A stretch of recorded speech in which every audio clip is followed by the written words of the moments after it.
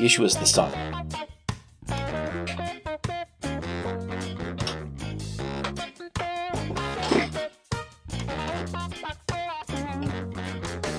There we go.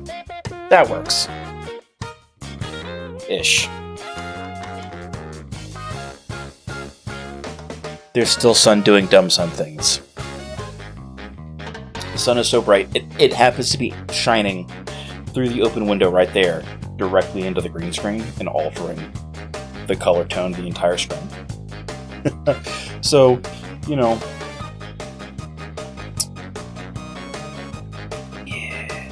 Yeah, so LiveSpace runs on about the same delay as YouTube does. So it's typically a couple seconds below what Twitch is set for, because Twitch is set for ultra low, and versus just low latency. So you're looking at about 5 to 7 seconds latency on the LiveSpace side, at least for me, consistently from what I see. So, but yeah, we're doing Path of Exile stuff because not doing mechs today. We wrapped it up last week.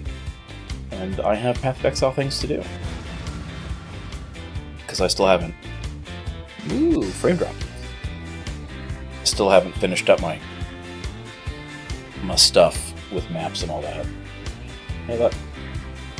Cat's in his bed.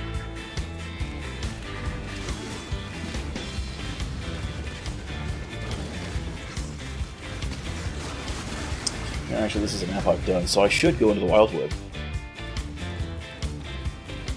Anyway, we're still running stuff for this league's mechanics. We're still doing things.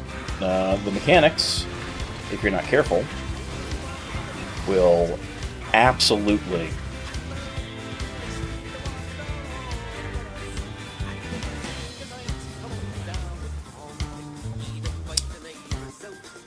There we go. I was trying to figure out what the extra music was coming from. It was from Dogface. The mechanic will absolutely mess you up if you're not paying attention to what it does, because the purple sauce makes it so that not only do things have extra projectiles to shoot you with, but they also have boosted AoE in the process. And the blue stuff does... I mean, you get more items out of it in the end result, but like every one of the 3 juice colors, purple, blue, and yellow, do a different buff. I have to say, Dogface, your intention of making it so that black and tans will trigger a focus-based anxiety response out of me is getting closer to succeeding. I'm just going to point that out there.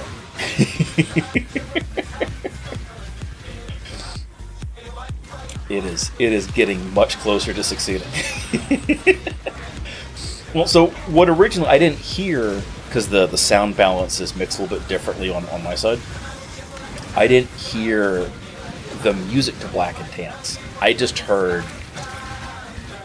faint singing, and I'm like, I didn't know this song had singing in it. I thought this mix was all lyricless. It was just instrumental only, no vocals. And then I looked up and I'm like, no, this is absolutely a song I know has no vocals. And then it hit exactly where the vocals were coming from. Because I recognized them, because I spent the half second to focus on it. Yeah. The plot is succeeding. I'm going to keep grabbing blue juice. So, the premise is, blue juice results in more currency drops from whatever is empowered in the map by blue juice. But it also makes things hit a lot harder in the process. So it's one of those, this could go well. You could absolutely, if the wrong thing gets juiced, or the mob, again, blue juicing here, right? If you get like the map boss, or a particularly nasty rare, and it gets juiced by multiple juice colors, it is almost better than powering down the mech. See, the problem is with powering down the mech, is that the mech could get powered down because I'm not paying attention and overheat it.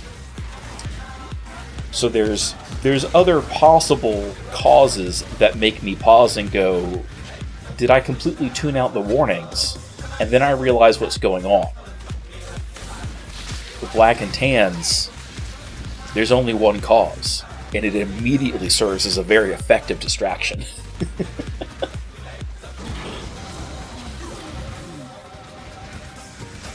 But yeah, if you get like the wrong thing and it gets used with multiple colors, you can end up with a very, very bad time, or a map that is effectively bricked that you can't, kill that creature or complete the boss kill for it.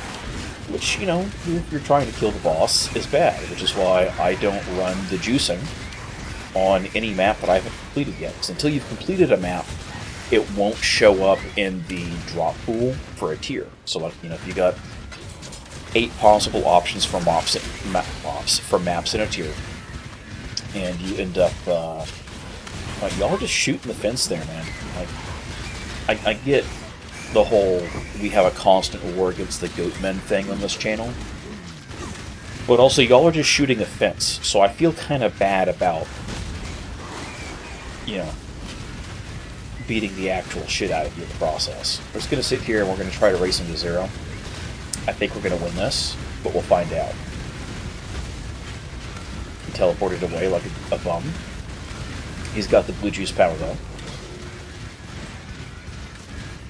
Got a little bit of currency, not a whole lot.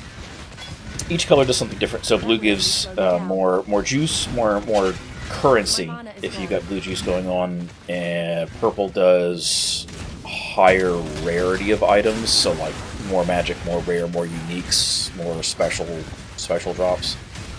And the yellow just does more item quantity in general, so more things should drop. Full inventory. Yes, I still do chaos recipes because I'm not anywhere near fast enough or rich enough in this game to justify skipping all of it out. Once I finish building out my Atlas tree and theoretically things just drop infinite money, then it shouldn't be an issue, and I will stop doing it. But for right now, we're still in early yellow maps, and it's just not really worth not doing it at this point. Especially considering how quick and easy it can be done. I had a lot of extra projectiles. But then there's also some techniques and strategies behind it. So like certain league mechanics, like the Abyss, when you get to the end of an Abyss section, you could end up in a scenario where you get one of the, not the in-game bosses, but one of the like special results zones pop. They're called spires, which is really where the big opportunity for making money in the current league, or it's one of the ways. It's not the way, but it's one of many. Comes into play. And the premise behind that is the spire shoots out little orbs of gunk, and the more orbs it shoots out, the more enemies spawn, and the more enemies spawn, the more loot you can potentially get. So adding additional projectiles is good, because more projectiles means more enemies, means more potential loot. And the more enemies spawn, the more wow, really all the blue stuff was in this box? Okay. The more enemies you potentially loot, the more things you can get modifiers that convert all the stuff. Make a too mature rated game right over the cat cam. That's amusing. Yeah, Twitch enforces the mature tag if the game itself has a mature rating. And since because this game has a mature rating. That would only slow me down. Okay, we're dropping some. I want the amulet's far more useful. Amulets drop far less often than body armor does for this.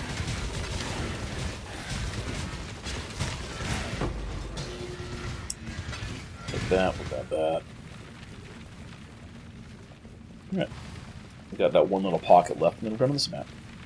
I was kind of hoping we'd drop an additional map somewhere, and we didn't. Ashen Woods is a precursor to the next tier up, which is one I haven't completed yet. It's a tier 5 map, but I was kind of hoping if I ran the last Ashenwood I had. Wait, was there really? Oh, man. How did I miss? That'd have been so much more profitable. Okay, well thought out. The Delirium Mirror. Look, all cats potentially do nefarious things. Anyone who owns a cat can confirm that. Let's see. Let's just stuff all this crap in here.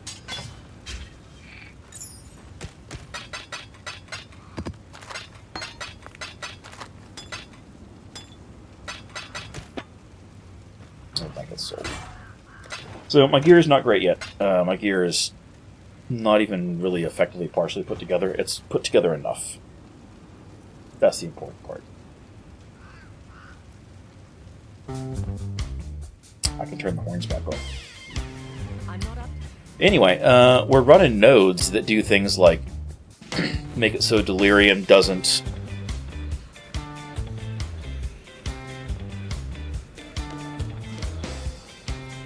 the sun.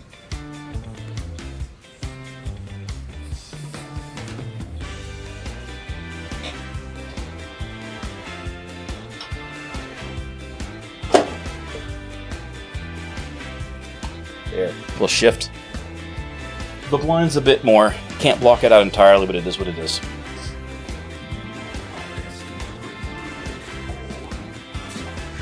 I'll have to figure out a cover or something later. Anyway, Delirium spawns a bunch more monsters, and it gives you loot drops. And we're running a node on our map atlas that makes it so that the Delirium isn't time-based. It doesn't expire, because normally it's a race against time. There we go. Which would be neat. And normally cause a lot more stuff to drop in the process. But that's not the case here. Because I forgot to run it when running the rest of the nodes. So we'll go back through this map a second time, killing just the Delirium mobs, get the bonus drops. We're still losing out on the overall increases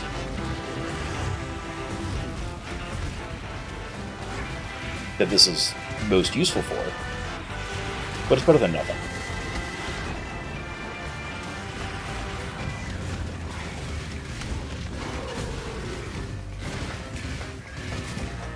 This is the thing that could kill me.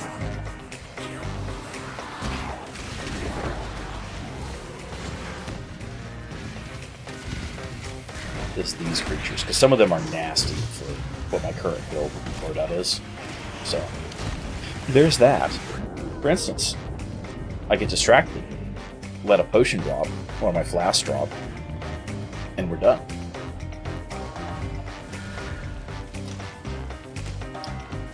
Let's pop these real quick.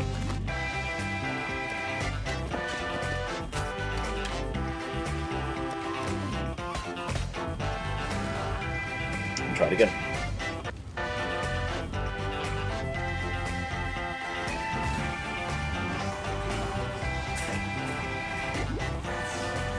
Anyway, the way this current build is set up, I'm running Pathfinder as an Ascendancy. It's kind of like a special class. It's a bonus class at the end.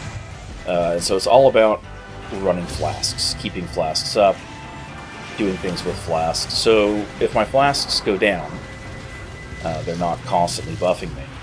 I run out of flask charges, or whatever it happens to be, then I will die very quickly. Because what happens is my character is only capped on resistances when all my flasks are running. Which is a dangerous way to do it, normally, but it's very easy with Flask Finder, which is Pathfinder focused on flasks. And once I get that last Ascendancy node, the fourth node, won't be that big a deal. But until then,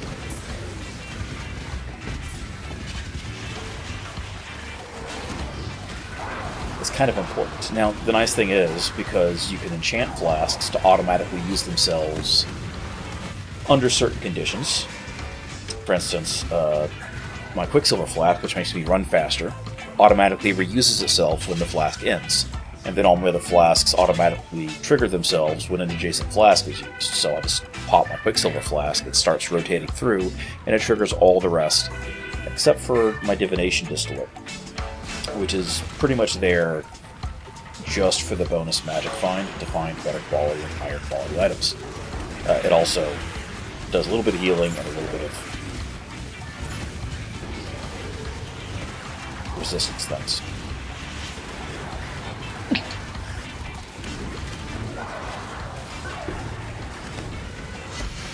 I'm pretty sure I had that one anyway, and this is trash, but I can't help myself. I have to grab the unique items. Why would I not? Hey, a GCP. That's good.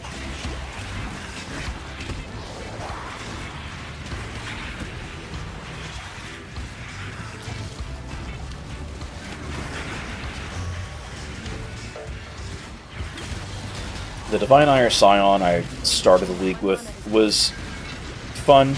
It wasn't great. Yeah. Nothing I could really do about that. Rip the XP. Rip the XP. Move something around here. Yeah, there we go.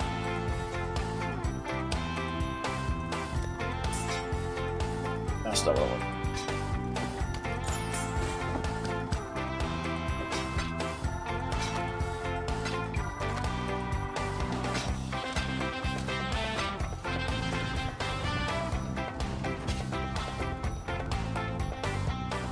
It was fun. It hit a point where I started to lose interest in playing it because it's a play style that's very start, stop. Because you have to stop, you charge up, you go, which is not a big deal on its own, but it's one of those things where it eventually starts to bore me because it requires way more focus and effort paying attention to what's going on than I usually want to spend. And it's got a lot of damage on the top end. And I wasn't doing bad where I was, but I didn't want to invest more currency into building out their gear because it would stop, again, everyone would stop being fun. So I swapped. We went back to Toxic Rain, which basically fires a whole bunch of arrows up in the air, and then they land down and they spawn these pods, these plant pods, which then send out lashing tentacles and tendrils, which results in badness for everybody. This one, the more you damage it, the stronger they'll get. That's unfair. And it deals chaos damage. It's a fun skill. It can be incredibly powerful if you set it up and you're not, an absolute doofus about it. And even if you are a doofus, it's still pretty strong. So it's outstandingly foolproof for somebody like me. And it's honestly one of my favorite skills and has been for a long time, since it came out there.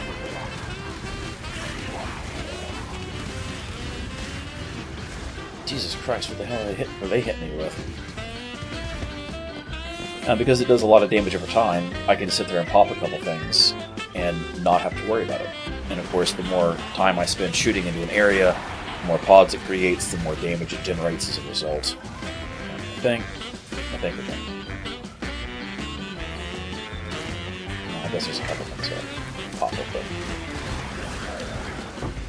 Oh, there we go. Grab this, and grab this, and then, oh, this is the thing that killed me before. Oh, he's double juiced. He's got life regen. These guys, this particular monster type, does a lot of damage. They've got a really big AoE. As you can see, like that, right? It's 2 hits and then a really big slam, and it's very hard to see where it goes because it's done out of shadows. And he was purple juiced, which gives him, I think it's a 350 or 400% increased area of effect, so it hits a lot further away. As you saw there, it technically hit me, but I dodged it, and it was, he was a full screen away. And then the blue stuff juices him really, really hard too, because it massively increases his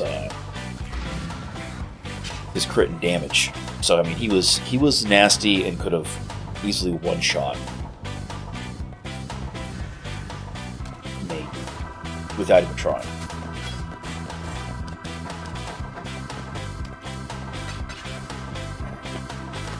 Alright, let's take a look at what we picked up here. Alright, none of these are useful for me, so we're going to throw them in the heal stash, because that's what I do. Could I sell some of those? Absolutely. Is that more effort than I'm willing to put into it? Also, absolutely. And I don't have any more Ashen Woods maps, I don't have any Gardens maps, so I could go down a tier and sell up, but that's effort. So we're just going to keep running maps. I'm going to run a couple more tier 6s here, get a couple more maps, hopefully going into tier 7s, and go from there. Do I want to do Beyond? I don't really want to do Beyond. We're going to force Einhar to show up, though. It is a neat animation with the forms. So the default skill, I am running an MTX. Default skill looks like this. They plant pods, they do things, and then whenever something gets within a short distance of them, it sends out those lashing tendrils, and then it slows them down by default. It slows them down and deals additional damage over time until they pop. So you get a damage hit from the initial arrow strike, you get constant DOT while the pods are in existence, and then you get a pop at the end of additional damage. Some people try to optimize the initial hit damage or the pod burst damage, and that just... you can do things with it. It's not really the way to go. Scaling the DOT is the way to go. Because with the skill... there we go.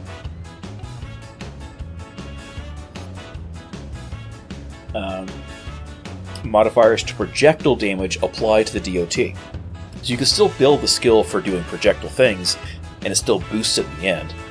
But there's not really a reason not to. And then I run this cosmetic on it, which turns them into purple lotuses. Because it's fun.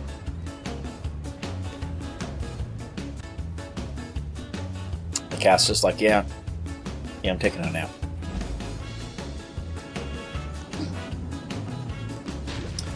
So the first thing we do when we pop into the map is we're going to pop into the Wildwood, and we're going to do Wildwood things. We just run around like mad. Hey look, there's the Warden. I need to talk to them once I kill all these things off. We're going to throw down some of our bonus totems to help shoot things.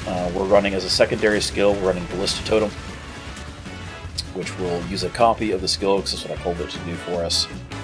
And so when I shoot, because of the way it's set up, it will also shoot.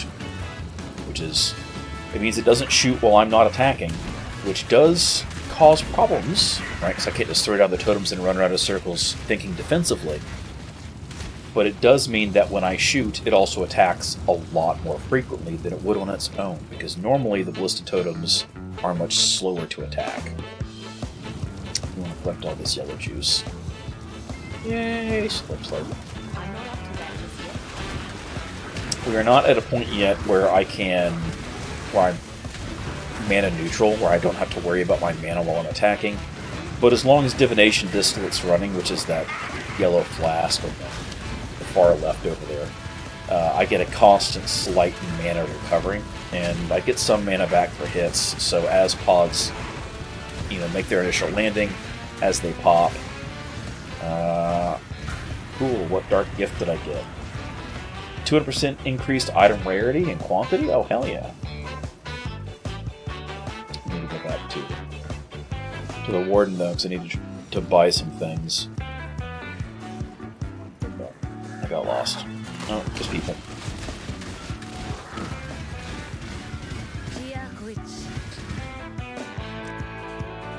Alright, we're just gonna buy things. Tools against evil. Cool. Completed that. That was the whole point. I just wanted to complete the challenge.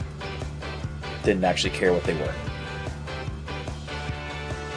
And now I just need to find the Edge of the Shadows where the beetles are. Oh, here we go.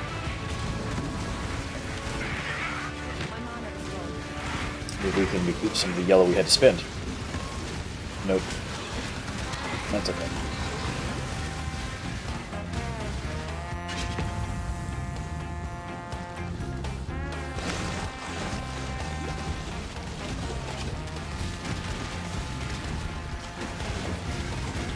And then Einhar things.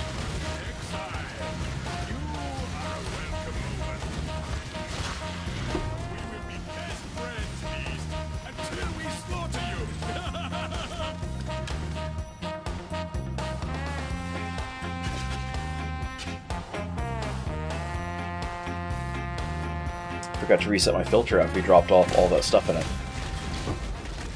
Sitting here picking up stuff I don't need to. Slowed down. I'm standing on caustic ground. I'm frozen. There's all sorts of dumb, bad stuff. Hey, look. Come here. There we go. Haha, I've been possessed now. Look at me. I'm the monster now. Oh, that's fun. That's a new thing they added with this league is there's a node on the map atlas tree that makes it so that rather than possessing enemies, the tormented spirits will possess the player instead and give them buffs, which is neat. I like that. I'm not up to that just yet. I need to figure out how to put that to best use. I'm just going to sit here and throw down all the pods in the world and hope that they're popping out heals the damage dealt by all the things hitting us. Which looks like it did. We'll come back to that abyss hole in just a moment. Now we'll do the abyss hole. Einhar's the best. And I've still yet to find anything that counter-indicates my whole Einhar created, spoke into existence his own girlfriend.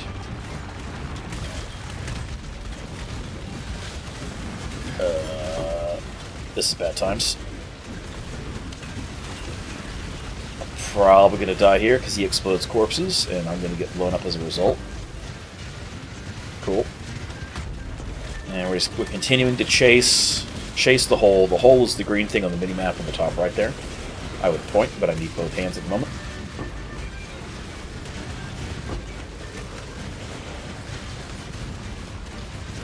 My mana is gone. There we go. That went better than I expected it to, actually.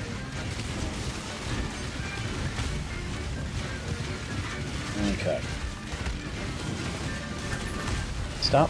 Stop running away. Let me kill you. Let me kill you, Doommock the Monstrous.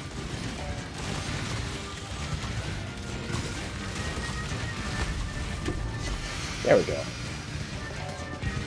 So many unique items. There must have been a modifier that dropped for it.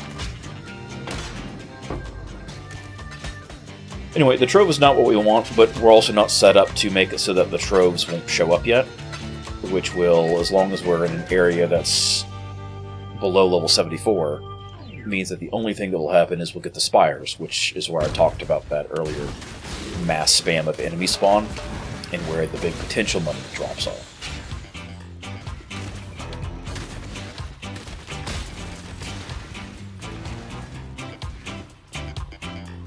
I think that's it. From the abyss. So now we keep going. And we kill the things.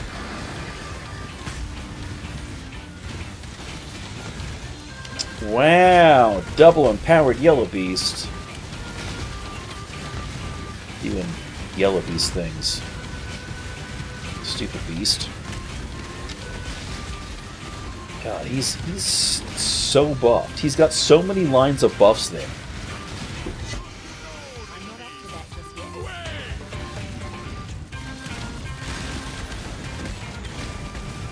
And he wasn't summoning any additional minions up.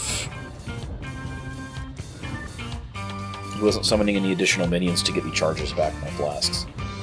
So that made things a tad rough, but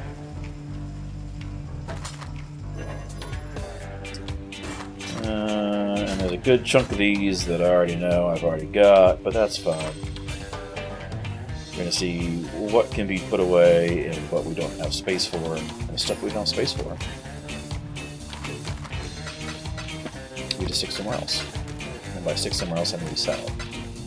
We absolutely sell it. Well, stuff we'll get around to later. I'll sort and figure out what those are worth and put them up in the market then. Yeah, I don't have anything at this point in time, really.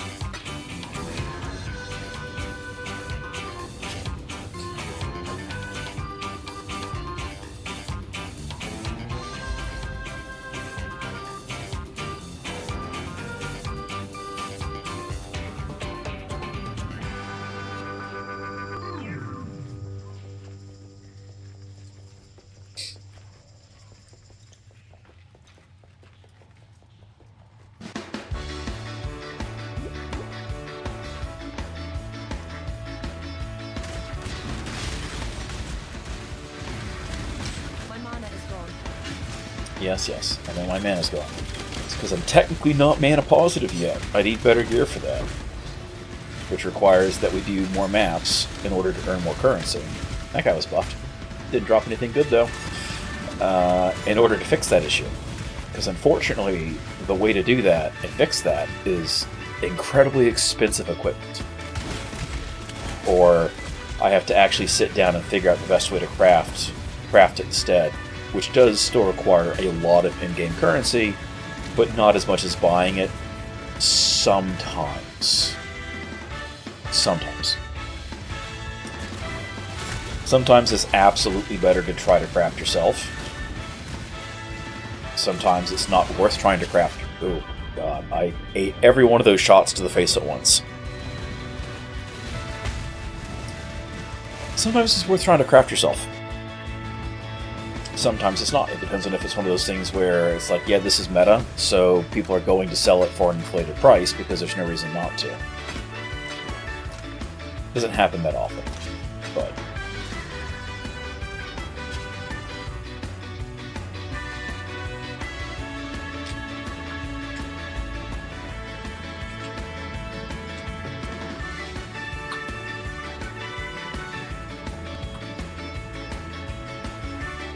I should probably relocate my portal so that I don't keep spawning across the entire map. I'm not up to that just yet. But that requires me to think ahead and expect that I might die. And that never happens. Planning on dying in this game is not something I typically do, which is why I do it so much.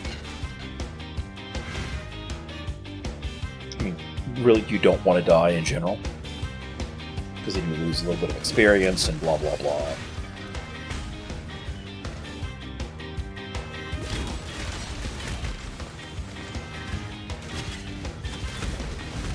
Sacred Grove. Okay, we'll go do the Sacred Grove, even though we're not really using the Sacred Grove for anything.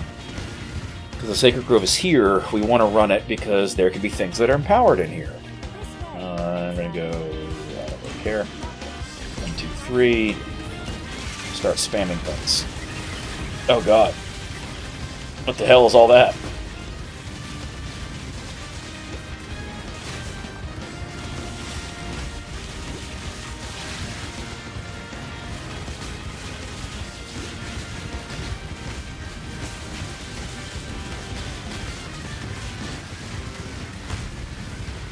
No, I don't know what the hell those floating spinning shields were, but I didn't like them at all. We'll go back with yellow again.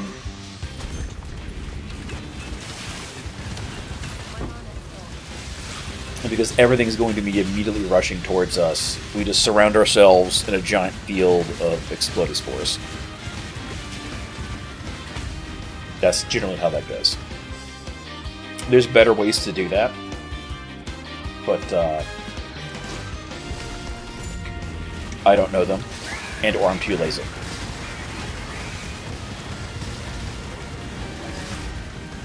At least nothing had Soul Eater this time. Soul Eater's nasty when it shows up on these mobs, because Soul Eater means that every time a creature dies nearby, that creature absorbs some of its power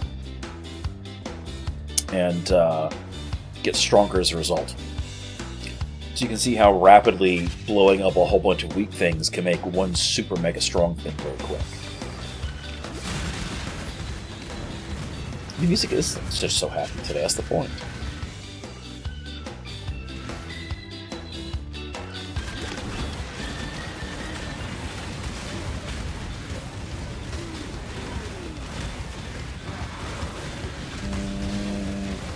The evasive on this guy doesn't matter, because it doesn't matter if he avoids my hits, because I'm not looking to do hits, I'm looking to deal DOT, damage over time. Alright, Einhar noped out because we finished his thing, that's cool. Right before the boss fight, is what it is. I don't need Einhar for the boss fight. His life drain aura is nice though. Oh no, I forgot. This is the one with the guy with the flat girl link. Oh god. Mistakes have been made. Because mistakes are always made.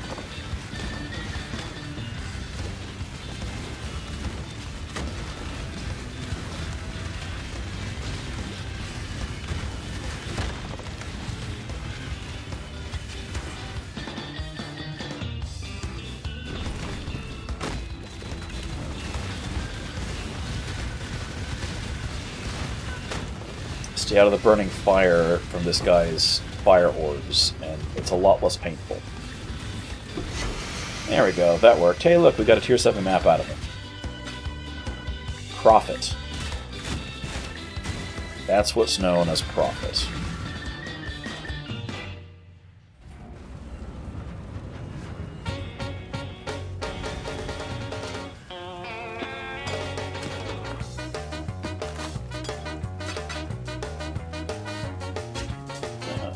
Things.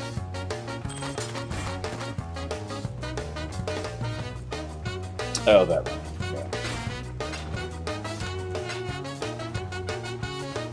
So that got us a Relic Chambers map, which is nice.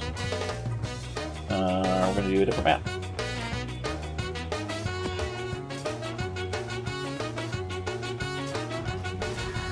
None of those are mods I particularly care about. Let's see if we can not die this time. That'd be nice.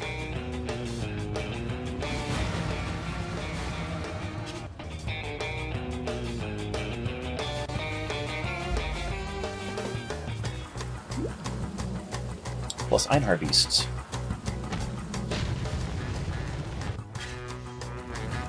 Just going to go straight into the lively.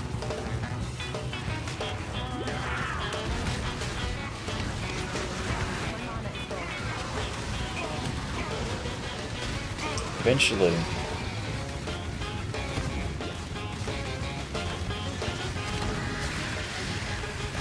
Oh god. Well.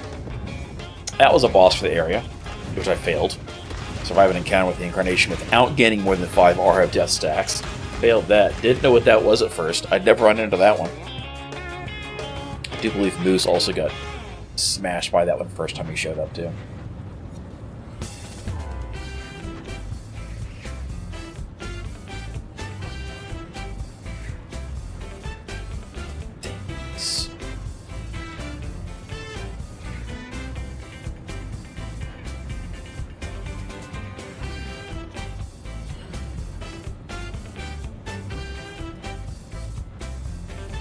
Alright. Reset our auras. I've got a third aura I want to pull in eventually, but I need a lot more gear that's... There we go, the frame rate drop as we loaded. I need a lot more gear that is expensive, that makes it so that reservations are less painful. Which will also fix some of the mana issues, to be fair, so...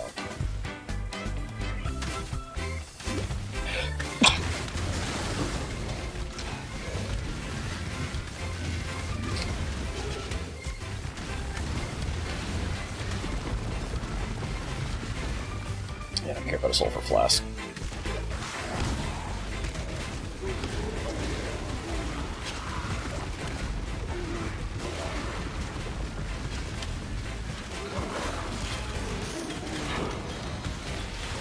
Hey, look, a map. It's a low-tier map, but it's a map.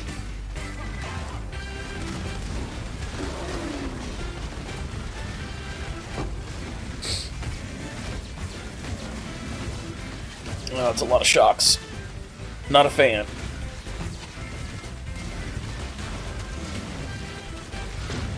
Come on, Einhar, show up, please. Einhar, there's a red and a yellow beast here at the same time. Anytime you want to show up, bud. I could greatly benefit from your AoE. Thank you.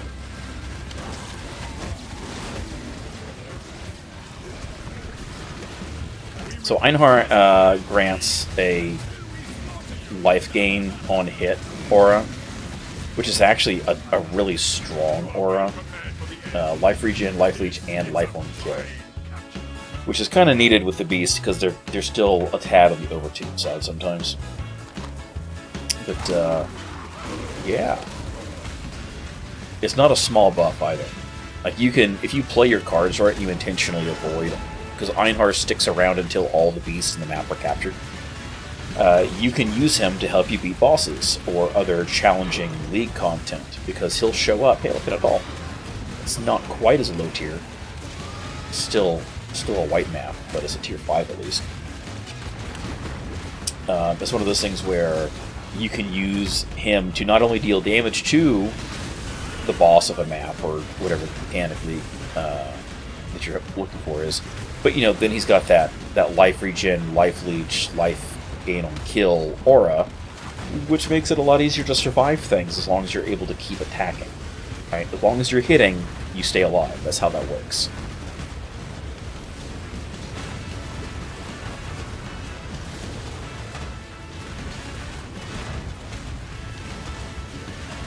Stupid temporal proximity. There's shit up there.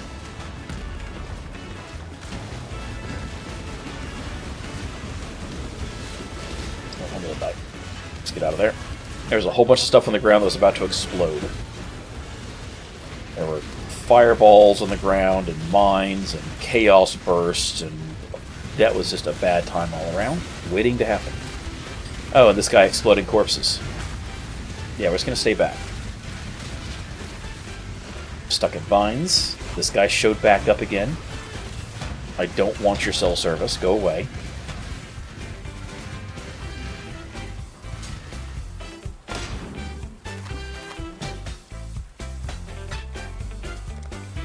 I don't know what I'm doing. Alright, we're going this way. That's a decent buff. I need to finish getting my my jewels in a row too, because the buffs represented by those would be good to actually have all of in line, but that's going to require expensive crafting. Or expensive purchases. One of the two.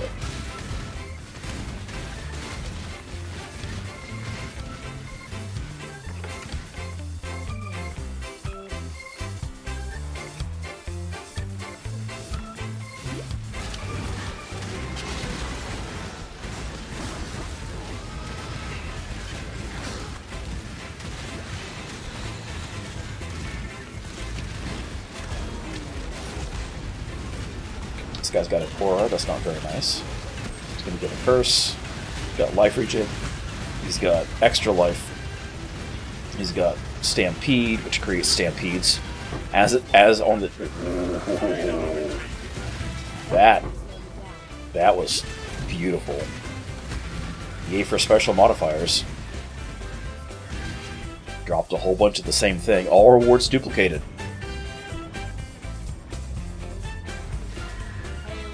Is dropping this many 6 sockets as good as it used to be? No. Is it bad? No. Not at all. Is that worth no? With that? Because that's still a lot of jewelers orbs. I forgot to sell them. There we go. And back in we go.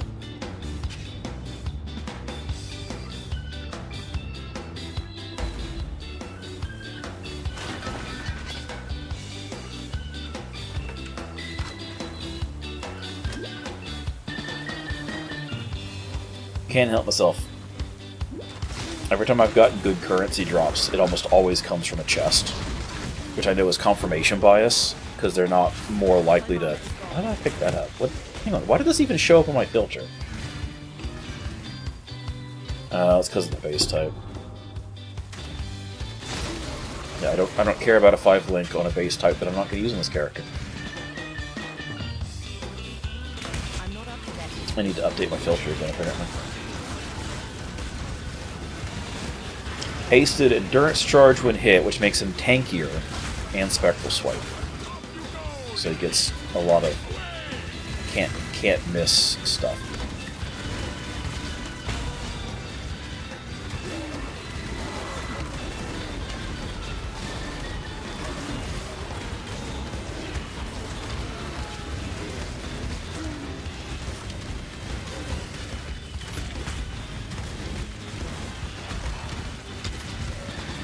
Stuns, chaos, and wither resistant. That's unfortunate.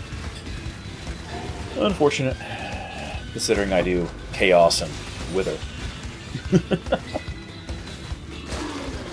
So the main reason that I've got these totems for these additional shots is because we're using the alternate quality version of Toxic Rain inside that, which, oh god. The fact that there's not one but 2 yellow beasts here at the boss platform is mildly annoying. Anyway, Wither makes it so that 6% additional chaos damage is taken for each stack of Wither, up to a max of... That was a mistake. Up to a max of 15 stacks. So that's considerably a lot of bonus damage you can get, which is useful in boss fights. Be more useful if I had more available mana, but I can either drop a buff to have more mana, or just deal with it. And since I'm stubborn, you can guess which one I'm choosing to do.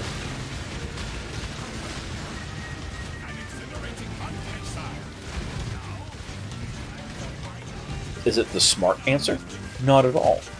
But this is a video game. You don't always have to do the smart thing. Sometimes you can do the thing that's lazy, and it's perfectly fine.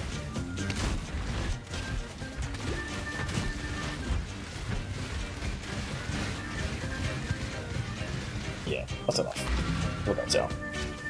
There's 4 creatures somewhere. I don't care about 4 creatures. We got the bosses. That's the important part. 1, 2, 5. Throw this in there. Sell both those off. There's that done.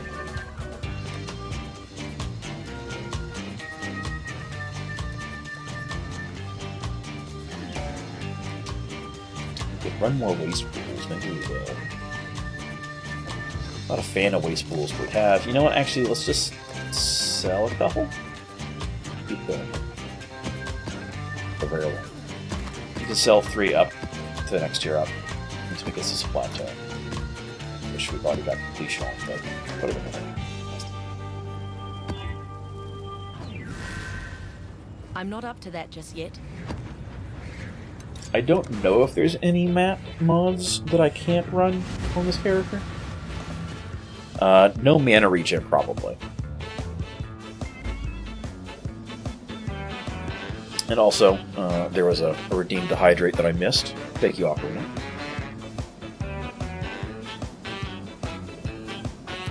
Thank you for the lurk as well.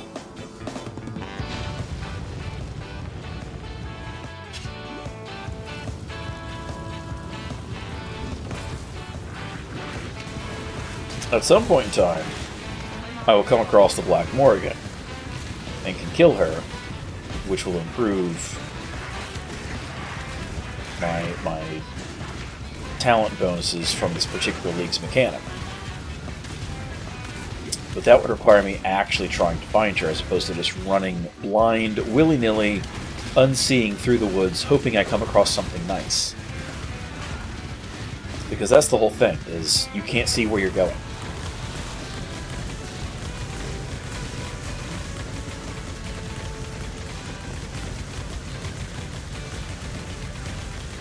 What the hell has... Oh, God. The thing that's got the grasping vines. Of course it is. Of course the same thing.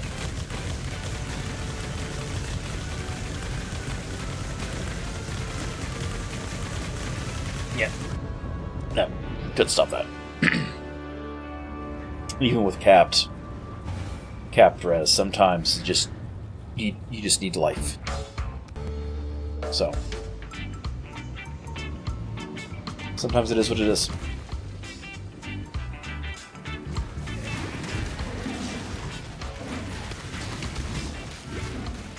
And as things load in, everything slows to a crawl with the render. Let's just give this a second to catch up. Just a second. There we go.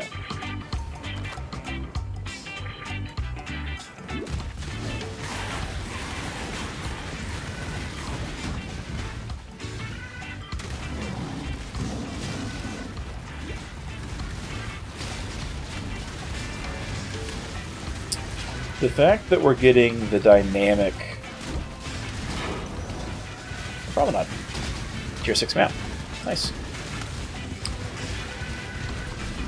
Einhar. Come on. Show up, my man. We got a super juiced beast here. He's a beast and he's juiced. All the yellow juice.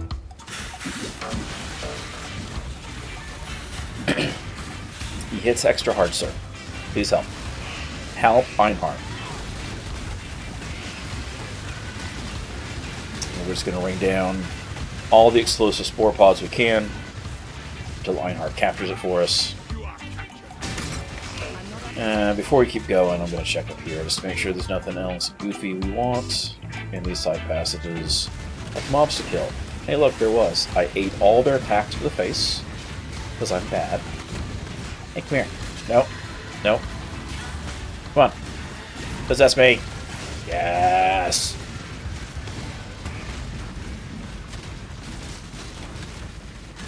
What does this one do? I didn't even notice what type of spirit it was. I wasn't paying attention.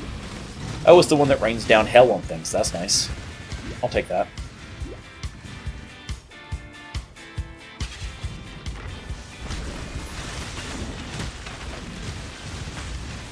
My mana is gone.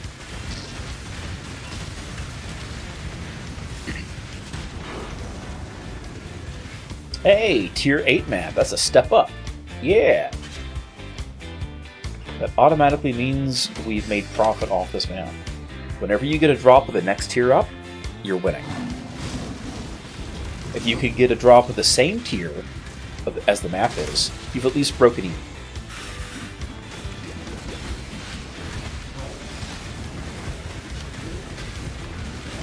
And if you actually know what you're doing, you can make it so you drop many maps of the next tier up. Consistently.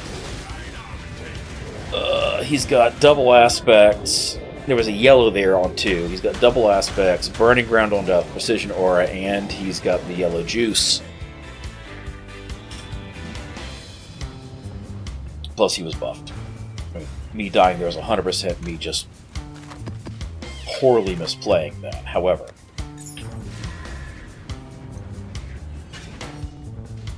is what it is.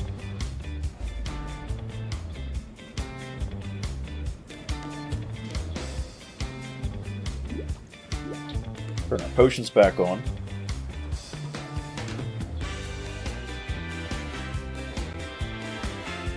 Maybe run.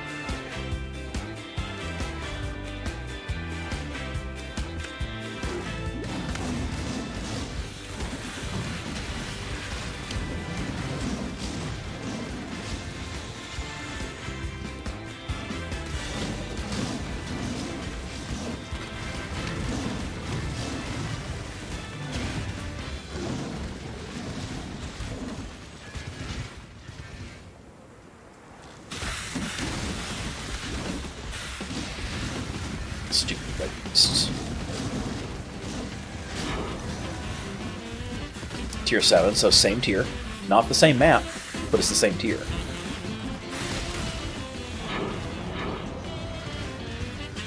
Oh, stuff back here. Ooh! We pulled 4 maps out of this so far. 3 7s and an 8. I like that. I'm not up to that just yet. I will absolutely take that. That's a rather good payoff. Nope. Multiple creatures. Face tank. Face tank.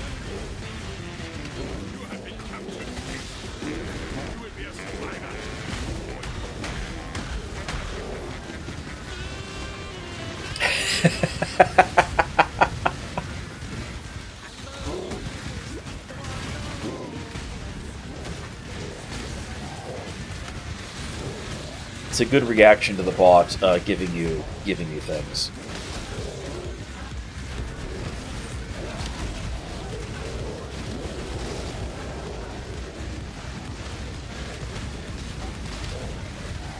My mana is gone. He's so chunky.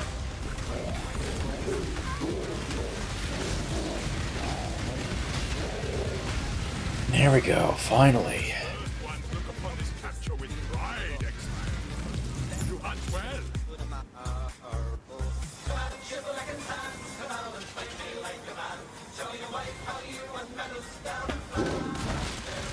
That's where he died last time. Alright, and we do the cut through, and then we're done with this map.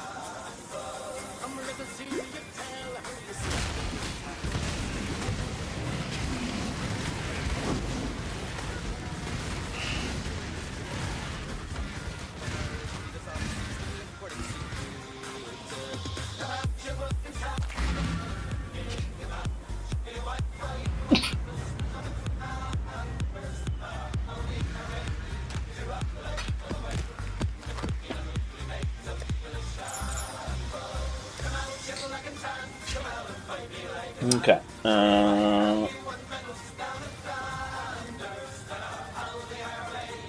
We're gonna wait. This one. I want to identify it first.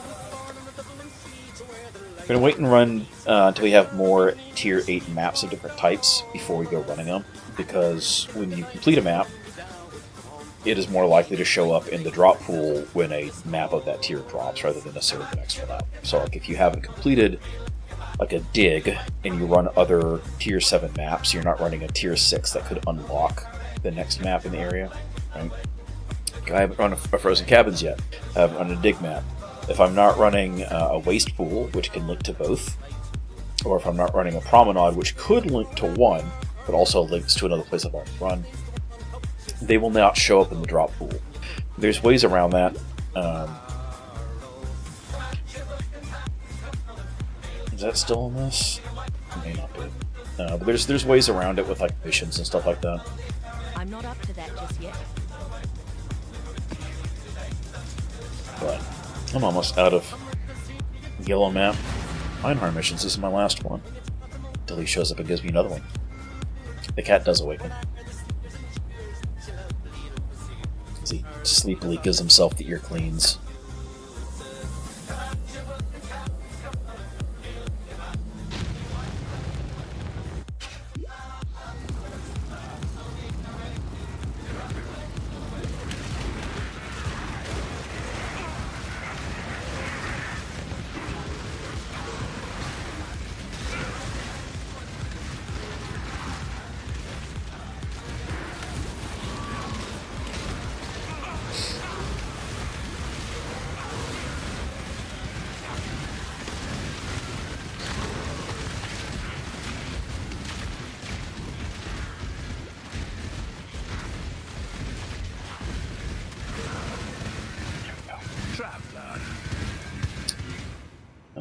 Let's see.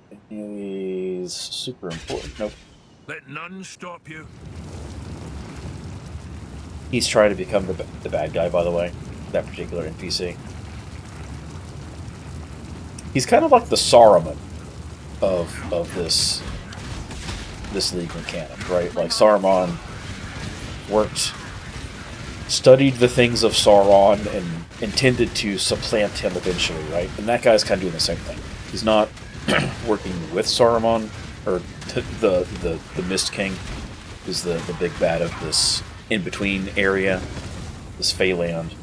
But he wants to replace him so that he can still control all the bad, evil things, but keep it away from his tribe of people. So, like, the evil but controlled. That's his goal. That's his whole storyline. I don't know what happens the further you get along his storyline, because I haven't done his quests. There's so many things happening here.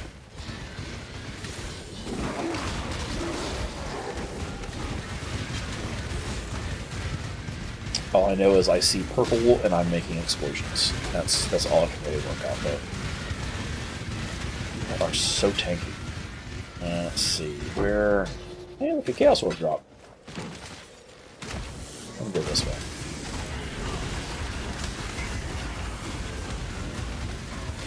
Oh, that guy can teleport? What? Always crits? Extra physical damage? Oh no. He has all the things that give him massive extra damage. I don't like this. Not a fan. Einhar, please net him. Net him now, please. And he was a yellow. He was only a yellow beast. He wasn't the much more difficult red beasts. And he was juiced. I have concerns about what that red beast down south of where we are is going to have on it. If that was the yellow.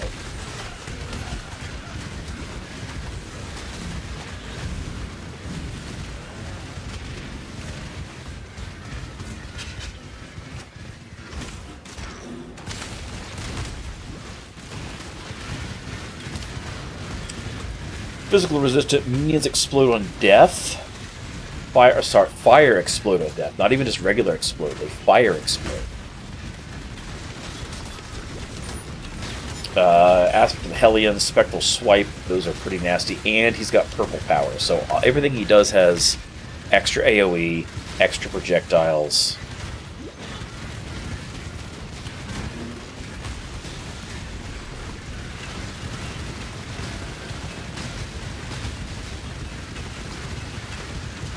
Speed! Nope. Not enough speed for that. There we go. Those are trash tier uniques, but doesn't matter. Got things.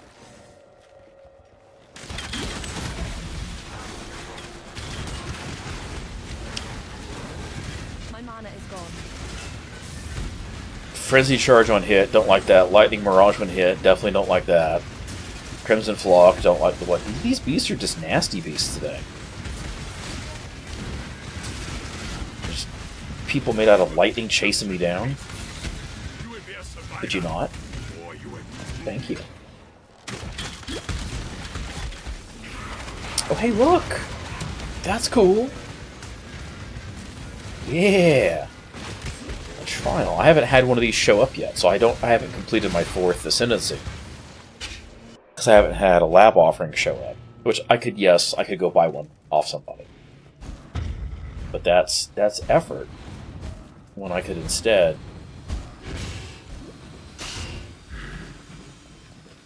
wait for one to show up in maps.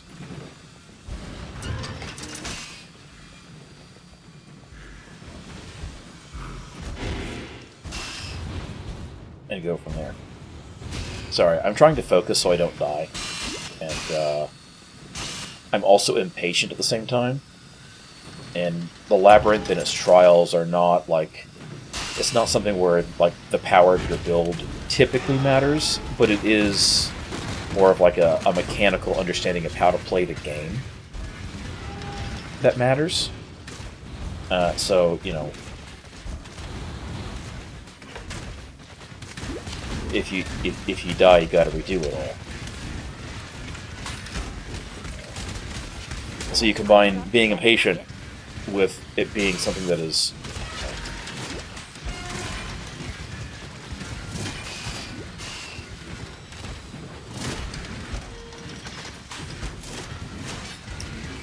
impatient with something that requires, you know, specific mechanical manipulation in order to do, and you end up in a scenario where it's like, oh, you could very easily do dumb things and get your face smashed in as a result.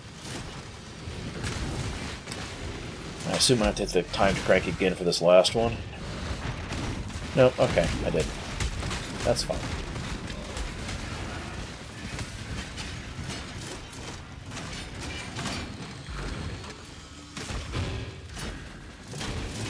We're just running blind.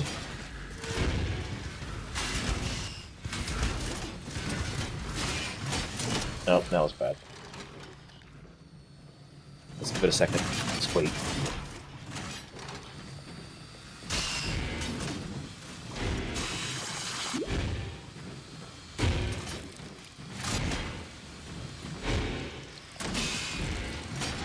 There we go.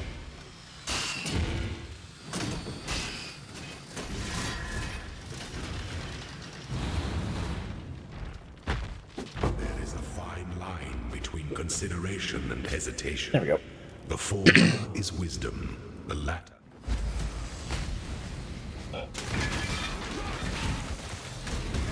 So the important part was, because they made a change to this, is everything reloads in at once. There's so much more chaos outside the trial than there was inside the trial. My mana Oh, is 2 gone. Kohama touch, extra physical damage. No, no, and purple juice. This is bad times. Slam down all the spores we can. There we go. It's all crappy uniques. Would have much preferred almost any other kind of drop roll there, but that's fine. Tier 4 map. Eh.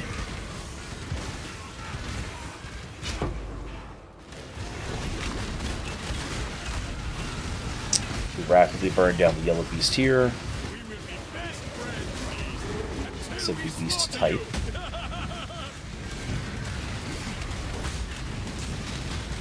Creates a voodoo doll, which is not great because it means that they can just attack the voodoo doll to attack me instead.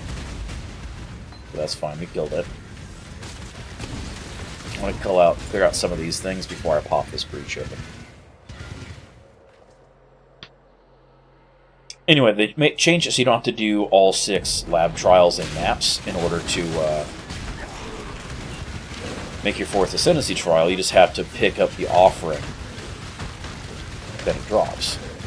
So instead of being able to like go back in and do it over and over and over again, every time you attempt the lab, now costs currency to open it, which is nice. Well, I got a couple splinters out of that. That wasn't a great. We did go further over than I thought we did, so I got slowed by some regular mobs showing up as well. But that's okay. I'm not really trying to run breaches, so to speak.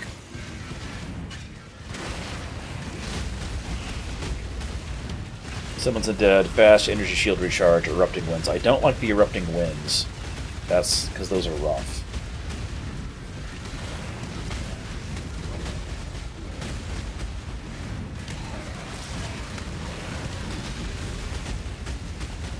Where's the thing that's creating the ice rings? Ah, here he is. Fast energy shield recharge, energy shield aura, and ice prison. That could have been a nastier combination if it had shown up on literally anything else. There's something that dropped down here. Drop those and run, it'll die off screen. Drop things and run, it'll die off screen. It's again damage over time.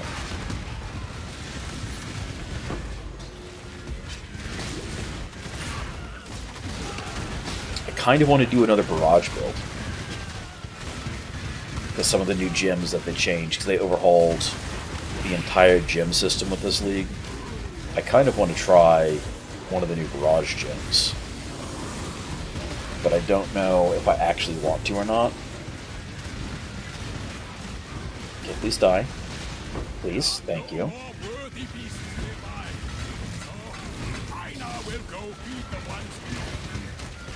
Yes, I know. Please go feed the beast we've caught. They must be worthy when we battle them in the arena to steal their magic soul power. They are not worthy if they are hungry.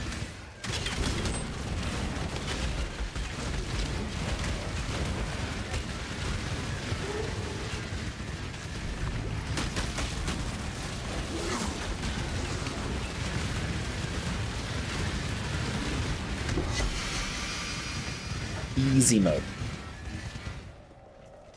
Easy. The cat. I see the cat went back to sleep.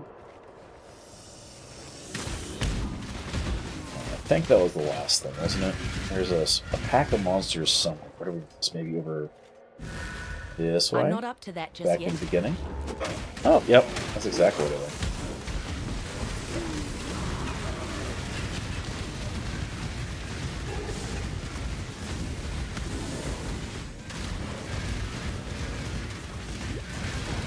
Alright, I think we're going to call this one complete, though. I'm not going to go hunt down the last 6 things. They're probably over here. But I don't care enough.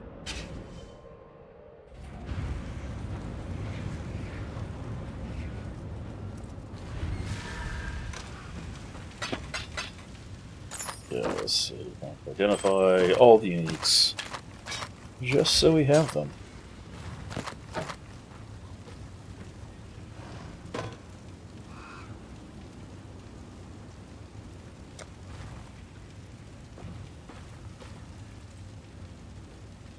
Oh, it's in the dark. Okay. But which one was that? The one. I don't think I want to go through and run the labyrinth on camera. Because it's either going to be frustrating or not.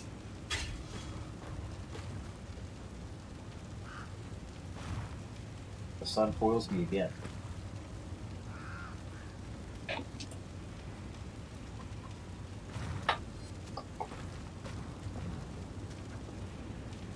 Aha!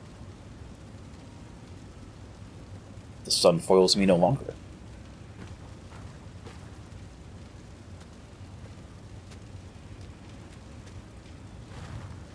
Alright, let's go into random.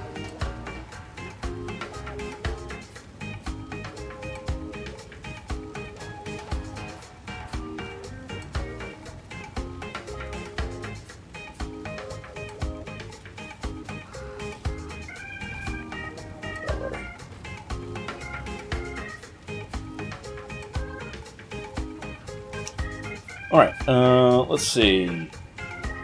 Apps.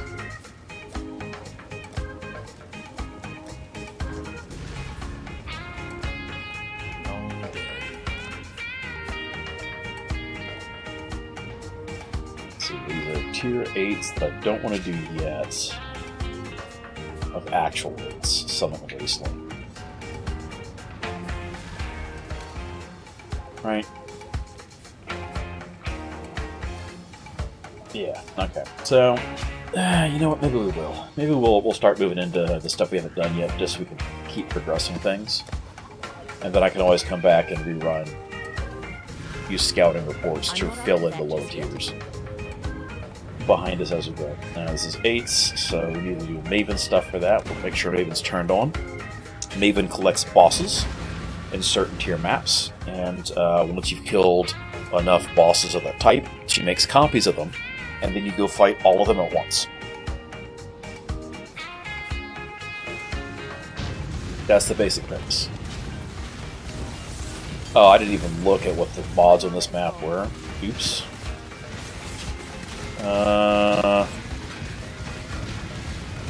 I don't think this will be your problem, but we're not doing the wildwood and juicing things, because this is a map we haven't completed yet. And I'd rather not make things potentially too difficult. I'm more interested in getting the completion than I am the currency or rewards directly.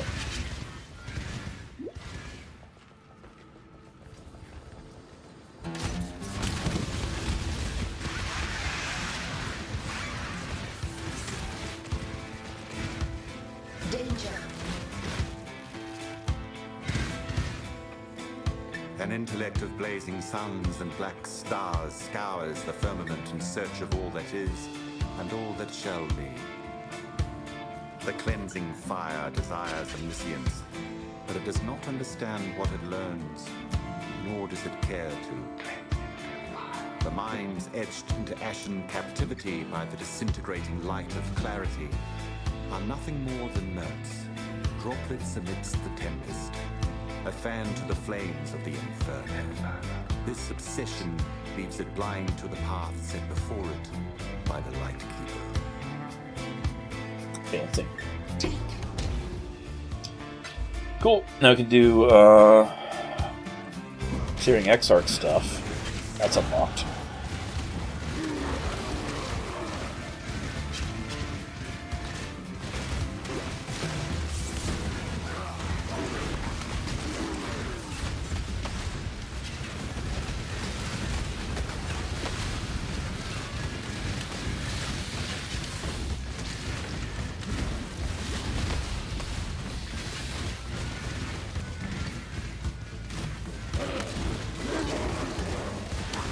Just sit here and do things. Nope, that's a lot of fire.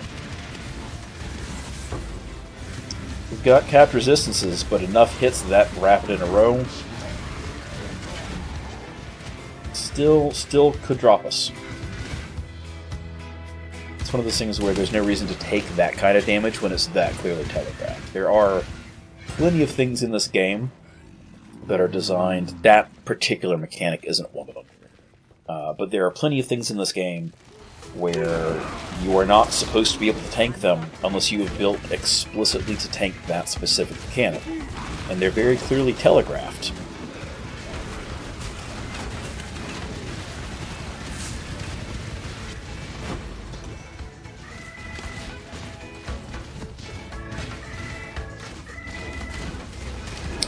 Fuck that guy. And so it's just one of those things where if you can see something clearly telegraphed, you should be in the habit of not standing directly in the problem, right? It's kind of like with you know, MMOs and stuff like that. Raid bosses don't stand in the fire at the boss. Same type deal. Some bosses just have really big wind-up mechanics, and it's like, yeah, this is clearly a thing that's going to hurt a lot if you get hit by it. Maybe step out of the way while he's charging his mega cannon. And so it's just, you know, generally speaking, a good habit to get into it. Where if you see clear, obvious, big, dumb no-no, you stay out of it.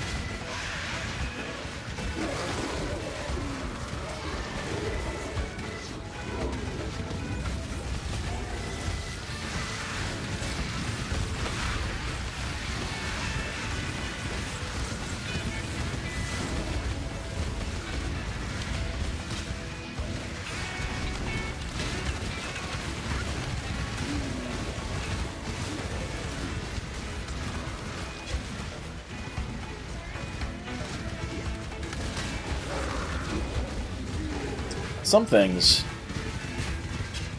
like those icy void bursts, you know you can sit there and tank them, and it's not that big a deal.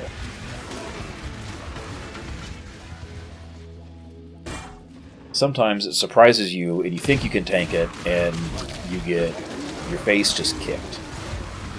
Which is why it's such a good idea to be in the general habit of avoiding clear, obvious things until you know for sure it's not going to be a threat to you.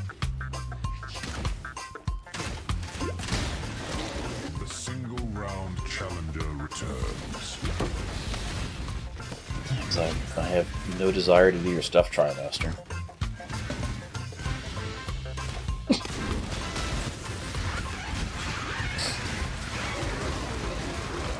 Like, I get there's some good currency or items you can get from that, but it's just, it wasn't like, it was a mechanic I kind of enjoyed when Ultimatum was the primary one of the league, and I know there's a lot of people out there that are super excited that it came back.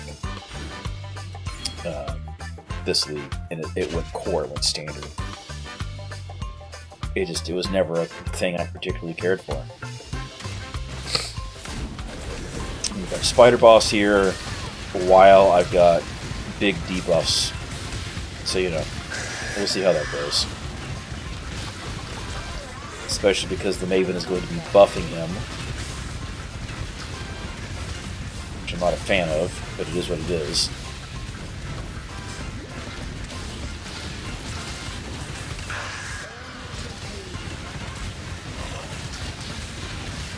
But unfortunately, not really a threat.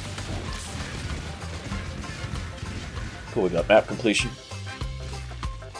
Let's do something with this. There's things around me. I hear them.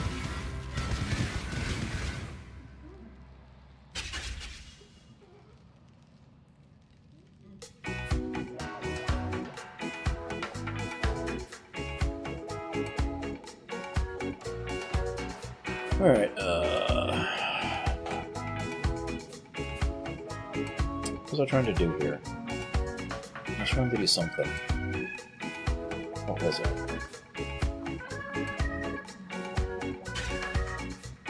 There we go. I wanted to go to that. I wanted to go to the Beyond cluster there.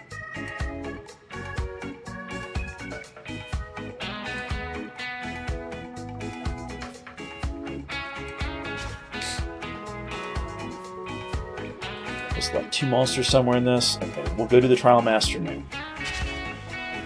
Alright, monsters enrage after time. Monsters suppress spell damage and gain evasion. You know what? This doesn't matter. Because we don't care about evasion, and we don't care about spell damage. Ooh. They just chunked the hell out of me. That's fine. Let's see. Monster hits remove 10% of current energy, shield, and mana. Yeah, we'll go with that. We're just trying to survive. We don't have to kill things. We're just trying not to get hit.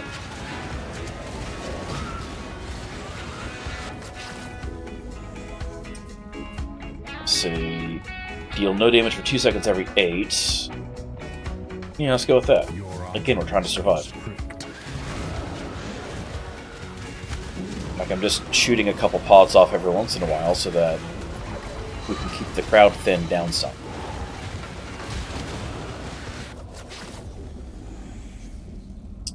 Don't care about Ruin. Let's go with Lessened Reach. It does... That kind of actually hurts us, because our entire shtick is based around projectile speed and area of effect. But...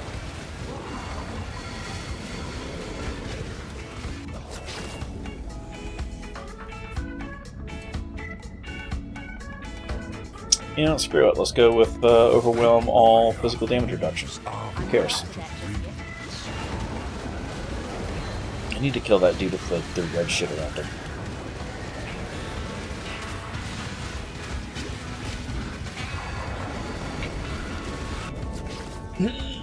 Okay, I just got chunked for a ton of damage there. Blades of periodically apply and fly at you, applying corrupted blood on hits. 1000% of mana cost as lightning damage. I feel like if we're not attacking, that won't matter, but I feel like this is better, because corrupted blood doesn't affect us. We're immune to corrupted blood. We have a jewel for that.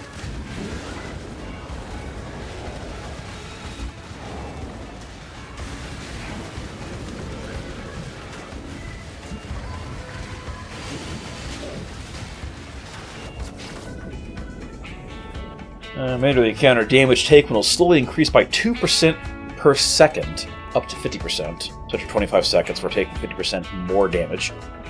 Or, again, the Corrupted Blood upgrade. Let's do this, because again, Corrupted Blood doesn't affect us. I just need to avoid getting hit. So I'm pretty sure everything is juiced enough at this point that one solid hit by any of those yellow gorillas would murder me in one shot. I can't prove it, but I'm pretty sure that's the case. You want to run off with a bound fossil? No, let's just keep stacking things. That could be good. Hey, look. We can take a third level of a thing that doesn't affect us any. As long as we don't get a creature with a modifier that steals charges, I'm pretty sure I naturally regenerate just through time without hurting and causing damage to anything, enough charges that I never run out of stuff. No, the Path of Exile skill tree is absolutely more complicated than the Civ Tech tree. And this is the one I just showed was the Atlas one, which is specific to how maps work, not even my character. The Atlas one is universal to all characters on the account for the duration of this league. I don't want to do that. Let's just do this. Because again, this doesn't affect... Like, the blades might deal damage on their own.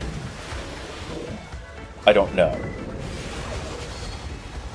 Nope, they don't. Oh, maybe they do. The blood trails in the ground still hurt. Because I just bleed. Which is not the same thing as corrupted bleeding. So that's a thing. You know what? Screw it. Let's go for broke. This is the final round. I have to survive. And I get 7 chaos out of it. Monster hits can't be evaded. That's a problem. But we'll take it anyway. Because I don't think my evasion's high enough to matter.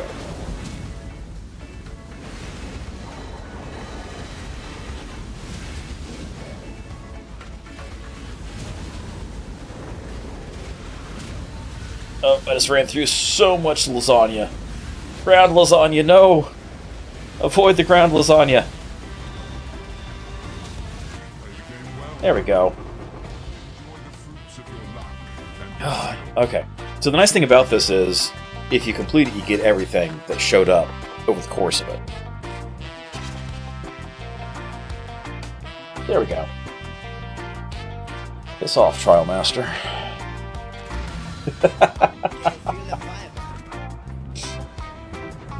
Right, yeah, so this is the tree for the Atlas itself. So the Atlas is this. It's like the map of all the different maps.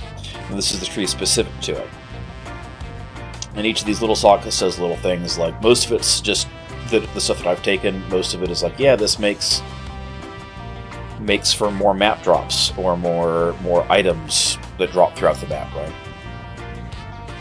And currently I'm set for Wandering Path, which means that I'm in the process of reworking the tree.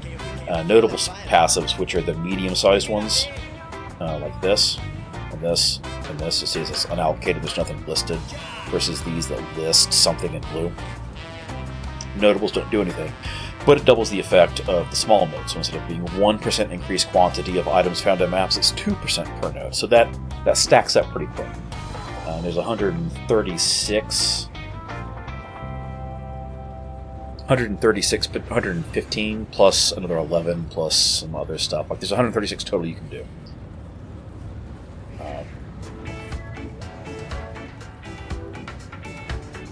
I need to delete this still, because this is left over from the old tree. But eventually, we're going to work our way up this way. Grab stuff here, grab stuff here. There's some stuff to grab over this way. There's stuff to grab up here. For a whole bunch of this stacking. And then the regular tree for the character is much larger. But that's because, like, I started off Ranger, which starts here. Shadow starts here. Witch starts here. Templar starts here. So like every class starts in the same tree, and you can path around pretty much anywhere. The only unique difference is the Ascendancy itself, because that's not shared or accessible amongst the different classes. Okay. Let's see.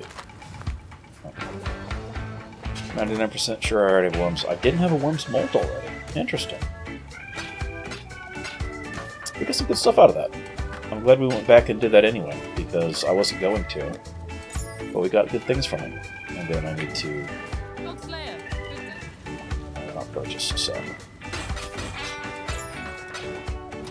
I need to go plug that orb into my map device. There we go. So the Searing Exarch is one of 3 like bosses you can do for Pinnacle content, and the Atlas that aren't specific to the League or anything else. It's just Atlas specific. The Maven is one, which is good because you have to do Maven things in order to get high-end stuff. And then Searing Exarch is another one of those, and it applies his influence, so it affects what spawns some of the modifiers, and it can result in loot drops that are influenced by him or other certain other map creatures that then can roll special, unique abilities and powers for like, stuff, which is good. Basically, it's a good thing to have. We're just not quite good at that. Maps. Alright, Spider Forest. So now the unit cannot inflict exposure, that's fine, I don't care. 35% more monster life is annoying, but it's fine. Elemental ailments on hit is slightly annoying, because I don't have 100% immunity to elemental ailments yet, because I haven't finished putting together that part of my gear. But between that and my flasks, I'm mostly fine. The additional energy shield doesn't matter to me because I do almost entirely chaos damage. All the damage over time I deal is chaos damage, which ignores energy shield. The initial hit does a little bit of fizz and mostly chaos, so that part matters. But that's not the part that actually deals damage with this build. So honestly, this could be a lot worse because it's not honestly that bad.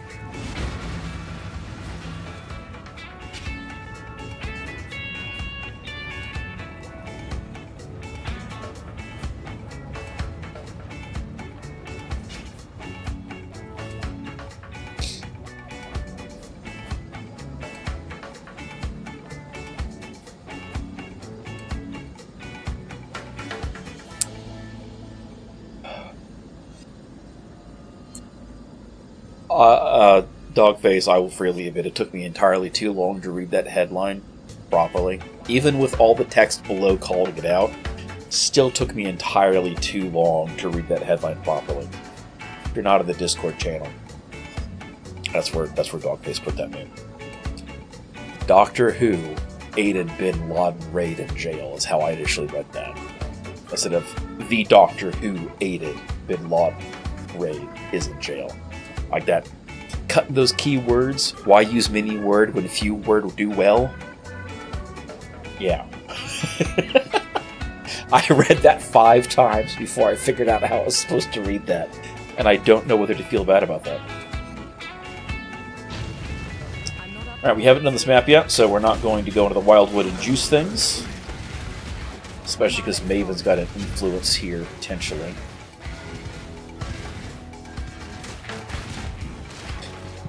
The grip with on the water.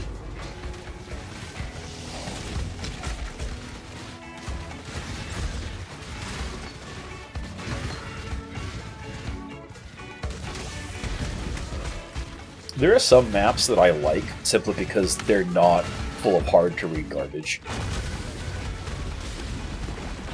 Like, the Reliquary was one of those, it's constant chaos, it's dark, you can't see what's going on, everything is bad. Too little floor space, too much space to go. The Arachnid Nest wasn't too much better for that, but it's better. Whereas something like this, right, the Spider Forest, so much better. Because I can see what's going on. There's space for things. This guy's got Soul Eater, so he just got massively buffed as I murdered all of his minions. Didn't save him in the end.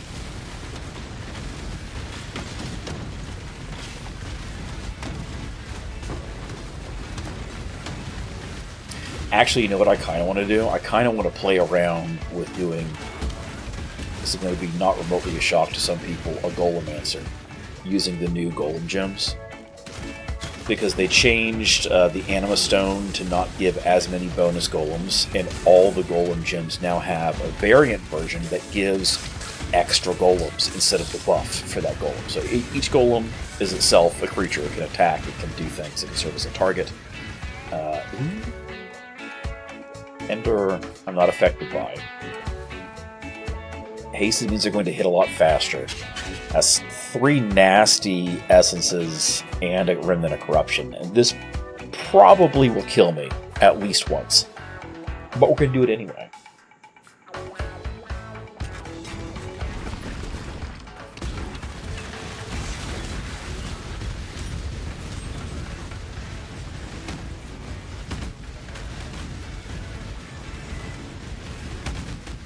That guy had so much crap that spawned on him, and it didn't make a difference in the end. Sweet.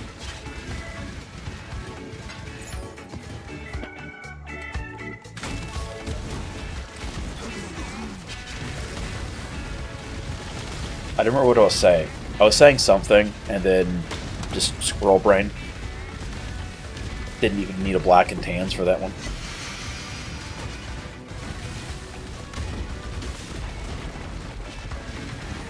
Got the crafting record. Oh, okay, so 5-socket crafting was here this whole time? Of course it was. Of course it was. Ugh.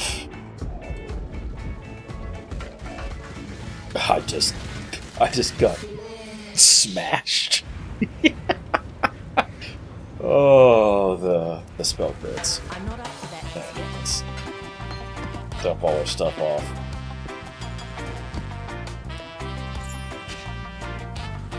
Anyway, golem stuff. So in addition to the normal, it's a summon a minion.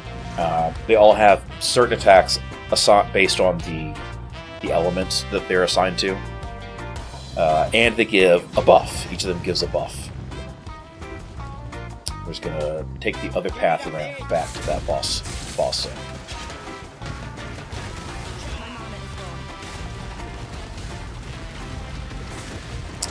Which the variant gem that they added that makes, instead of summoning one golem, you get 3 of that golem, has no buff associated with it. So like the stone golem, it gives an aura that increases life regen.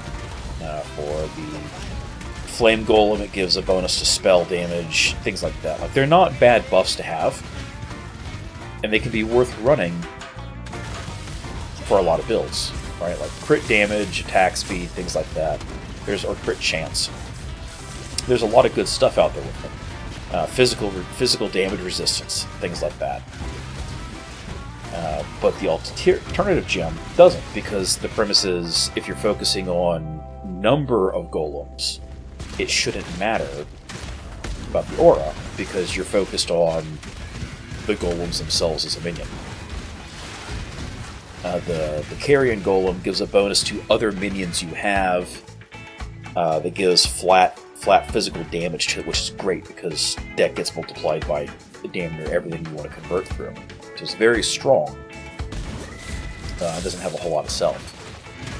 And I kind of want to do a golem build and play around with that and just have a massive stack of golems everywhere.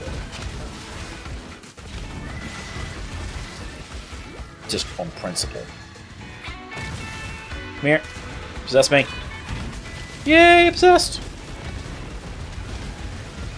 Give me the buff. Give me the buff.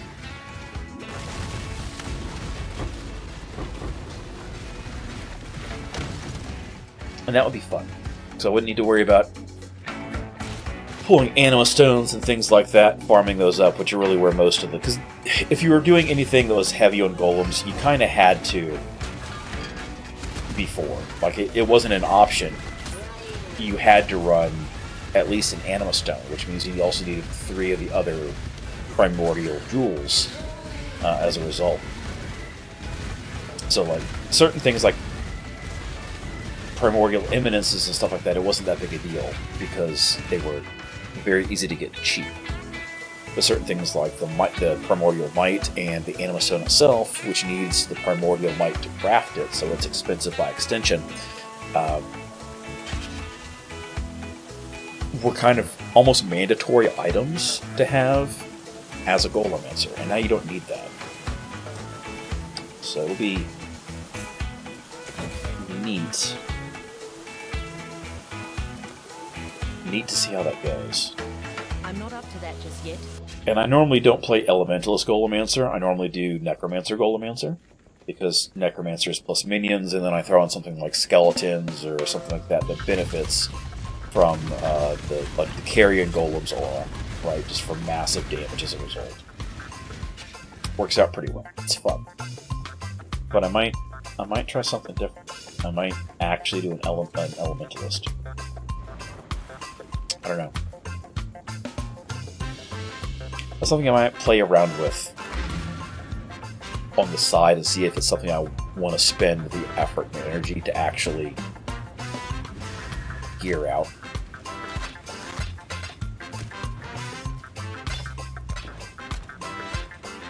Let's see. Let's just grab all these. We'll trade these in. Why not? Screaming Essence of Dread. That's not terrible. Mirror Arrow. That's a fragment. It's kind of... That's okay. It's the one I've got the most of.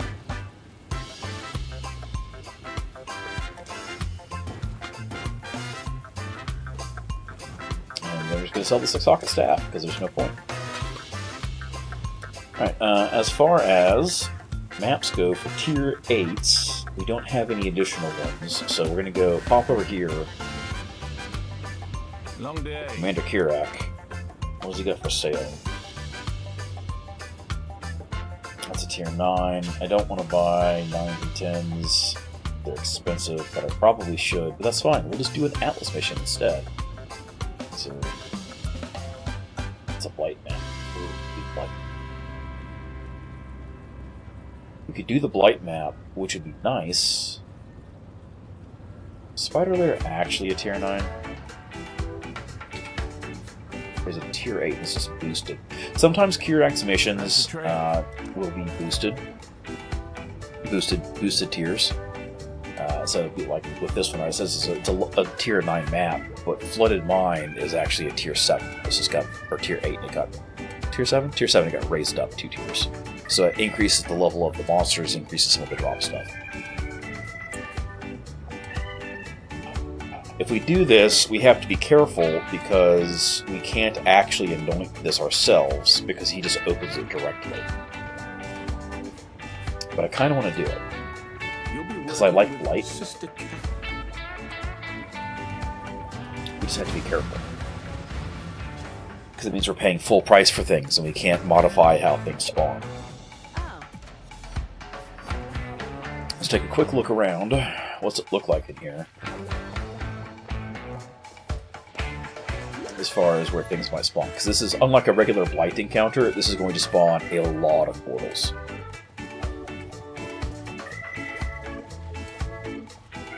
Alright, this is not a great layout, but nothing's going to pop up here because it's too close to the portal. If things spawn here, we might end up with things like going off and then coming back, but that should be pretty easy to track. This area is fairly small, so if a lot of portals spawn here, we could be in trouble. This is just a very tiny map in general. We might be in trouble no matter what, because this is so small. Let's see what shows up. Very little is fire resistant, that's good. And of course, we're immediately right here. We've got nothing good. Let's see. We will do fire. Get into the meteor tower, and we'll just. Do we want a seismic tower? Or yeah, screw it. We'll just do a chilling tower and be done with it.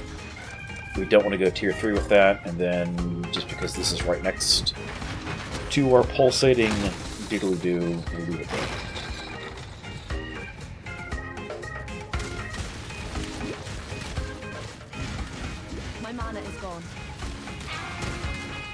I'm able to start getting stuff out there and minimize how much, yeah, something immediately went up to the northwest. Of course it did.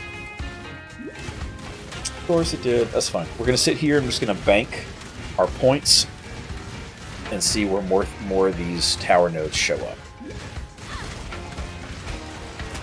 It's branching Exile. Alright, so those showed up there. We do one here.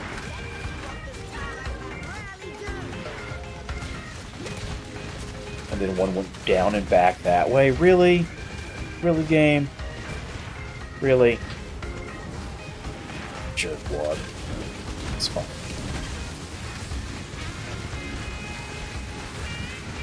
Let's just kill things off and get our points. We'll just do this. Yeah, we're not going to make this one. Things are too split.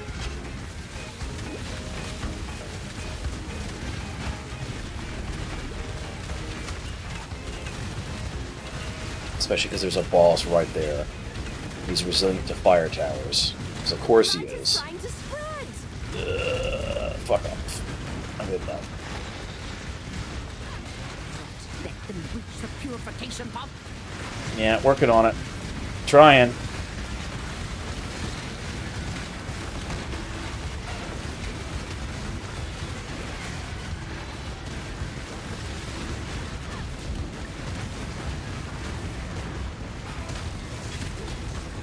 Too many things are focused on me now.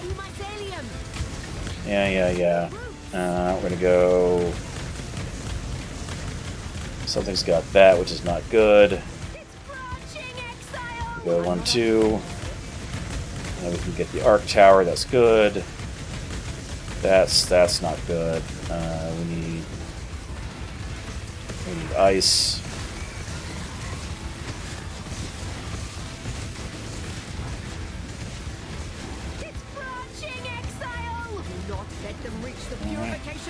Nope. Boss got to it, one-shot it. Yeah. That's what it is.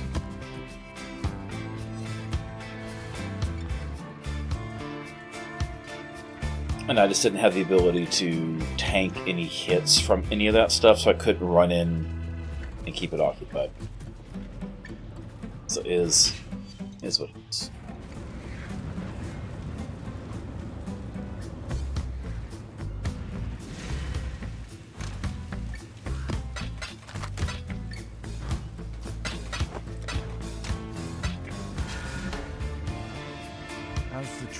That was a bad map setup because it had 3 separate areas with spawning things in, with a thing in the middle to block off them crossing over them, and just not enough good pillar placement. So City Square, there's a tier area we haven't done yet, and we're not going to buy the others. Can I? No. Gotcha. That's fine. No regrets. Actually, I've got one regret. I could buy a second one and clear out that last node finally. Reflect physical damage. Don't care about that. Areas inhabited by ghosts. That could be fun. That could be fun. Area inhabited by ghosts. We could get lots of possessions. Get lots of little buffs.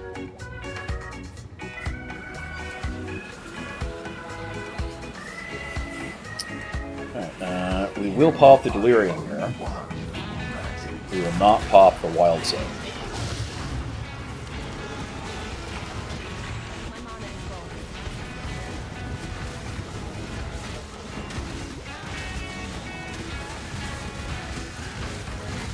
He's got a lot of nasty buffs up there. That's fine.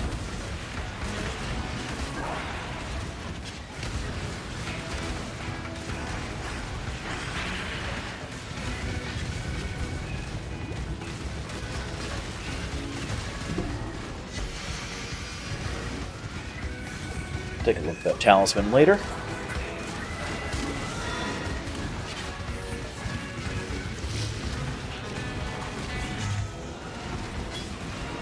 Just looking to kill things.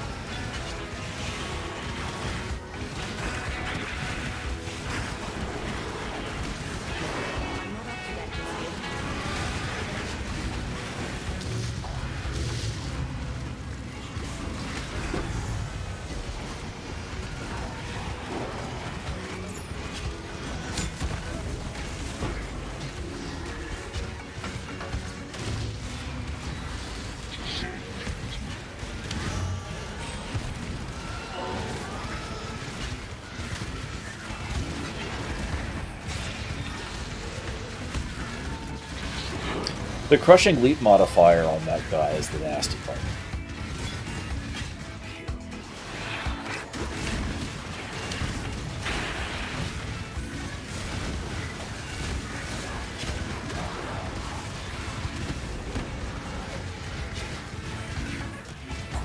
Whenever you see something that looks like it's charging up to explode, it is. You should run.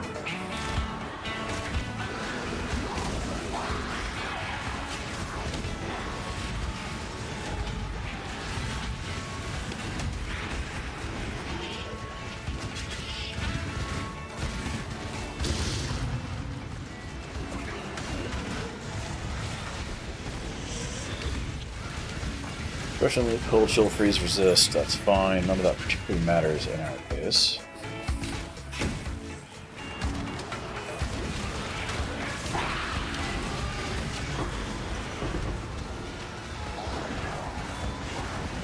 A rusted blight scarab's not bad. It's not great, but it's something we can throw into some stuff later. No. I ate too many hits I shouldn't have. They had lightning tendrils. It's not very nice of them.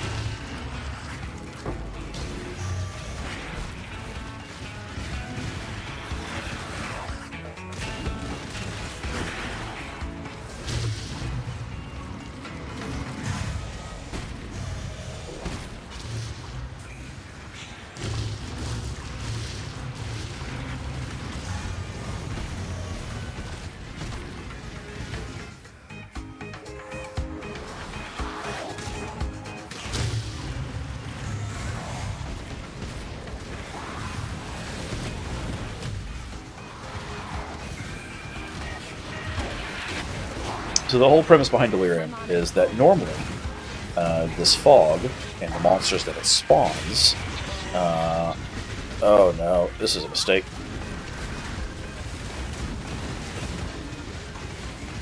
I wasn't thinking on this one.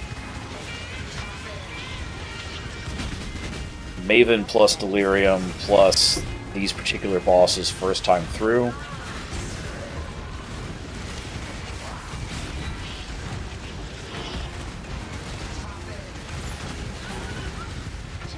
This is a dual boss map. There's two bosses there. But we got it done. That's the important part. Anyway, the whole point of the Delirium, like all these little glowing things and all that stuff that shows up, they're from another mirror reality, kind of like a shadow world. And I need to stop running away and actually get some hits in. Their whole thing is normally with the mechanic, you've got a limited amount of time in which to kill as many things as you can on the map, and then the rewards down here on the bottom left, they bank up. And then once, because the mist is constantly flowing away from where you triggered the start menu. And the more things you kill, the more rewards you get. And then at the end of it all, once you've either killed things slow enough the mist has moved beyond you, or you complete everything, all the rewards will pop and drop at once, and you get a nice little loot pinata of neat rewards in the process. In this particular case, we have a node allocated in our passive tree for the Atlas. Oh, coming back.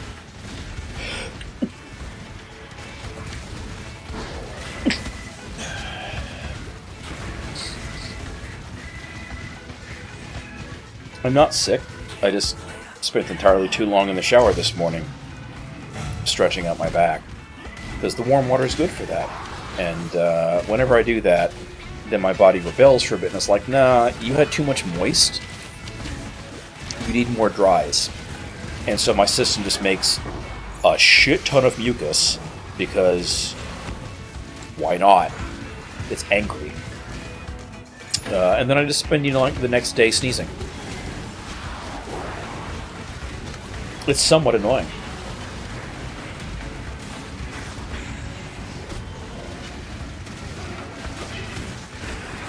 If anything in my respiratory system gets too moist, my body's just like, nah, man, we're done.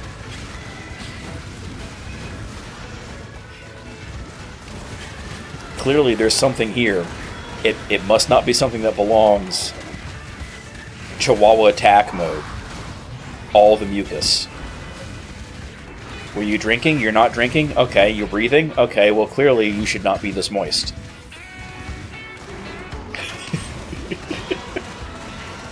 I'm just like, thanks, buddy.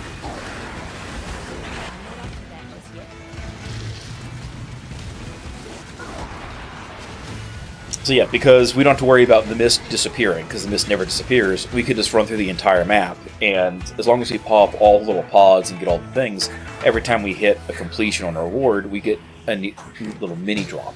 So instead of like one big loot pinata at the end, we get one little one. But it also means that like if we make a wrong turn, have to double back, or if we come up against something that's too slow to kill, right? So we don't actually get to keep progressing the kills and pushing against the mist deeper in. It doesn't matter. We still get neat things out of it then. And it says there's 2 monsters left, but I don't see them, so we're just going to leave. And go with that.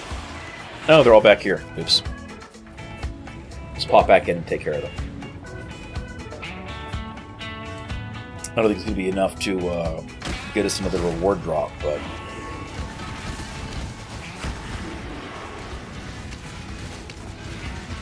no, it was not.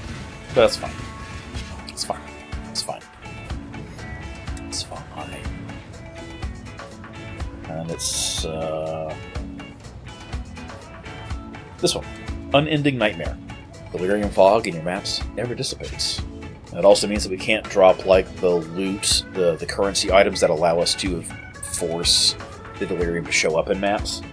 But it's a pretty common thing to show up, and we can force it with scarabs still. So like it's not that big a loss. We just can't manually craft the same level of delirium onto our maps that this node guarantees. So if we respec out of this node, like we can't use it to farm currency to remove this node and put it into something more profitable later on. It still benefit. That's basically how that works. At some point we need to start doing beyond, because it's good loot, but I'm scared. Like it's in the list of things that I'm going to be doing, but that doesn't make it less scary. Alright, so plus 2 to level socket at gems, supported level 10 added chaos, added 10 level blind, and level 10 cast when stunned. Oh, that last one makes this useless. It means whatever I socket into here... well, actually, hang on, what's the...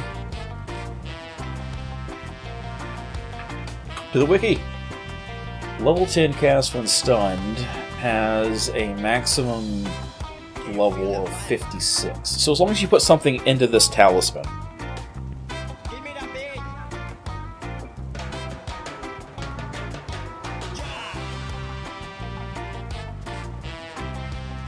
that required character level above 56, it would bypass the cast when stun restriction. But I don't know if there's anything that would really benefit from added chaos and blind.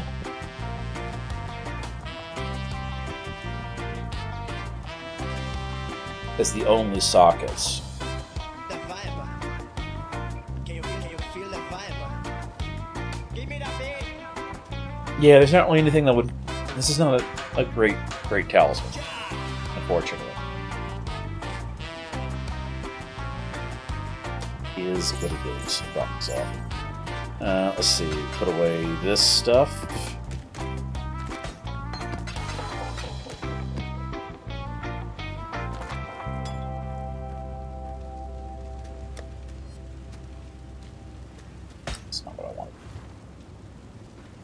Non-damaging ailments, attack damage on dual wielding, hits and ailments from claws and daggers. Damage while affected by a herald. Yeah, none of this is stuff that I particularly want. I'm just going to sell these, because those are necessary. And then these cluster jewels get tossed over into guild stash, just in the off chance somebody wants to use them for something. Otherwise they go to standard where they're forgotten about forever. Alright, that was the last tier 8 we have. We didn't pick up any lower tier 7s. Let's go check Kirak again. Let's see, these are 7s. Oh, here's a 7. We haven't done that. 9, 10. We'll pick up that 7 anyway. Job never ends. You know what? We're gonna go buy a regret. Or, yeah, we'll buy a regret, and then we'll buy a map, a map regret. Get rid of that last modifier.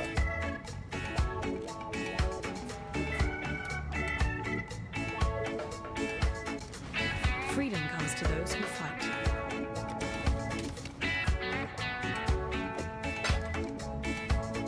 Remember, Which is a really inefficient way to do it, but it is what it is.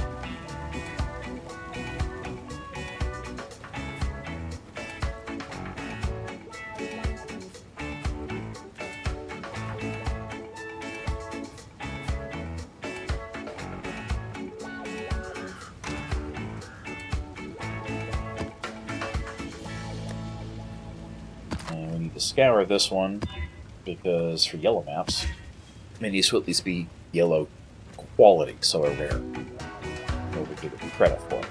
So, Godslayer.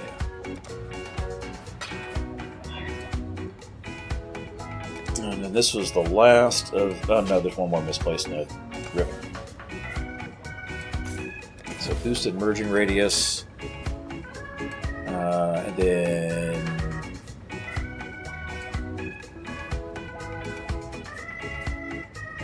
Where's it going next?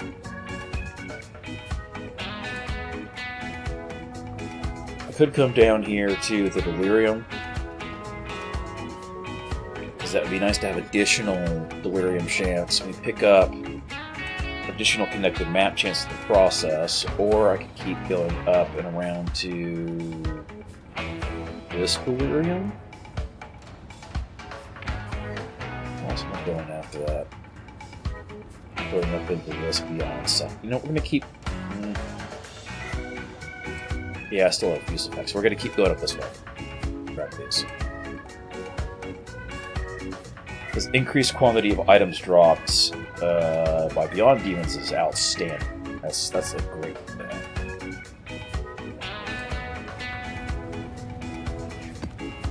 Plateau. It has got stuff that's not a big deal. This is a tier 7. But, hang on, actually, before we do that, do we not have I'm not another... up to that just yet.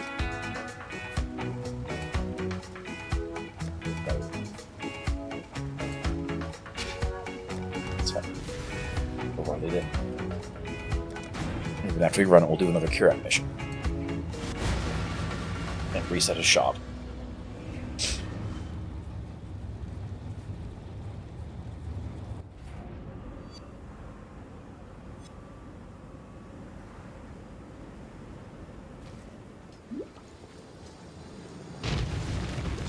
Because this is a map we've already completed, we don't have to worry about if we accidentally bomb it up. Blue juice. My mana is gone.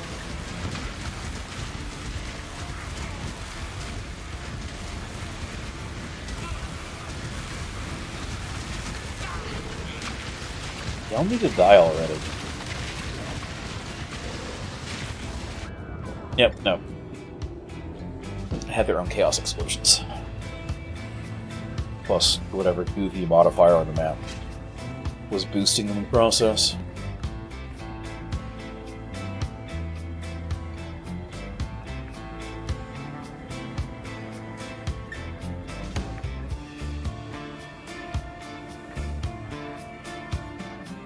Poison on hit, that's what it was. Plus the boosted crit, which makes poisons more likely. Make sure my flasks are running. It's kind of important for this build. Blast Fighter kind of has to have flasks. I put you out of your misery. And then we just run through this.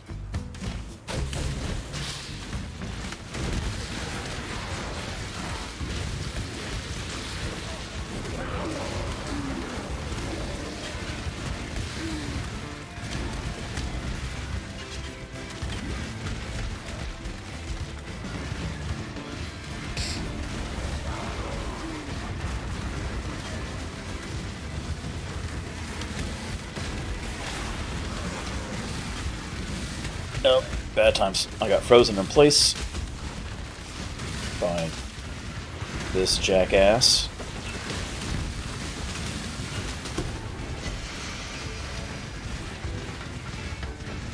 Pretty sure I've already got those boots. Most people don't even pick up, like, outside of a couple specific bases for unique items that might actually be high-value unique items worth a damn. Most people won't pick them up. I do, because I like seeing my stash tab that is purely for organizing unique items slowly fill up over the course of a week. It doesn't benefit me getting, but it's a nice little fun thing, and I like it. There's a reason why I vendor nearly all the duplicates that show up, because they're not actually worth anything and nobody's going to buy them.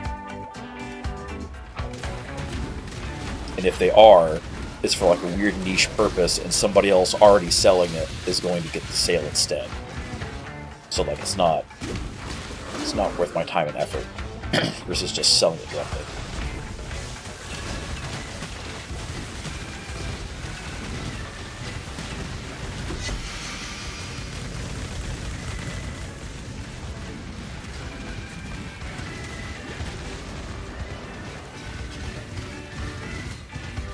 Hey, we got an Einhar mission. We can run more Einhar missions. Yeah! I like her.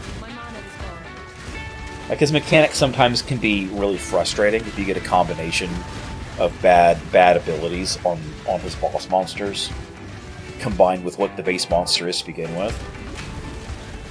Because there can be some really frustrating, not fun combos out there. But I like Einhar as a whole. And I like his voice acting. As a character, I like how he's written.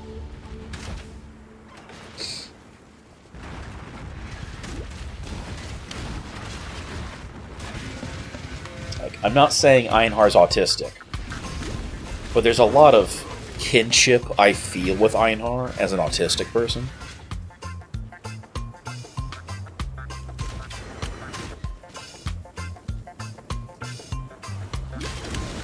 And we'll just leave it at that.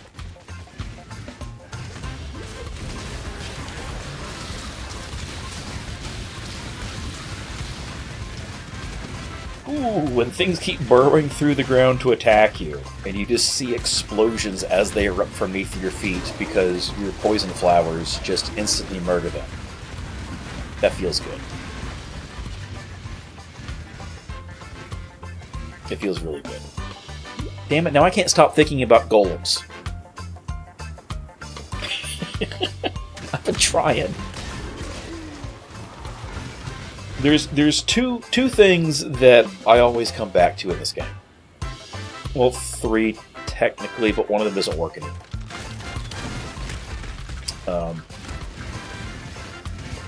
Golems, because I really like pet classes where you just stand there and then laugh as your minions murder the entire field in front of you, which, to be fair, in Path of Exile, if you're standing passively by and not doing anything, you're not really playing minions right.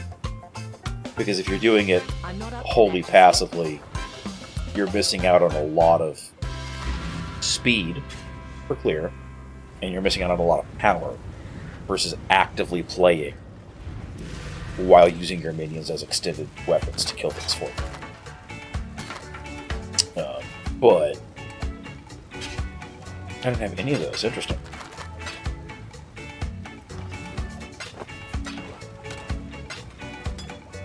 You know, we're going to sell a whole bunch of these quality flasks for the flask crafting material.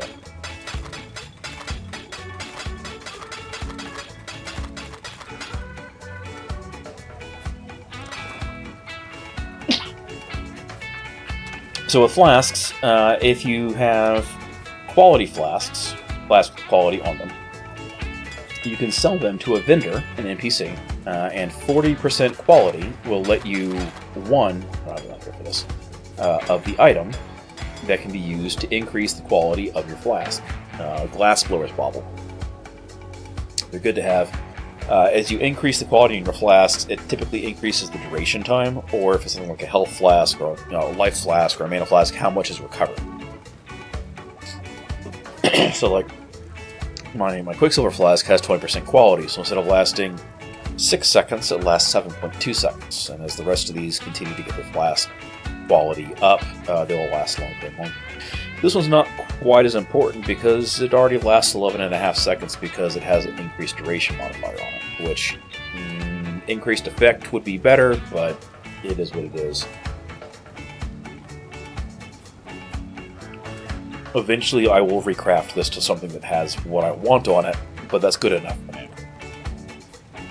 And same with this one. It has no quality on it, only lasts 6 seconds. So I'm just going to slam more of those down.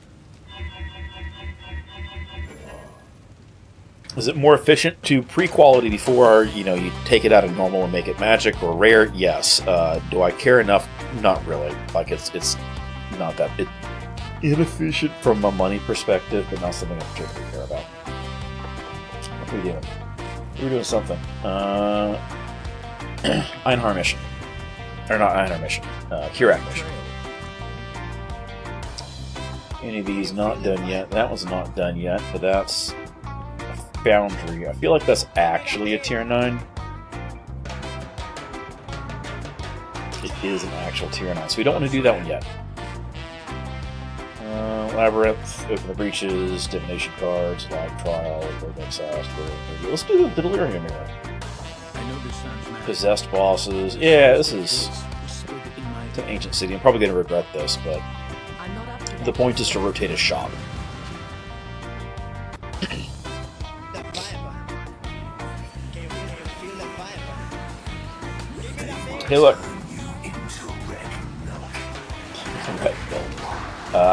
We opened the Delirium Mirror that's right at the start of the map. We completed the mission. Success. Look how good we are.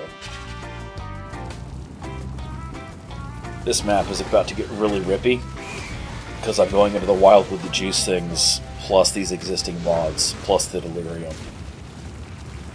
Because the Delirium increases the amount of damage I've got to deal to things to kill it, too, based on the thickness of the fog, the mist. So, yeah, this is going to get rippy. Explodes! Whoops! Read that too late.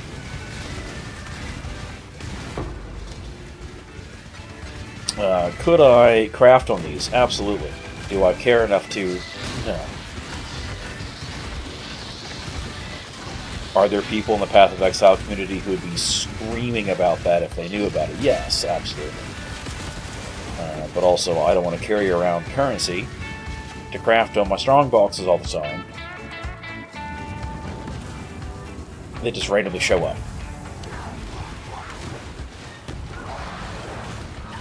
Do you usually come out ahead if you do it right? Yes. Usually.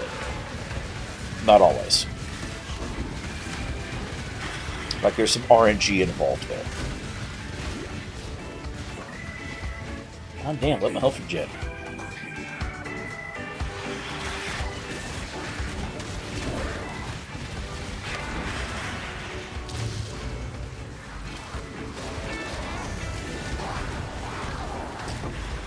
Delirium Mist makes everything harder.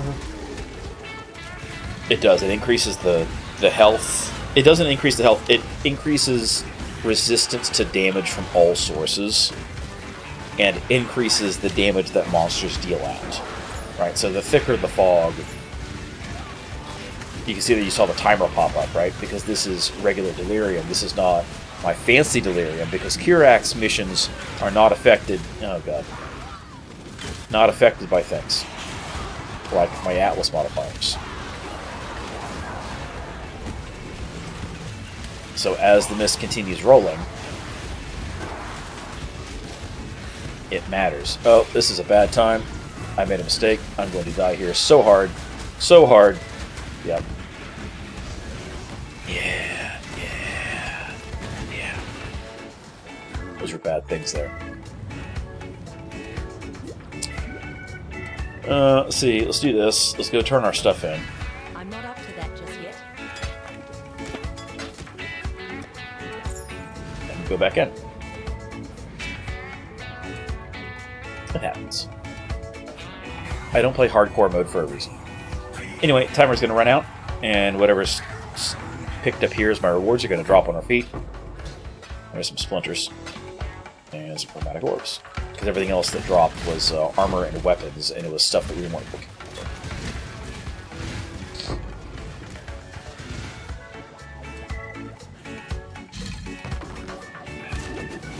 We should probably turn my flasks back on.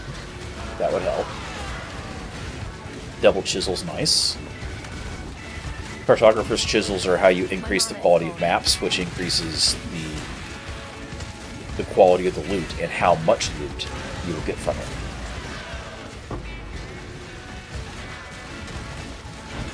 Constantly revives minions. Well, that's not very nice.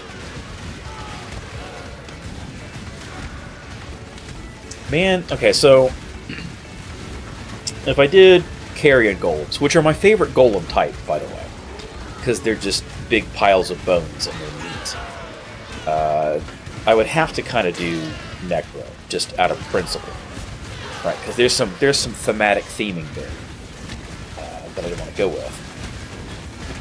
But if I went with an elemental one instead,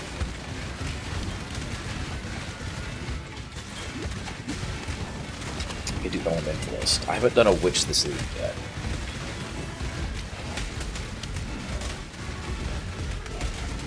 I wonder if the anima necklace, the primordial necklace, is still a trap. I need to look at that and see.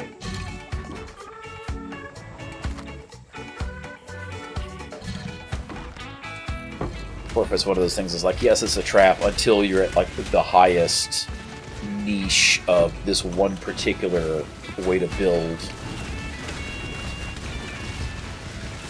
which is a possibility. Wow, these things hit so damn hard. What mods? Oh, it's just unique boss stuff. Oh, and reduced player quantity of regen. That makes sense. It's like, why does it take so much longer to heal up? Because you heal slower, dummy.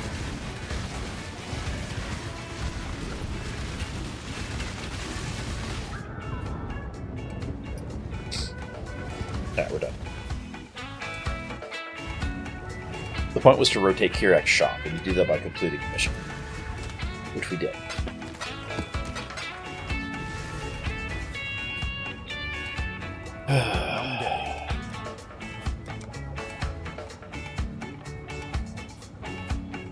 Well, we went straight from tier 6 to tier 10s, Kirak. Piece of shit. Stay vigilant. I'm not up to that just yet. It's fine. It's fine. God Fine. Slayer. It's fine.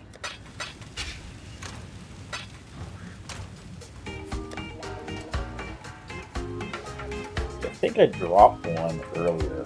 There's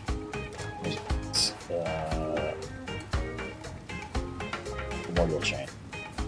37%. Is that modifiable? Yeah, 45 to 35% less damage and life. Are the rolls with that. So plus 3 to max number of summon golems. Can't have non-golems. I wonder if that includes SRS.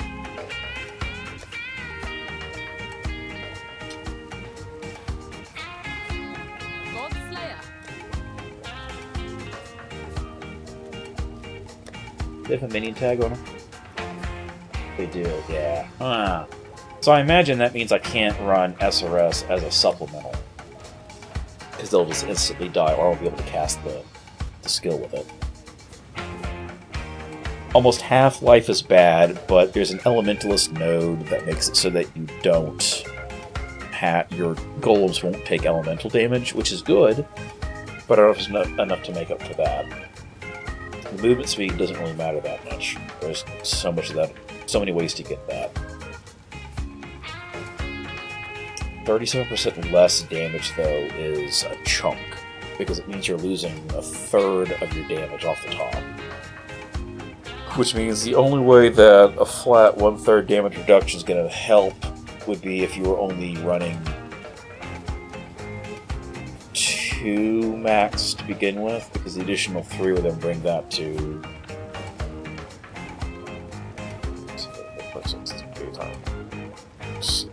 Yeah, it'd be a net gain then.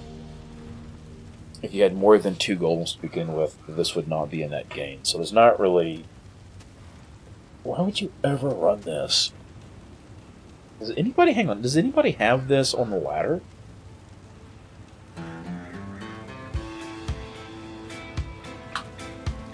Is there like some secret build I'm unaware of where Primordial Chain is good? Ever? Oh my god, somebody has it. Wait, multiple people have it. What? Hang on a second.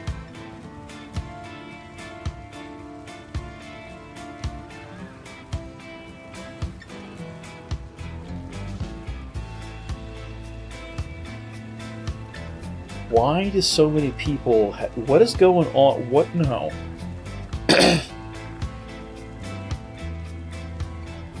Crackling Lance. Okay, so they're not running golem builds. So they're probably running... What are they running for golems? Ice, Flame, Lightning Stone. So they're running it just for the buffs. Okay, so if you're running golems just for their buffs, so you don't care about the damage they themselves do,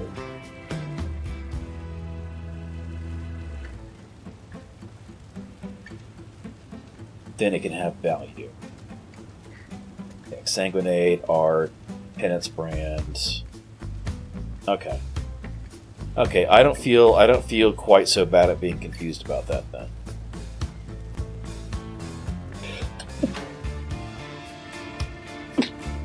There's not really a reason to run it.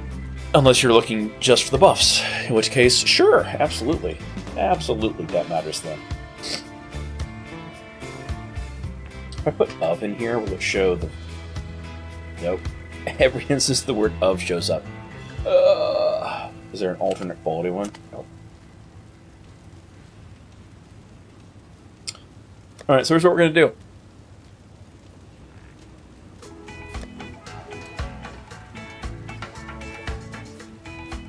We are gonna...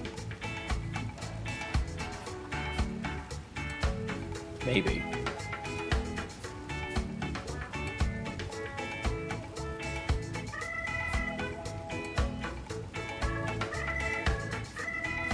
There.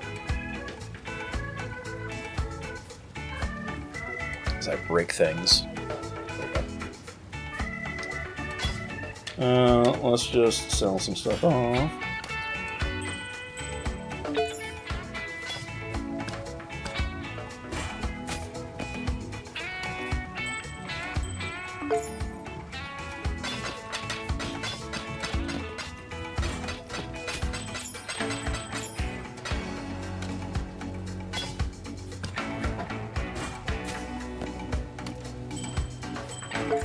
And this is the Chaos Recipe. If you take one piece of gear from each socket and you vendor it, that is rare, you will get a Chaos. It's above level 60, 60, 63, 64, something like that. You'll get Chaos Orbs out of it. You'll get 1 Chaos Orb for every time you do it. If it's all unidentified gear instead, you get 2 Chaos Orbs. So this is an easy way, especially if you've got a tool like the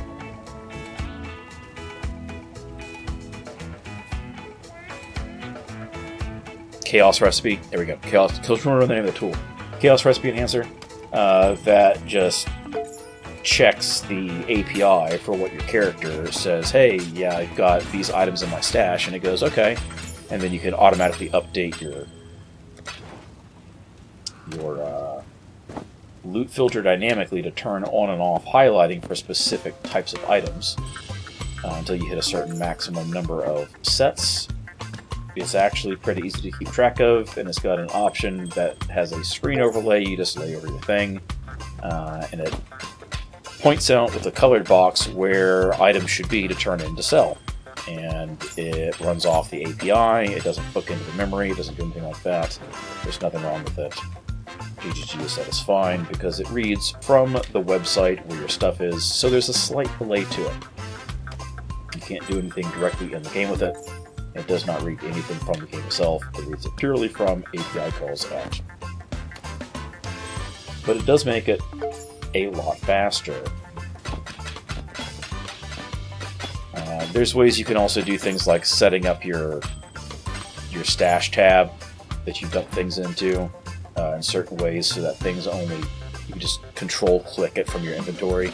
It goes into your tab. It can only go in specific places in specific ways because it's the only way it would fit on an autofill.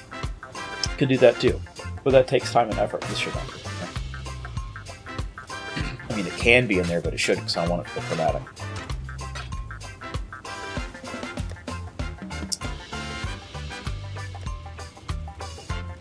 And actually, I think what we're going to do is use I'm this not up to that just yet. as a good point to take an intermission. Be right back in a couple minutes, chat. We're going to change up our music to our intermission music. This is a good time to stand up, walk around, get a drink, go to the bathroom, grab a snack, stretch.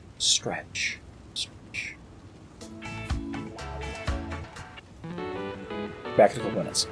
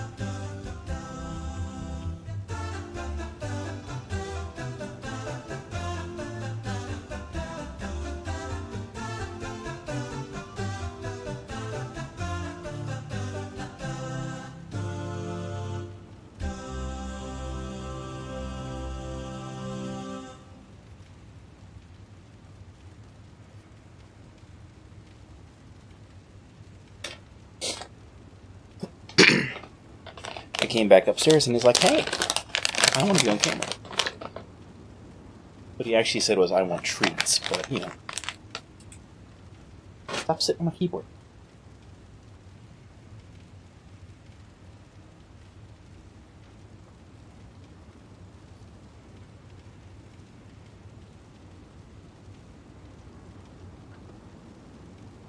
Oh, yep, you dropped one.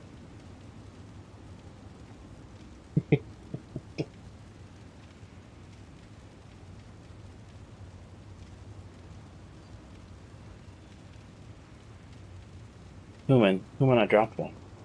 I want that one. Okay, with the new camera position on the desk, his head doesn't stick up anymore when he sits on the desk, so...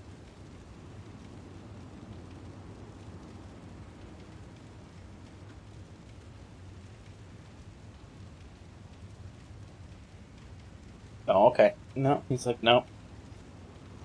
That's fine.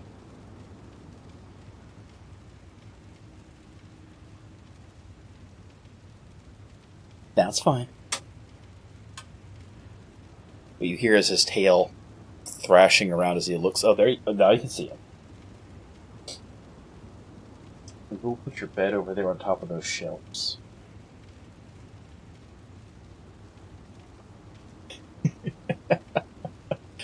Yeah, cats do what cats want. That is a true statement.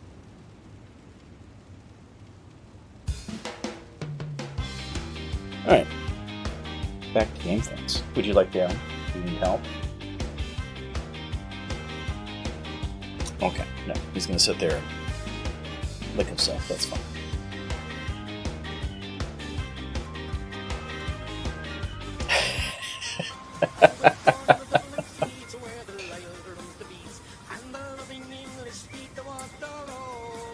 I was sitting here looking through some builds from people doing some Golem builds, and like they're running like multiple of Horde's gems. So like you're already running, like they're running Elementalist with the bonus Golem, so it's like 4 Golems to begin with, and then they're adding like another 3 or more from gems, and then adding on top of that the necklace that reduces overall damage per Golem. I'm not AFK. By 35% at best. Right? But usually they're not running a high tier version of the amulet, so like they're should have done that for intermission music. That is a true statement. But most of them are running like 40 to 42% reduced damage, less damage. For 3 additional Golems when they've already got 7 to 10, like gaining 3 Golems at that point is not worth. It's a net loss in damage. I don't understand what some of these people do for the builds, because it makes no sense to me. So I might just go work up my own that's not garbage. Because not being garbage sounds like a good idea. I don't know. We'll see. I'm not up to that just yet. Yes. Alright, so we could sell what does Relic Chambers link to? City Square or Wasteland? I don't think we get Wasteland from selling City Square. This is normally really poorly efficient. Now it's Summit. Wait, where the fuck is Summit?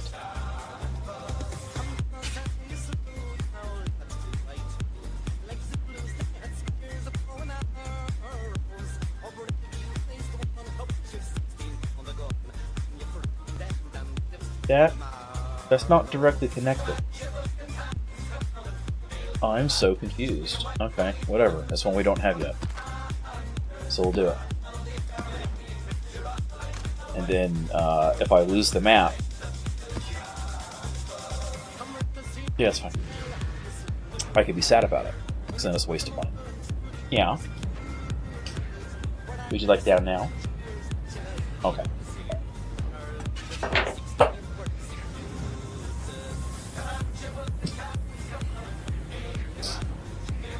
He's just knocking things over. There we go. There we go. That's done. That's done. Let's run this map. I left the Maven turned on. Well, I can't imagine the Maven's going to juice this enough to matter.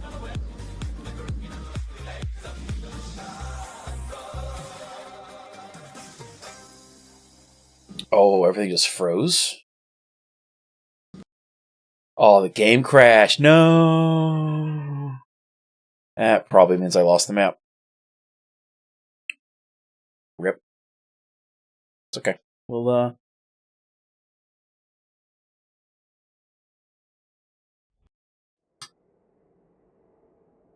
try it again. Try it again. Either the instance crashed as a whole, in which case I lost the map because none of the portals will be left, or just loading the map up did something that crashed just me, not the server instance. And if it was just me that crashed, not the server instance, then the portals will still be there. The portals will still... Okay. Let's see if they crash again.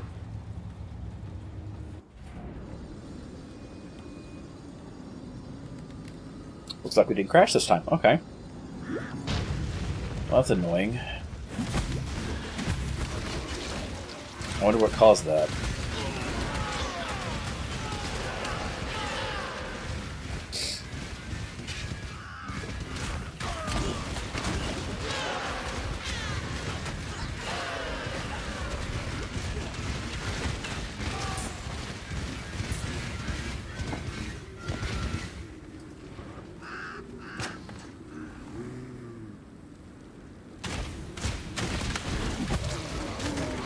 The cat sat on my mouse, which changed settings on the mouse.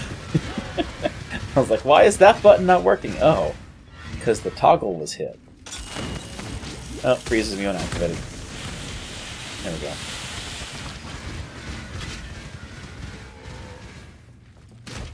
Literally, it's just the bonus spawns off the strong boxes is all. That's all I care about.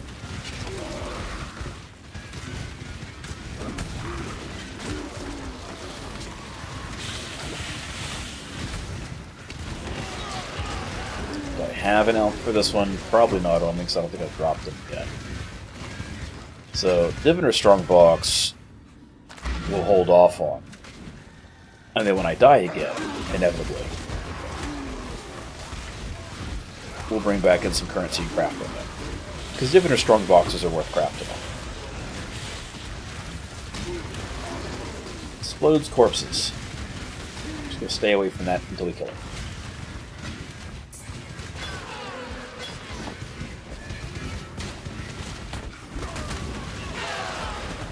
We'll come back to this breach after we've killed the boss.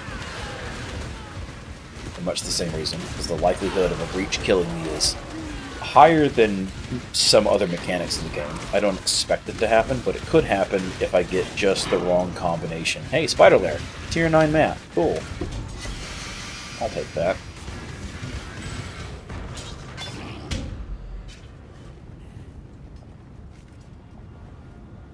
And then here's the boss room.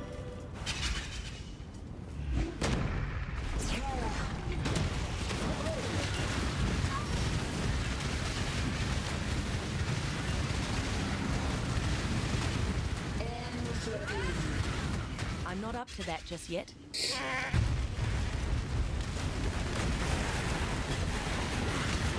This is basically a repeat of the zone boss fight from Act 7. 6. So, if you've played through the game, you'll know how to do this one.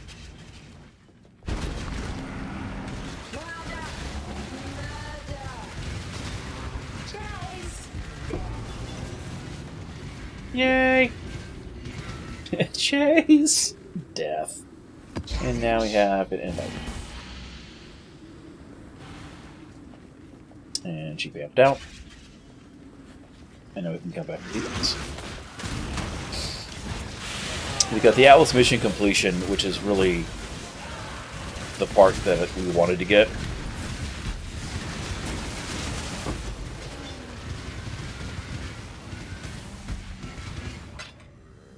And it's alchemy shards. It's not enough for a full elk. So we will pop this breach. And then we will come back, because we'll probably die to it. Actually, let's allocate our passive point first. We're making our way up to beyond stuff. We'll pop a breach. If we die, then we'll grab additional crafting currency to use in that box before we come back in. If we don't die, then we'll go leave and bring back in currency.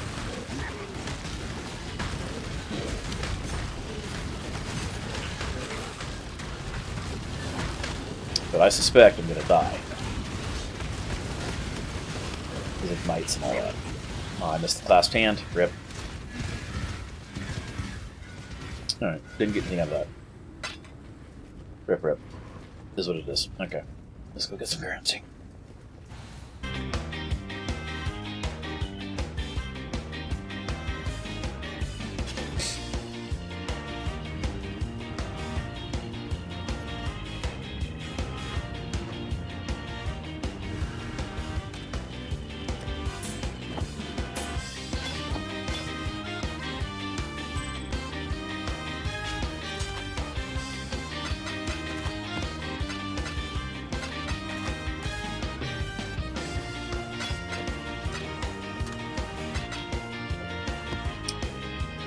let's see, where is...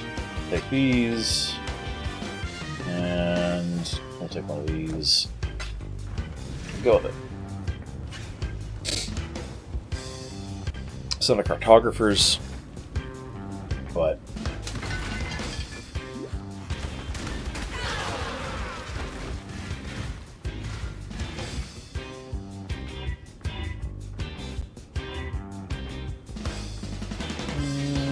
maybe.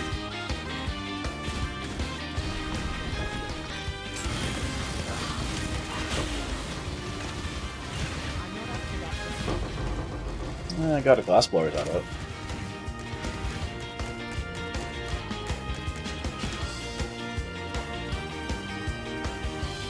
None of those are particularly worth, but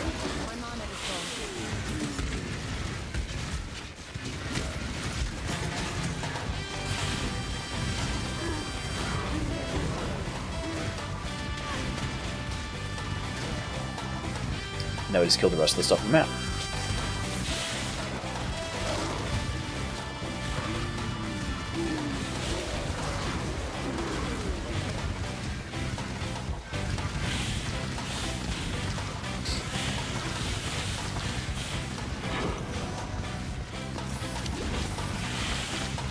Got another tier 8 back out of us. We dropped a 9 earlier, which is good because that's forward advancement in the Atlas. And we just dropped another 8, so at least we picked up another, not the same map we're on, but another map in the same tier 8 set. And then there's a 7.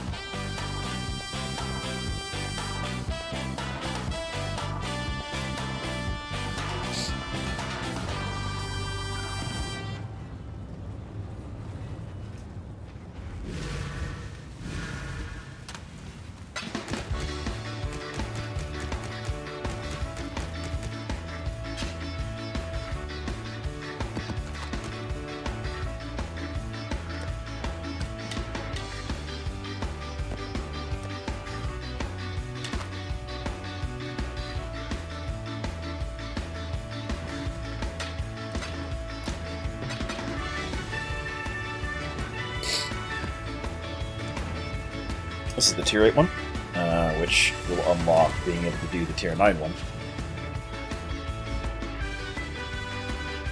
And 4 bosses we just fought, we now have to fight again.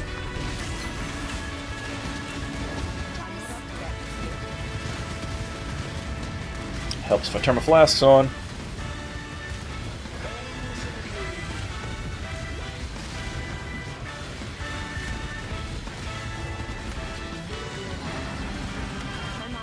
One of them down. Static method's bullshit. Everybody's got fire.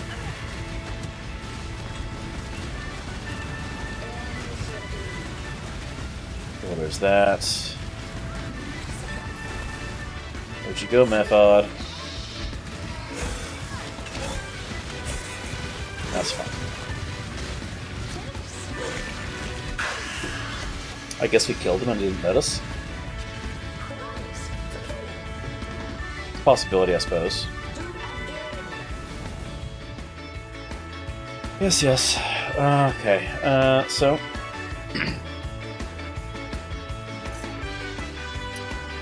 ready to come grab the Delirium nodes here, and then we'll head up and grab the Beyond stuff.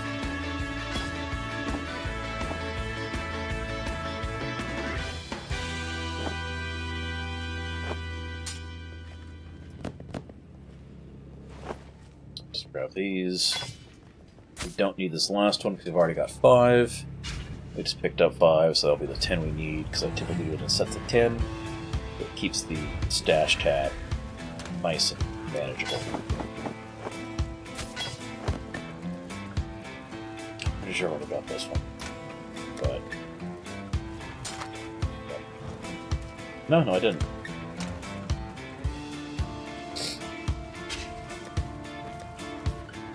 Alright, so nothing new on 7, nothing new on 8. We did pick up another 9, though.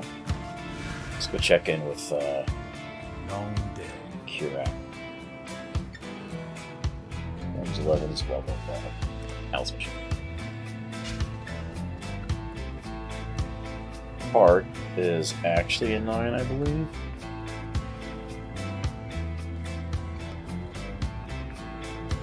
It is actually a 9. We don't have the 8 that it needs to yet. So,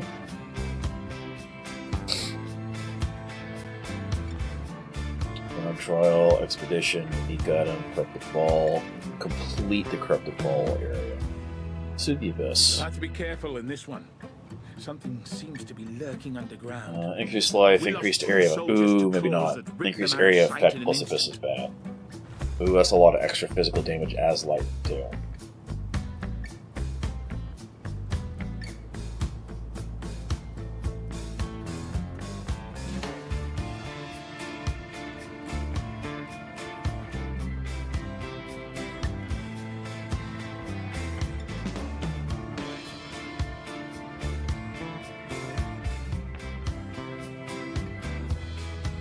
You know, let's go with this one.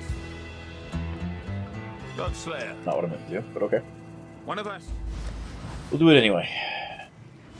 I'm not up to that just yet.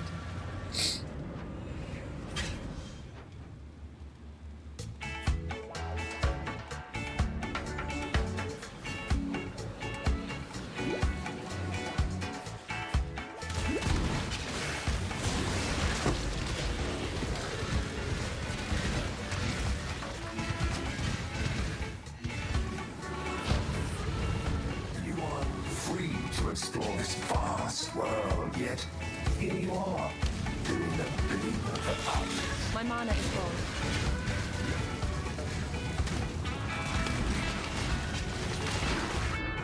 gone. Okay. Well, that was a lot of damage in one shot. Let's try that again.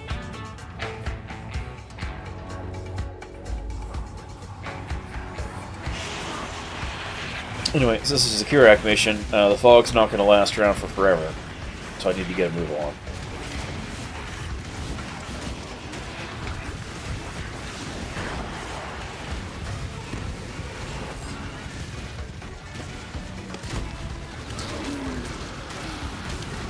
Thank you for dying, finally.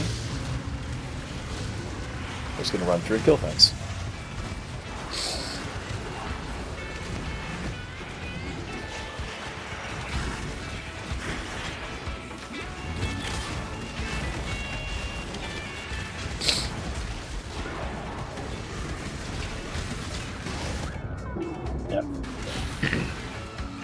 Saw that one coming. So I saw him wind up that melee hit. Did I get out of the way? No, I did not. Did not. At all. It's 100%.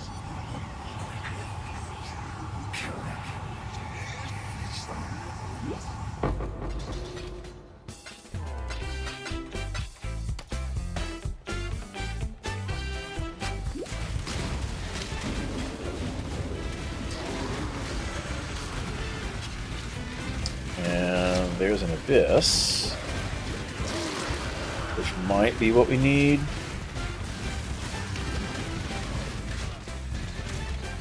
To drop a unique. Might not be. So we'll come back to that later.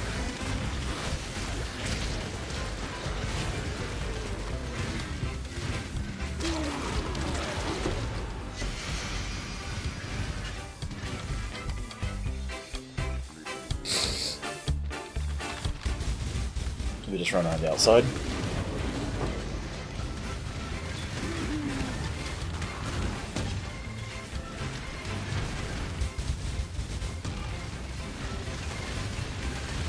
The Aurora Cultist Grip is a nasty, nasty buff, and I don't know how I feel about it.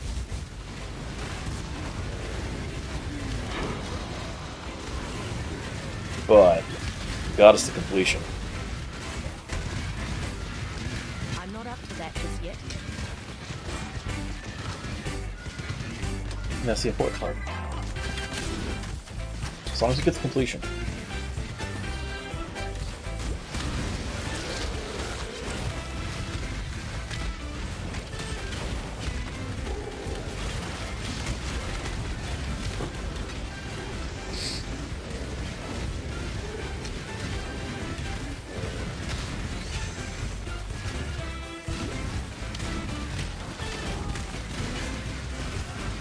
The lightning whip is nasty. It does so much damage for no reason. I think it has a crit bonus.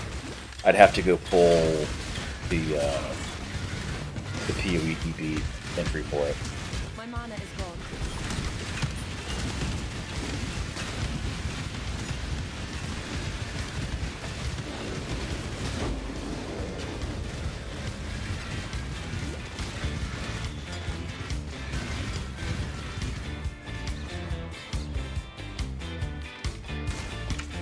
Still haven't dropped a unique. Oh no, we did drop the cloth belt. That's right.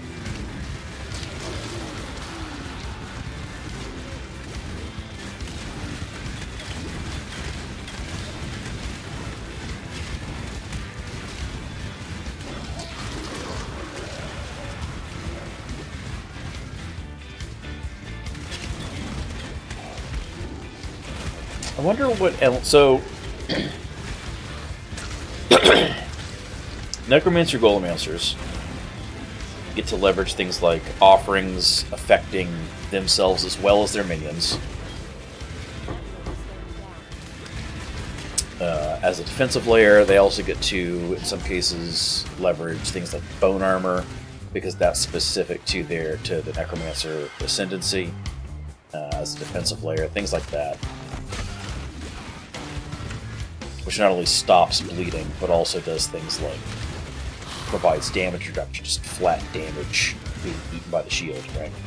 I wonder what elementalists do instead, if they just rely on.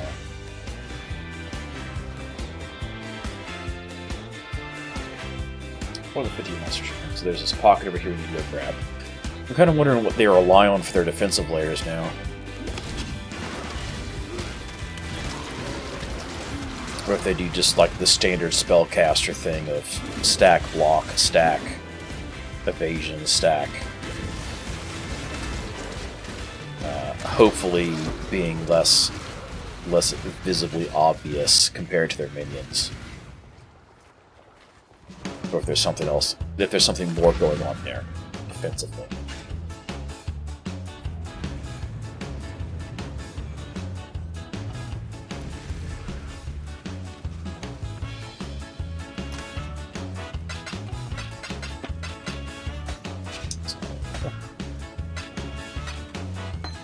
Okay, so there's that. Let's see. Well, the rest of the stuff is uniques, so there's that. City square away. 1, 2, 3, 4, 5.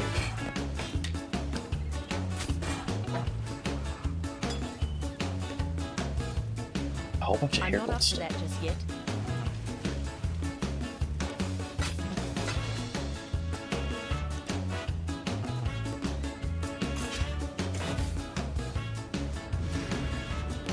Go back in and we grab some more loot. Because we can. I don't think there's anything else to kill. Yeah, there's some stuff. But.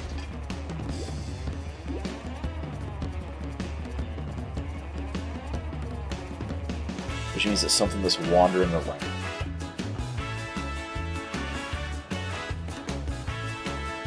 Ah, there it is.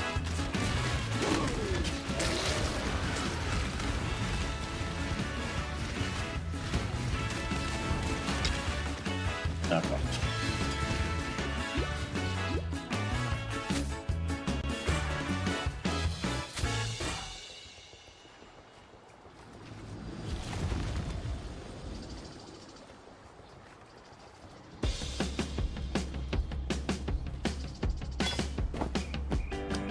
Now we pop the Abyss.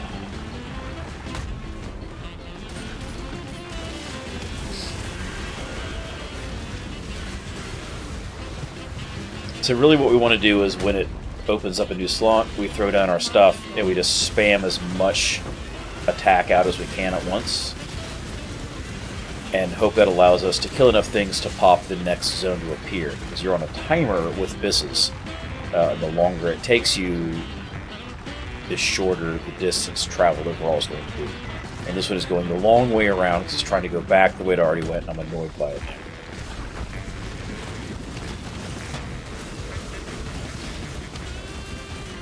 Stupid temporal bubble garbage. No, it's only going to be a 3-tier, because otherwise it would have moved already by now. Oh no, it moved, okay. I just missed seeing it move. This is a tier 9 map.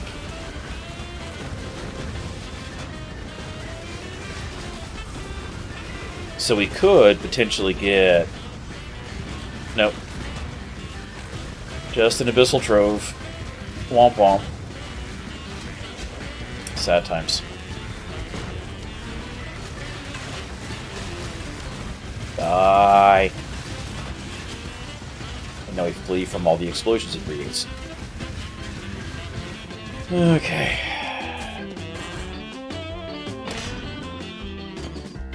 That will only slow me down. There we go. Gotta do that. It's probably gonna be a garbage duel. Well, we got a jewel. Really... There's a 6-socket there we can grab.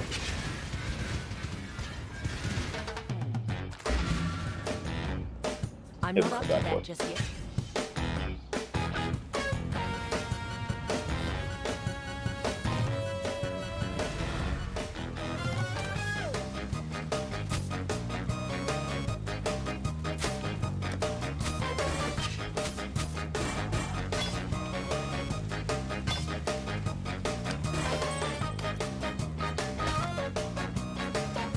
Eh.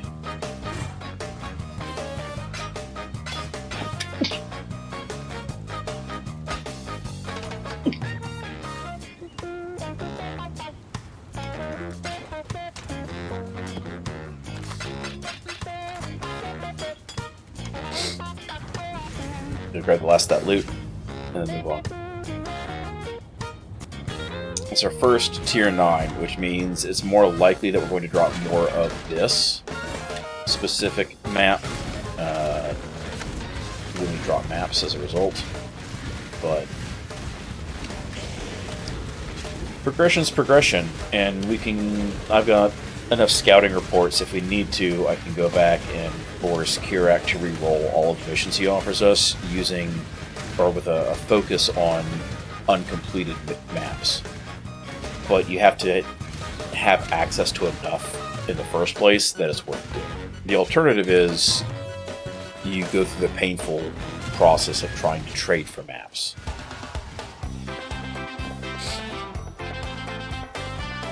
Because it's slow and you have to wait for people to respond, because it's not like there's a store or an auction house for it. It's direct trades. So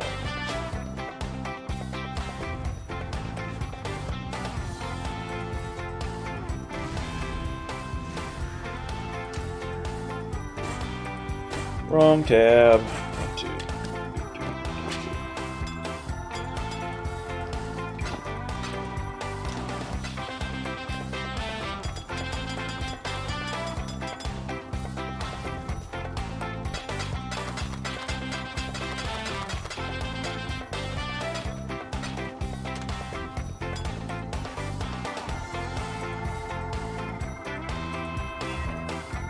Alright, so the stuff that matters is 20. This is not yet, but I don't think that it just increases life and mana recovery, which is not bad, but not super important either.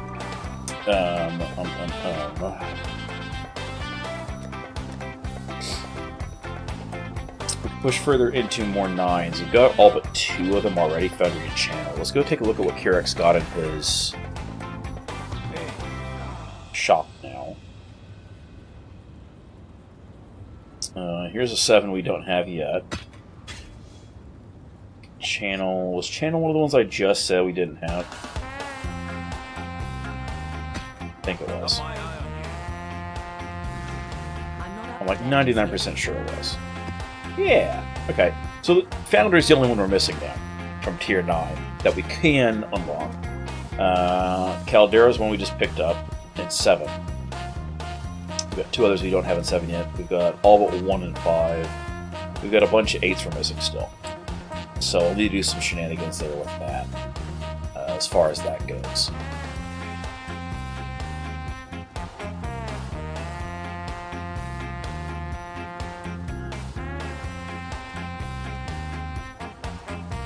You know, I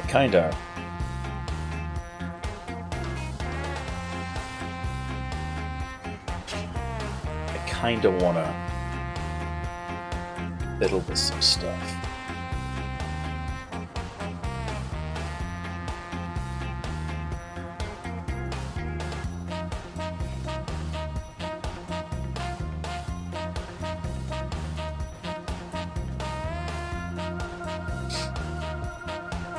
So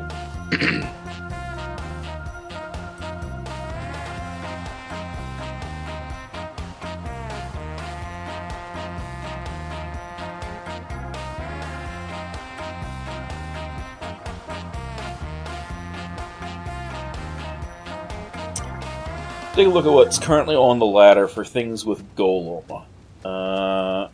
Looks like one of the carrying golem skills is regular carrying golem is most. Did somebody do like a video involving summon carrying golem or something? Mostly necromancers. Nah, it's probably just very popular. Summon stone golem is a pretty big staple, especially among necro-based golemancers, just because of the massive amount of life regen you can get off of them. But with the Hordes version, that doesn't really apply. And the nice thing typically is that because stone golems do physical damage, you don't have to worry about whether or not something is... Because like fizz resist stuff is pretty minor, all said and done, versus like fire or ice or lightning resistant. And they got this neat like Sonic the Hedgehog, like just infinite somersault attack where they roll through things, which is kind of neat. And it's got a bigger impact radius than it looks like in the animation. But flame golems,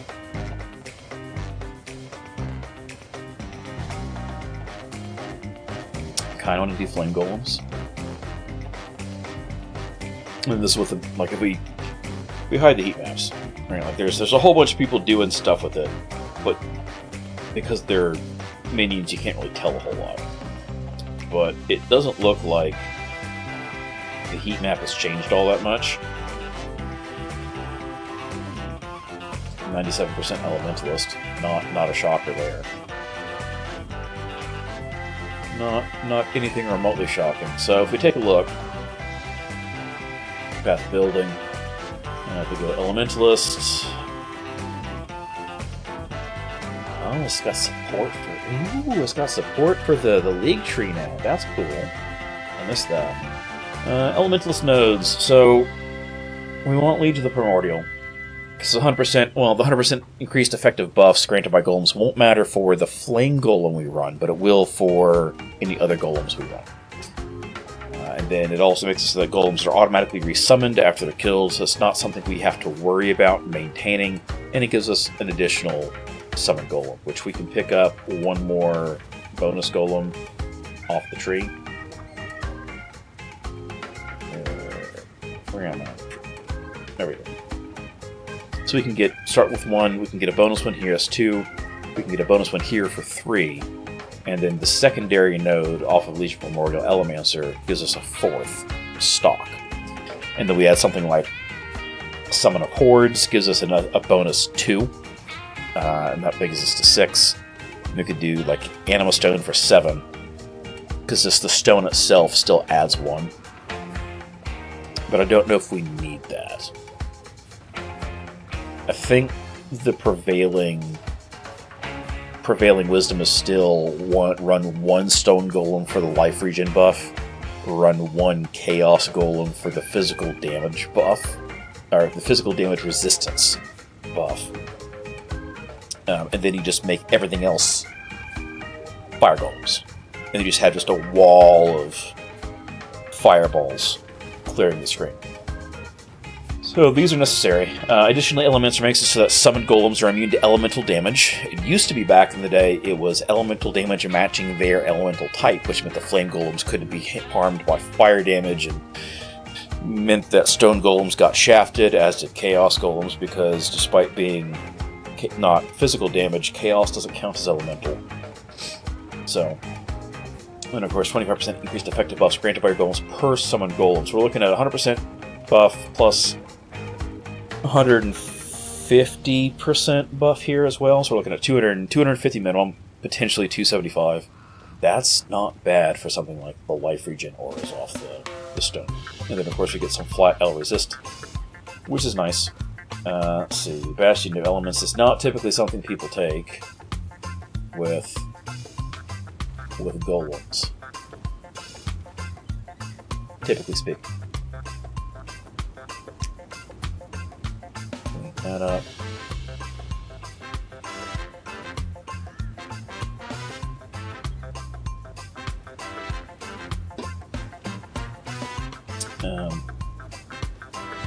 Shiver Storm's not really Shiver 1 or no. Shiver Flames, because we're doing...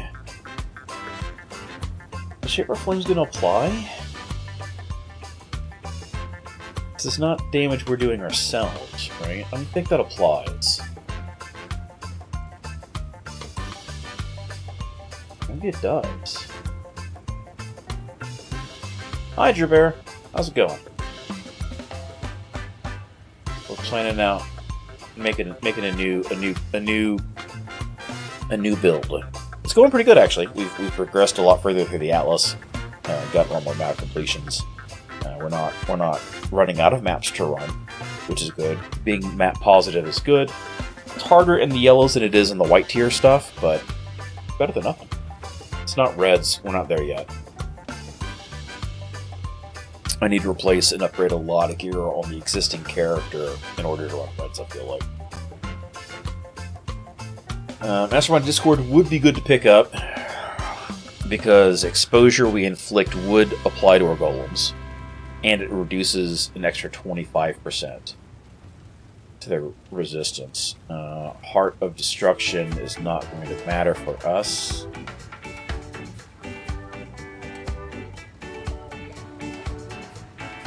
I'm pretty sure this has no value for us. So Primal Aegis means that when it's another defensive skill, and it generates a bubble that absorbs a certain amount of elemental damage. But I don't think this is really going to matter for what we're trying to do.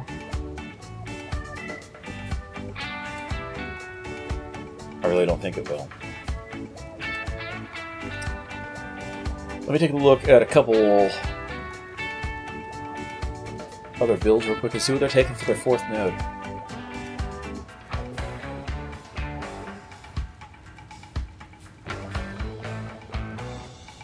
Huh. It's pretty common that people take Shaper of Storms. Oh, okay. Because they're using something to proc this that's like a just high crit rate electric lightning damage spell, because then shock increases the amount of base damage taken. So this is just guaranteeing a minimum 15% increased damage taken by the target for an easy crit. Not necessarily because of the golems. Okay, that's going to be a pick that up last thing. If we come back down in here and take a look at the tree, as far as things go, I mean, I don't know that this passive tree has really changed over the years recently. Somebody had something. Why did they come down here and take Champion of the Cause? Are they that hard up for mana res? That's not great. Okay, so we're gonna do standard Witch Start. We come up here. We grab Heart and Soul. We want to come in here. We want to grab all the jewel sockets we can, basically. We want to grab the bonus golem. Grab this jewel socket. We want to grab the reservation stuff. Pretty much no matter what. I don't think we need Eldritch Battery because I don't think it's going to matter that much. Grab this socket as well. And let's see, Beamcast, Fair, well, that's free. That's actually 3 points for easy health. Easy health. We're going to grab Pearl Preparation. Yeah, let's just grab the life while we're at it.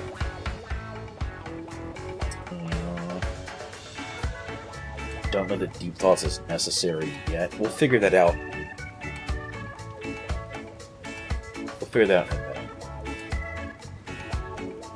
And stuff. One slot on kill could be good, but I feel like there's better ways to do that. We want the crits for minions. We want to get Purity of Flesh, because that's chaos resistance of life. We need to get the mana reservation over here.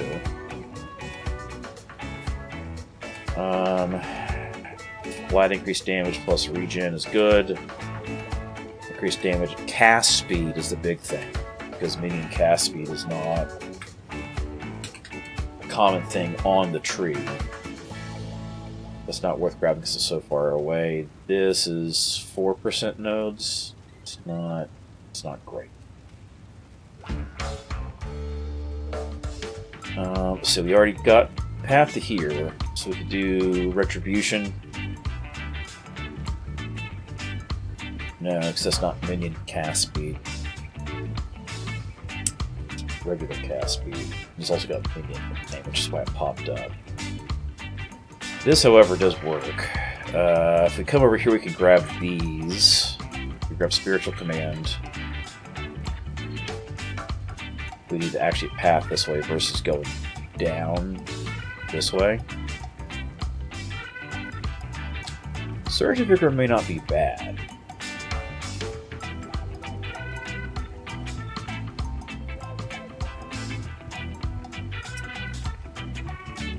Let's see. We're gonna come down here and grab this socket. This is a jewel socket. We want the jewel sockets. We're gonna grab this jewel socket because it's a jewel socket. We want the jewel sockets. We want the 6% chance to deal double damage because that's good.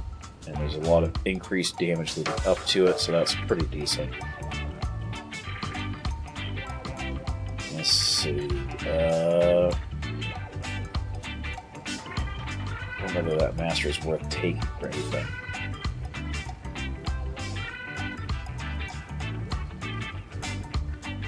We could do a split life and mana reservation on auras, but I don't know that it matters. But that would be good if we could to grab Reservation Master here. We can grab this one. I don't know that any of the rest of those reservations are going to matter. We could keep. See, we're also dual sockets. There's one there. I mean, we could keep traveling around the dumb way. Let's path through the Scion Life Wheel. I'm going to go for the resistance side, not the projectile damage side.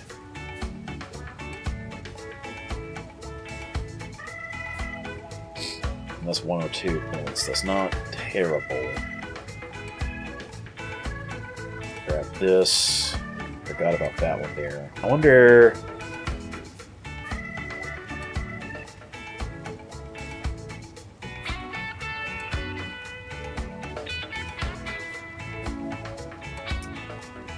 If we go down to cluster jewels, is there any that are going to be helpful here? There's an elemental damage one, there's a fire damage one, there's a spell damage one, but I don't think any of those apply to golems.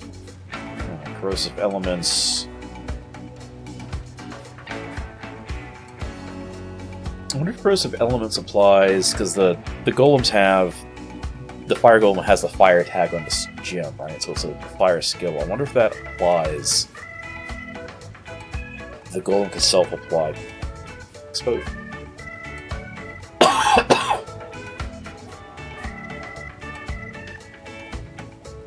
Then again, we do have Master by Discord, so exposures we inflict grant an extra minus 25% to the affected. So that might not be terrible for us. We'd have to apply.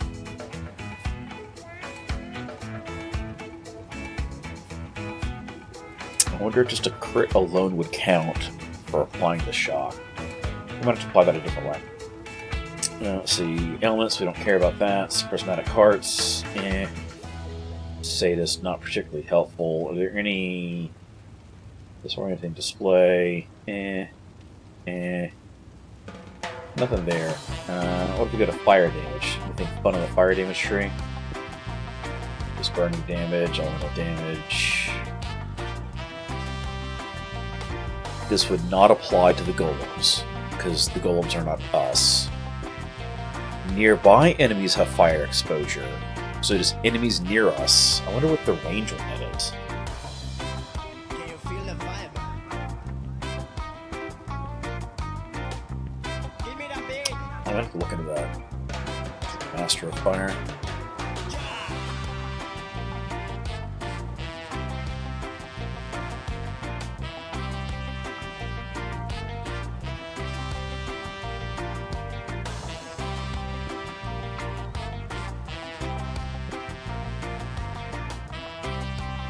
What counts as nearby? The vibe. Can you feel the vibe? So maybe, but maybe not. Again, some of these are just... Yeah, it's not going to matter. So, fire damage is not worth it. Ooh, minion damage. Maybe the minion damage nodes? I don't think these are going to apply to... No, it's not really relevant. Not relevant. Not relevant. Not relevant. Definitely not relevant. None of those are. Spell damage. Totem stuff, channeling. Block spell damage. Skills supported by Unleash have 30% increased seal gain efficient frequency. We could put that on the in the chain for the golems, which would make it so that the fire golems would benefit from Unleash for rapid repeat of their attack skills. But I don't think they would benefit from this ability as a result. So that's not worth it. What about medium cluster duels?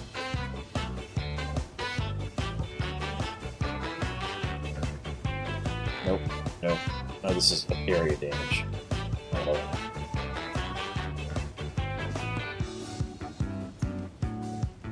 Yeah, none of those are helpful. Are there any smalls? Can't imagine there being any smalls that would matter. There's a reservation efficiency one, which would not be terrible, but those are probably expensive as hell.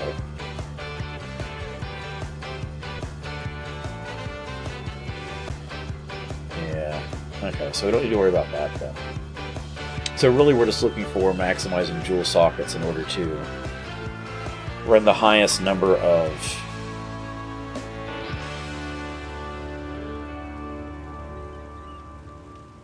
actually, no, we want the mana side.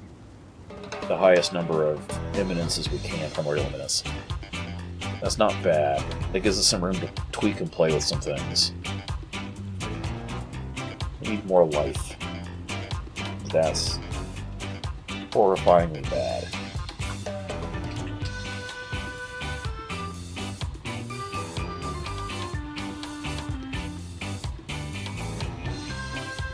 I don't know, that's really worth picking up.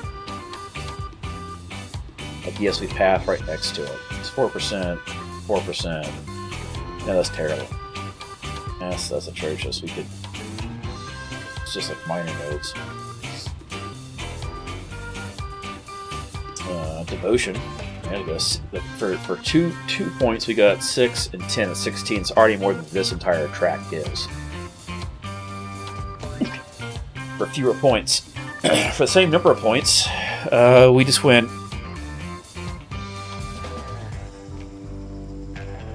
26% increased life versus 12. It's so much better. Let's see, tireless. Tireless is an option because we're passing past it.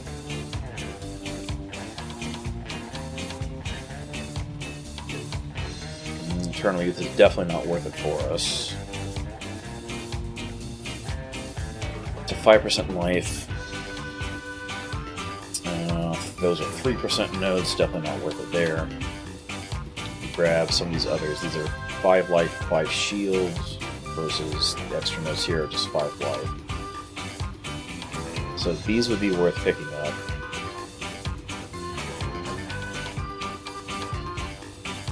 These would be worth picking up. The reason I'm grabbing these over the ones around the Scion life wheel is that it's the same max life increase, but it also gives an energy shield. But if we're not using Eldritch Battery, which turns our energy shield into mana to cast things with, then it's still a useful defensive layer, or at least a functional defensive layer, for better than nothing. And if we end up going heavier on the aura side and needing to pick things up, it would be helpful to have. I don't know if we're doing that.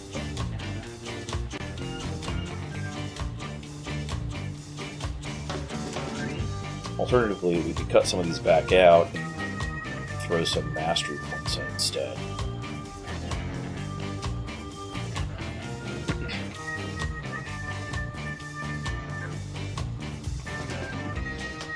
Minions having +8 to max elemental resistances doesn't matter for us, because they can't take any elemental damage. The leech won't matter. The increased max life might matter over reduced life recovery, but I don't think that really matters for those. Let's see. The flat +50 to max life is great to pick up. What else are we setting? More meaning offense. Again, I don't think we're running a curse that gives an 8% bonus penetration, which would not be terrible, but I don't think... Would that matter? I think we just focus on the exposure side of things. That'd probably be better. We can always do something like 50% max life if there's no life modifiers on equipped body armor is nice, because then that makes it so that we have more options for what body armor we run. It's more of an offense mastery. This is life mastery.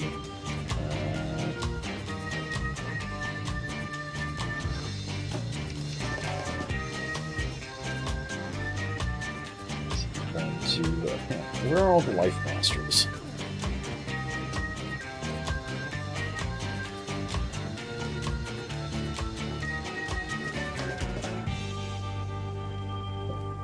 Put it in quotes and it actually searches for that explicit phrase. So you can pick up 1, 2 more, not enough to grab all 6. So we'll just leave it sitting at that. Technically level 93 tree, but we're going to be folding stuff out. Like, a lot of the stuff is just like, we can cut this even. It would be fun to cut some of this other stuff. We're just in it for the jewel nodes, so it's functional. It's functional, at least.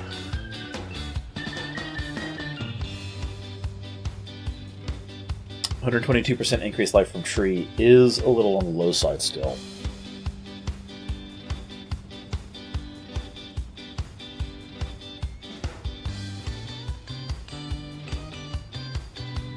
I don't know. We might cut some of these jewel nodes for bonus health.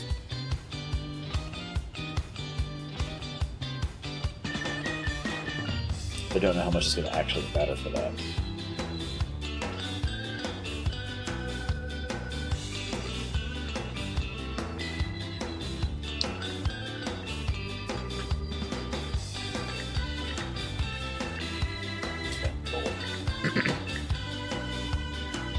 Alright, so the other alternative would be flame golem with a meteor. I wonder what the damage on that is.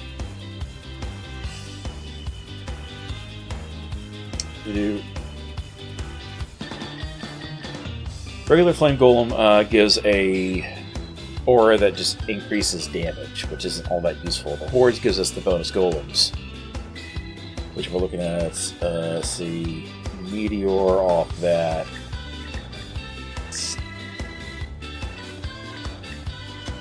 Okay-ish. The meteor one just makes it so that it leaves burning ground. You cast a fire spray and a wave of fire damage. What is that?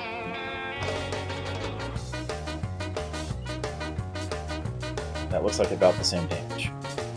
So I guess it's just the linger. In which case the Hordes is the better way to go. So it's not really a big deal there.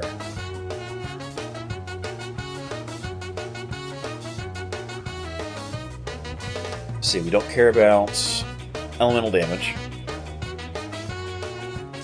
So we could run something like minion damage, because that's going to give us just more damage, and then the reduced life doesn't matter at that point.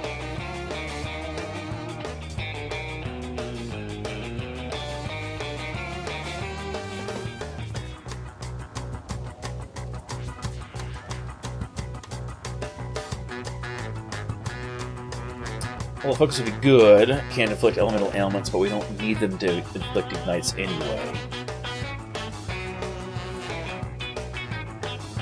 Concentrated effects reduces the AoE, which is not what we want. I mean, maybe it's what we want for clear. I don't think so. Hella focus we definitely want. Because we don't care if they give ignites, because we're not reliant on their ignites in the first place.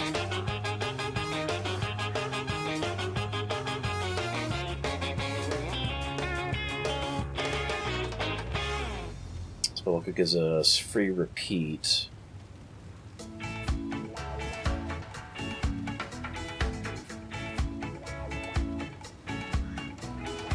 Yeah, it's cool.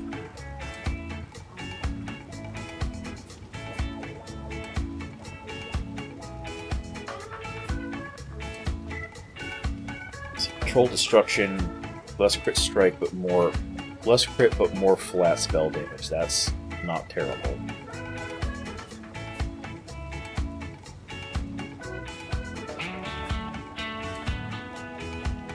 Culling Strike we can take care of ourselves.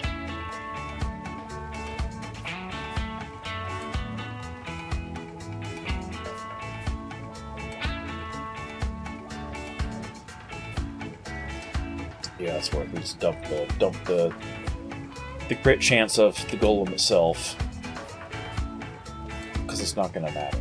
They can't crit with spells by default, because that changed. So you have to either give them critical strike, which is probably not worth it.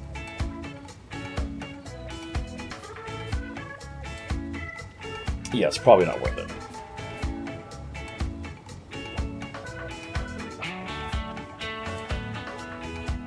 Is it volley?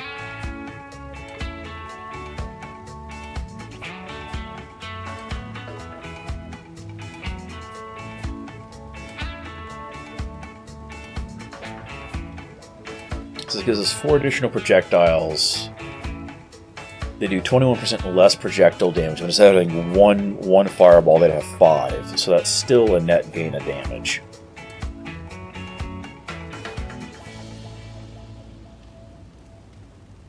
So we lose 20%, but then we gain 4 more instances at 80%. And this should be able to shotgun. Shotgun meaning multiple impacts that overlap. Still deal damage to everything as opposed to just once per. And then we're looking at something like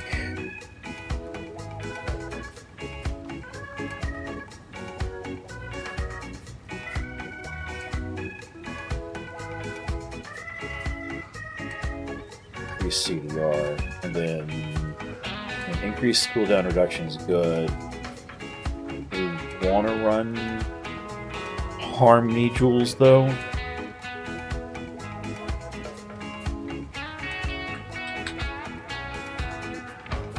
Because Imminence is this attack. Well, Imminence is increased attack and cast speed.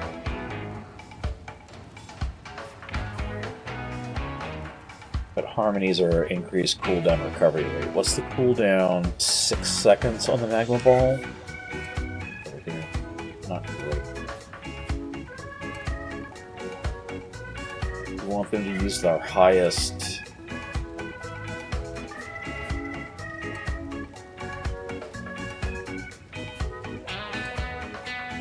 Yeah, I guess the Harmonies is the way to go. Like we need an Anima Stone, no matter what.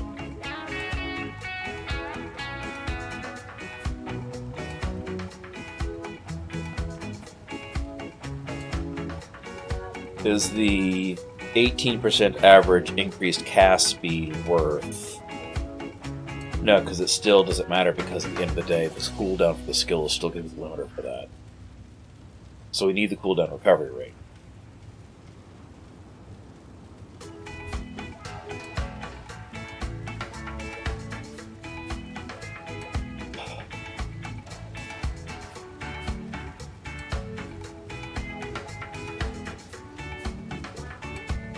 Alright, so what if we just made all of our stuff as Primordial Harmonies?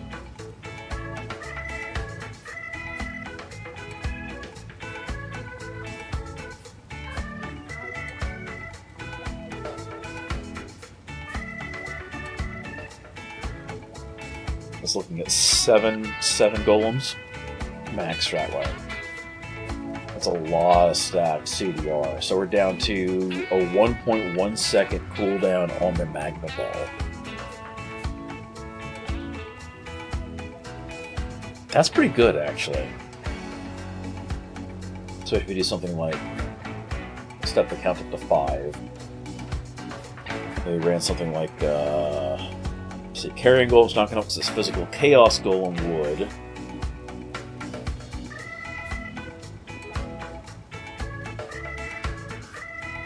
Yeah, because it grants us physical damage reduction. And then we want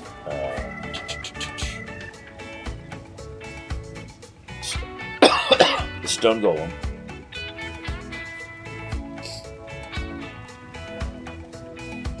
Takes a portion of melee damage to its own life instead of you. No, I just rather have the regen.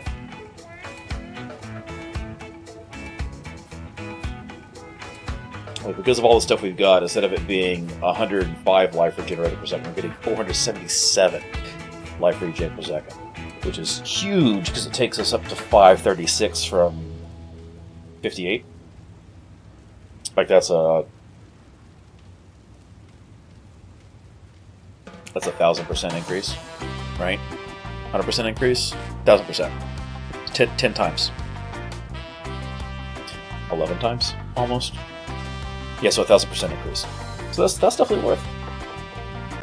Especially because we can then, if we run quality on those to get the increased buff effect, that takes us to 557. Actually, is that worth it? Not really. Feel the vibe. 5% additional physical damage reduction, which is actually buffed a lot higher than that.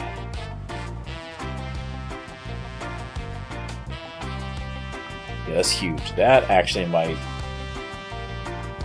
Yeah, that's worth. I'm gonna buy these. And then this is additional cooldown reduction here, right? So look at that.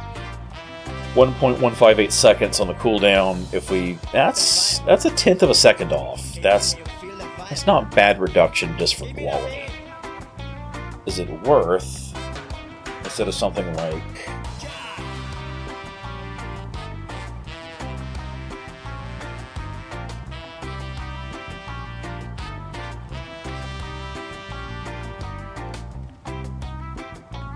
say Control Destruction, which is just 39% more spell damage. Actually, the elemental focus we want to drop, wouldn't it? Yeah, we want to drop elemental focus instead, because that's a 34 versus 39. We run something with enhance. It gives us 16% quality to all of our supported skill gems. That's not really worth it. How about empower?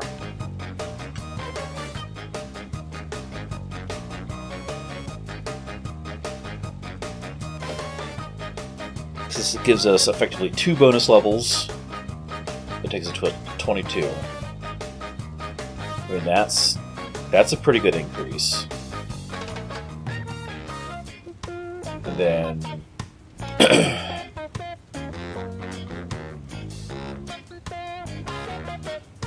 I know we can get plus minion gems or plus flame gem. We can do plus spell and plus flame in the hands by crafting. We'd have to craft those things. I don't think we could find.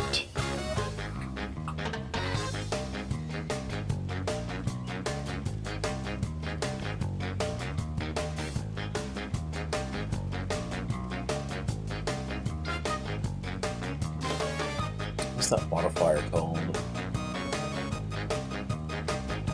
It's just all spell skill gems, I think. All flame skill gems. Fire spell skill gems? Yeah, okay, so if we search for just all +1 to all spell skill gems and +1 to all fire spell skill gems as a mandatory thing, I mean, that's not cheap. That's a staff. We would want wands, so we're looking at a divine orb. So that's still 220 chaos to a divine. So like in game, yes, that would be helpful, because that would give us 2 levels, another 2 levels for 4 levels. I mean, that's brings us. We corrupted to 21. We had enough power for free 2 levels. Plus another 4 levels that way, and we could do like a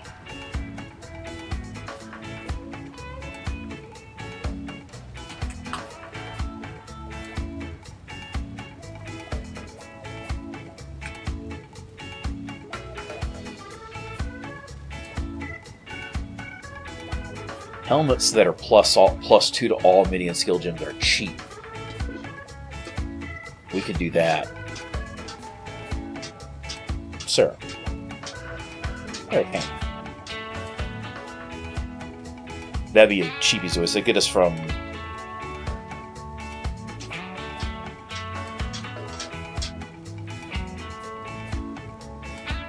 $23, $27, $29. Hurricane. No, sir. No, no.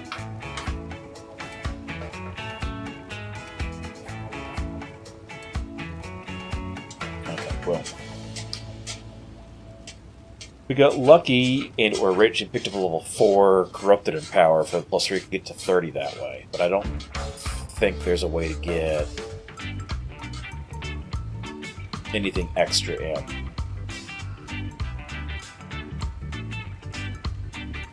That would work, because I don't think there's. Could do a body armor that does it.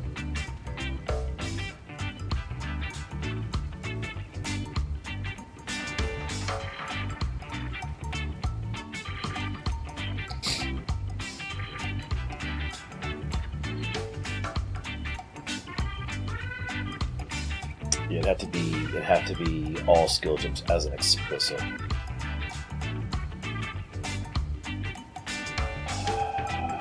Do like a Skin of the Loyal or Skin of the Lord's option. It was +2 to socketed gems. If we use that to put our links in, so we would have to if we're running dual wands. So that's when we're going to get a 16.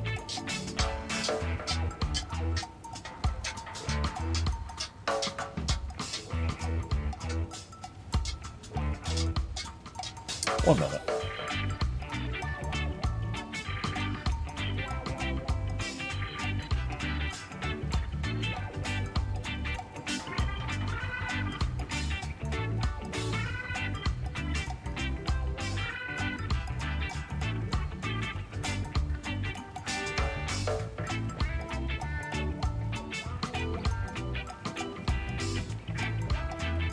He's back pawing around with stuff he knows better than to paw around with. The office is mostly put back together, but there's still like a bunch of stuff scattered around the edges. I can't get mad at that noise because that's a scratcher. He's allowed to do that. So anyway, Skin of the Lords would work. That's like more advanced mode though, and I can't imagine one that had the blue sockets we need would be cheap.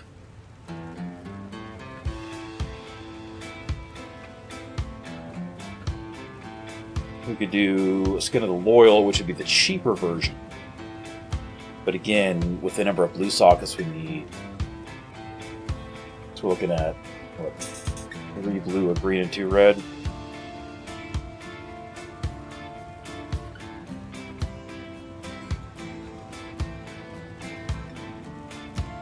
Yeah, 50 chaos isn't that bad. It's +1 to socketed gems. It's not terrible. Wait, really? Skin of the Lords 3 blue is only 1 div? Hang on a second.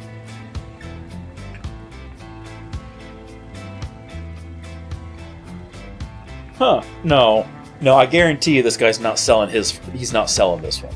I guarantee he's not selling that one. Not a problem, Mark Rain. I appreciate you coming by. This is probably more accurate.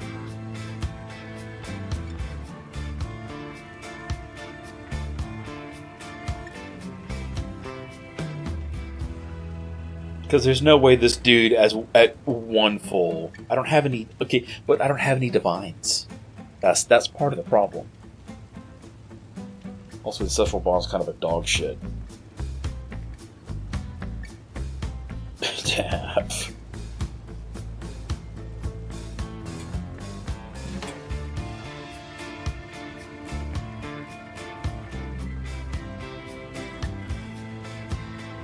Versus like Skin of the Loyal, which is far cheaper. And would serve as an intermediary.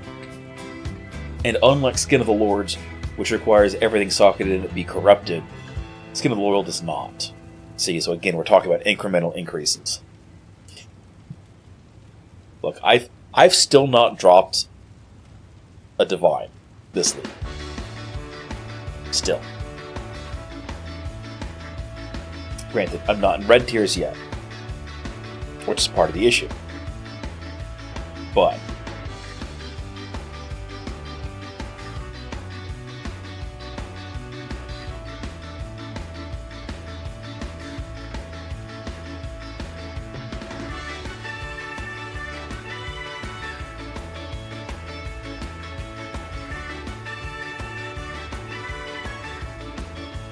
like, what's the alternative? The alternative would be Brass Dome. Like, yeah, people are juicing T7 Cemetery for money. Yeah, I get that. Right, but... well, of course. Because there's no reason not to do Abyss Spam.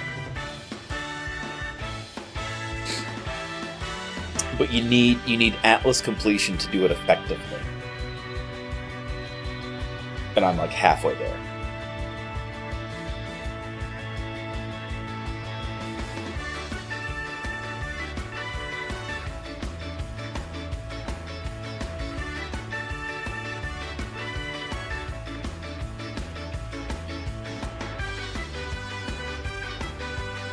I wonder if Brass Dome... Does Brass Dome count for...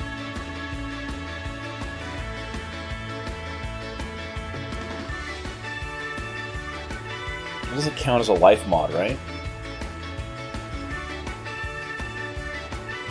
Because it's not actually affecting life. So something like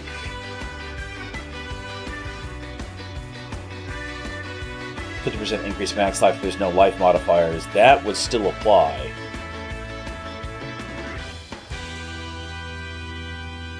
Wouldn't it?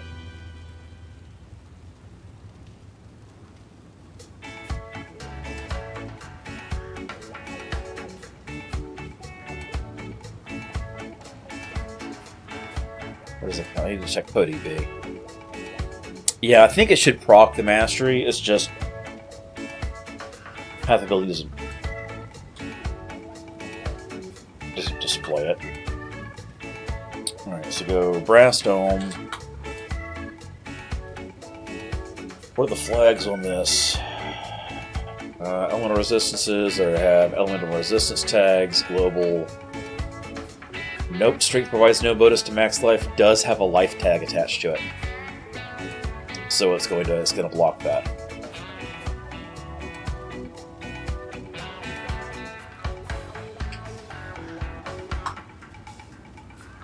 So we're still going back to Skin of the Loyal as intermediary, and then Skin of the Lords later on. And if we're doing that, something like Skin of the Lords.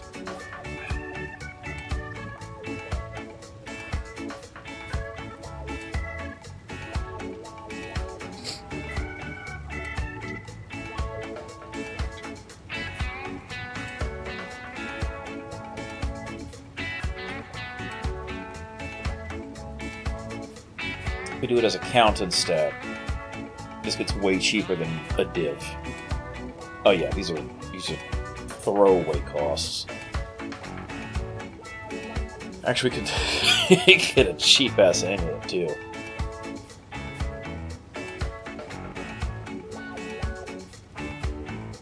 Yeah, that's if we're not doing both, that's stupid cheap though.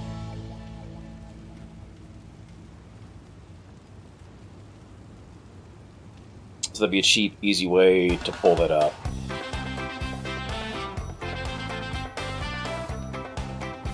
We're looking at 1, 2, 3, 4 if we include an amulet, because we're stupid.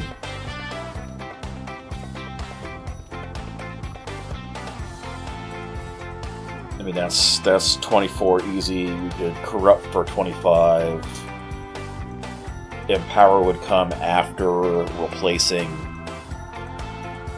the weapons with +2 gems, so that'd take us to a 27. And then the Empower would still be cheaper than the Skin of the Lords would. So that'd be next for their 2 for 29. The Skin of the Lords would be that's the second +2. With the additional +1 +2 would be 30. Yeah, that works.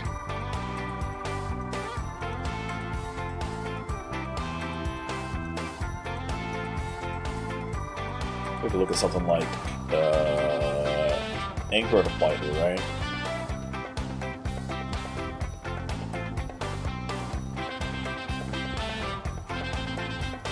Yeah, Anchor would apply. We could put Culling Strike over here instead of us having to give a damn about it. We still need a cheap and easy way to apply Universal Fire Exposure without having to sink a point into a mastery for it.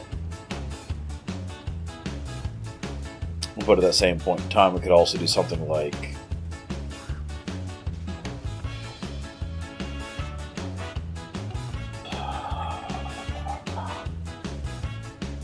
so throw Generosity in there, because of course we do.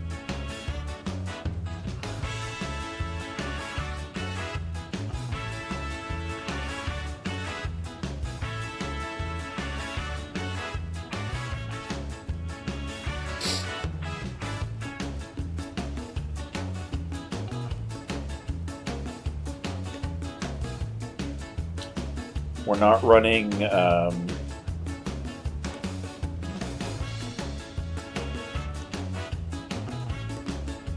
brain fart.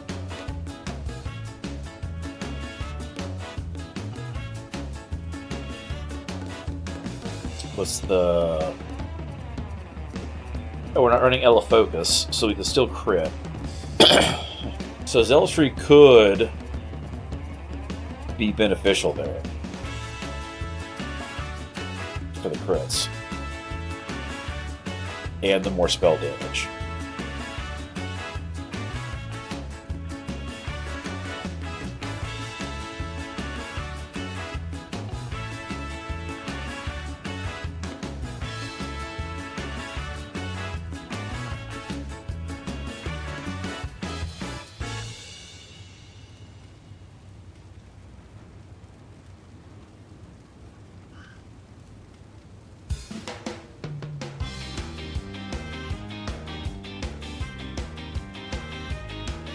Alright, not Divine Blessing.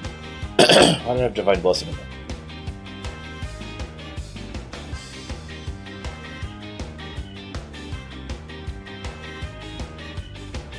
And Skitterbots. We could also do Haste. Haste would... No, because Haste doesn't matter because of the skill cooldown. We'll get a Skitterbots then. Because it's Chill and Shock, which means that it doesn't matter if we're doing guaranteed minimum shocks.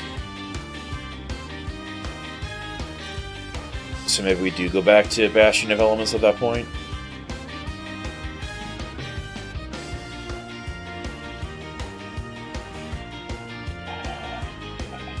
I mean, that would make sense at that point. As annoying as that would be. Hey Zoe, welcome in.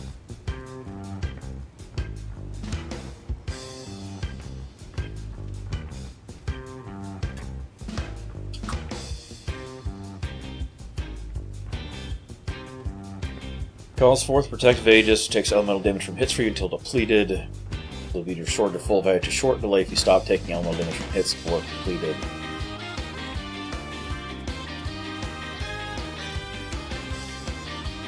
$75 multiplied by number of allocated notables, including Ascendancy notables.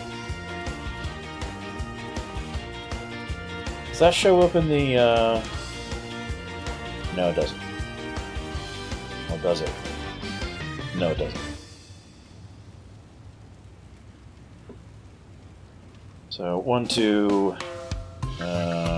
3, 4, 5, 6, 7, 8, 9, 10, 11, 12, 13, 14, 15, 16, 17.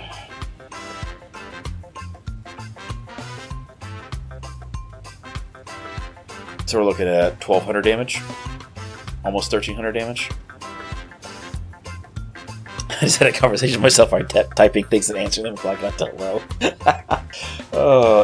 Look, it's because it's the end of the year. It's justifiable.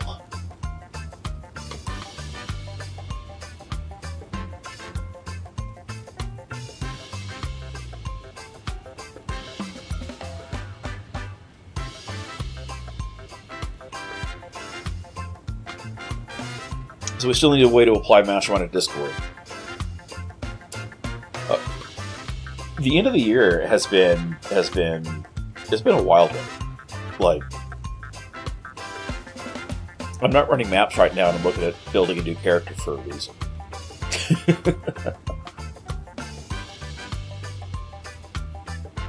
All right, so Mastermind Discord gives us an additional 25%, or minimum additional 25% to the affected resistance.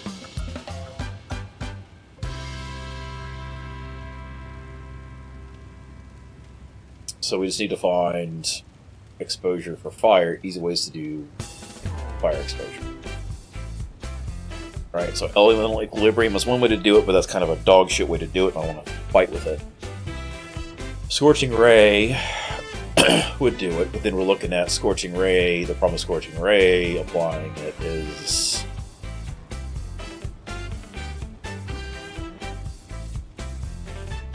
you gotta stand in place for it. We have to stand in place long enough to hit max stacks to apply it, which is garbage. And not something we want to deal with. Wave of Conviction.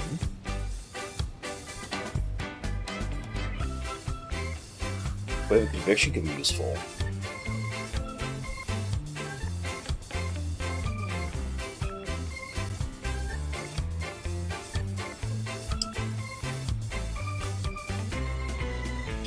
Yeah, also, so, my family's not leaving the house this entire weekend. Like, we got the stuff we had to get done yesterday. And we're not leaving the house because people are terrifying drivers here. So, alright, Wave of Conviction give us a base 15% exposure, matching the highest damage taken.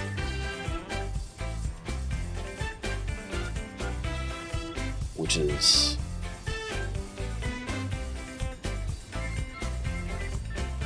physical converted to lightning. Or physical also converted to fire. So as long as we had something that gave us increased fire damage on our tree anywhere,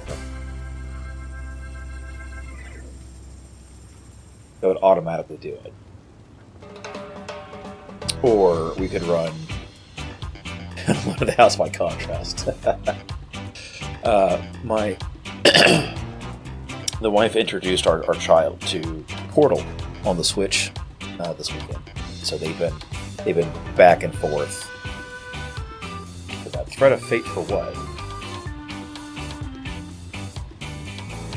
What would we use Threat of Fate to pick up?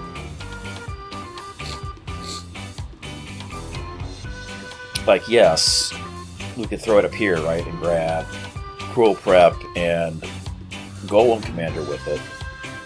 But also, the 40% buff effect matters, as does the bonus life. And it's not worth dropping the Harmony. So yeah, they've been trading back and forth the controller playing through Portal, which is one of my wife's favorite games.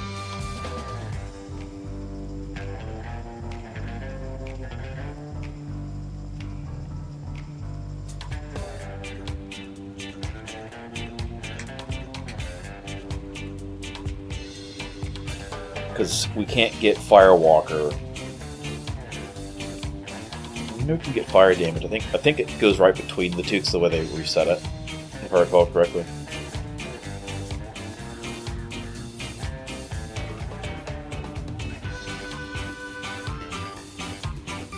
So we're looking at ways to boost the amount of fire damage taken for. So we're doing a 2-link wave of conviction for that at that point to apply, but then we go from 50% exposure to 40%, right? Because it's plus 25% from Mastermind and Discord. Extra 25%, yes. We're looking at 25 and 15 is 40. So that's a 40% more damage. That'd be really good.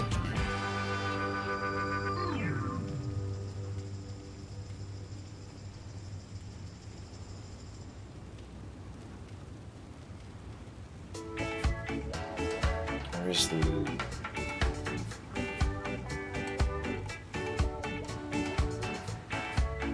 Oh, where is it in here?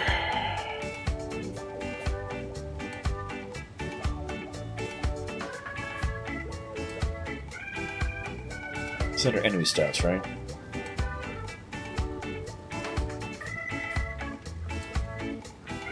Maybe it's not. Anyway, let's spin up.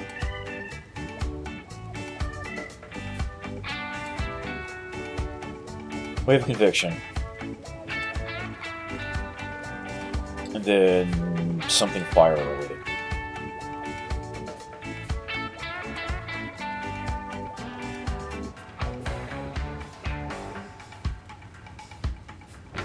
I mean, that right there, concussion to do it.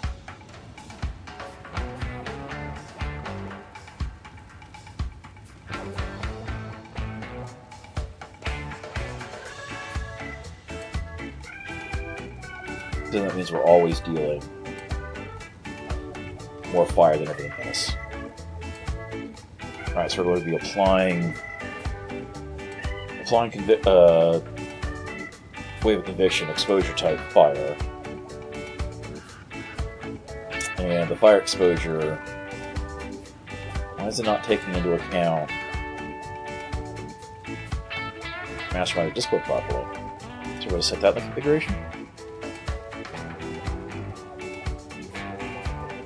Apparently not. I mean, I could just reduce the enemy fire resistance, but that seems like garbage.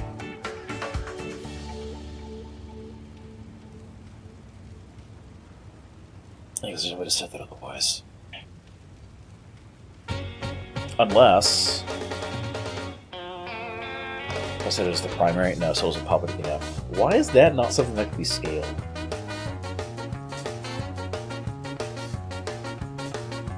Sometimes I think it's unfair to play on my kid's DVD account. It builds character for them. And they come back and get raffle stomped.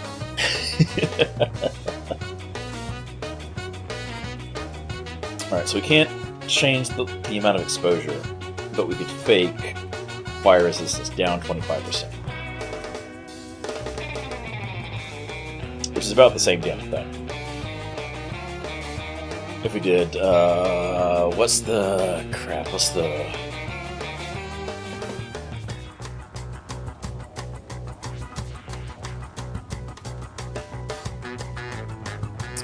new curse on hit thing for,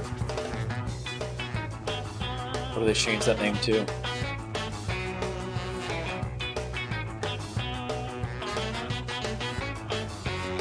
Hex Touch.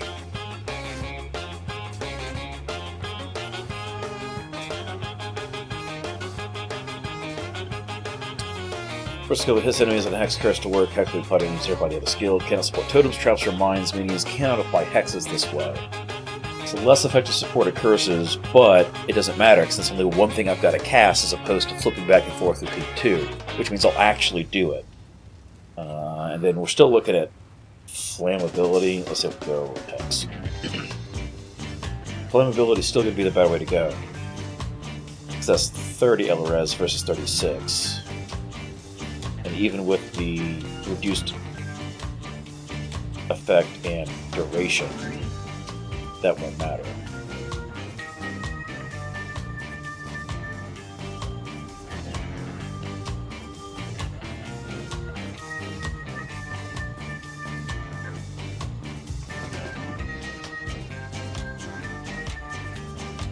This fire exposure.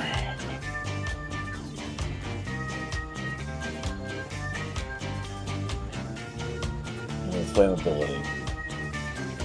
So we're still, even against a big boss, not an Uber, but against a big boss, we're still looking at another 23% without touching burst efficacy. So we're looking at 63% reduced, 63% damage without having to involve trying to add penetration for elemental effects to our golems.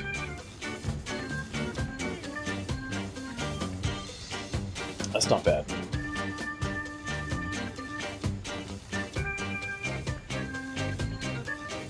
And we could add charges, but I don't know if that really matters that much. Because that's a pretty good setup there. We're looking at... We don't even have to hold that, we could just pulse that. We just run by and just go pfft, and we're done. It's applied. They're cursed. They're reduced on their exposure is applied. So it applies exposure no matter what. It's not on a crit only.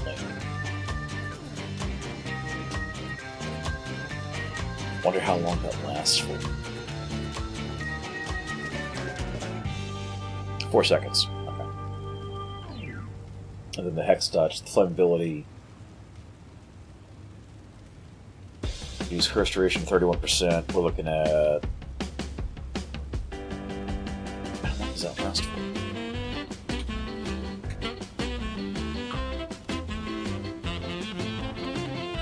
Base duration is between 8 and 12 seconds.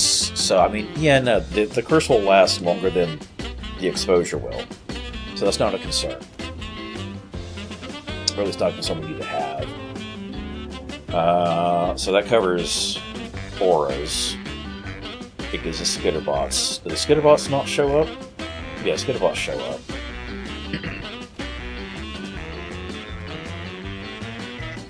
Deflect 10% more. Because they're applying shock.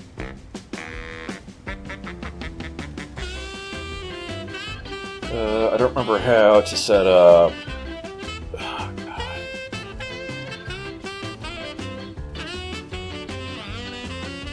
The skitterbot shop.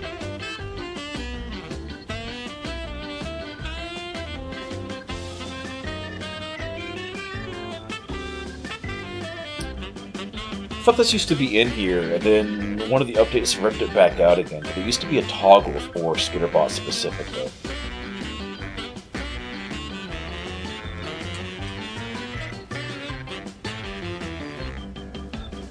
At which point, let's see. So they've got 90% increased shock effects. It's their base shock. 50% increased damage taken is the default shock.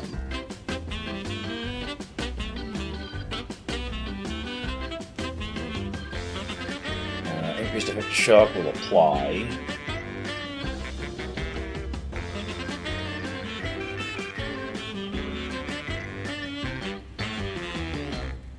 Only if it's applied to the minions via support chips and not anything else. So we could unbound ailments it, but then that makes it cost more to reserve, and that's dumb.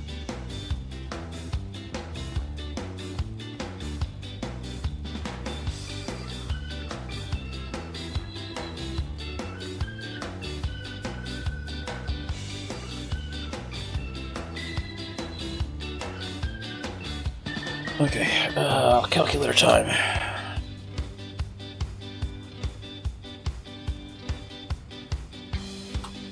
So we're looking at 18% effect.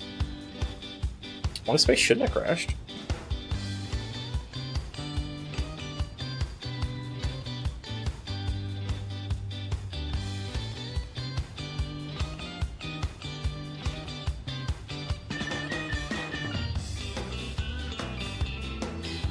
Maybe it did. I'm still showing as live on my side. Might be an issue with the CDN for it.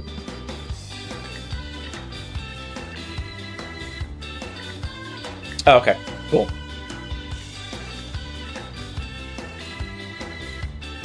Yeah, it works on reload for me now too. Okay.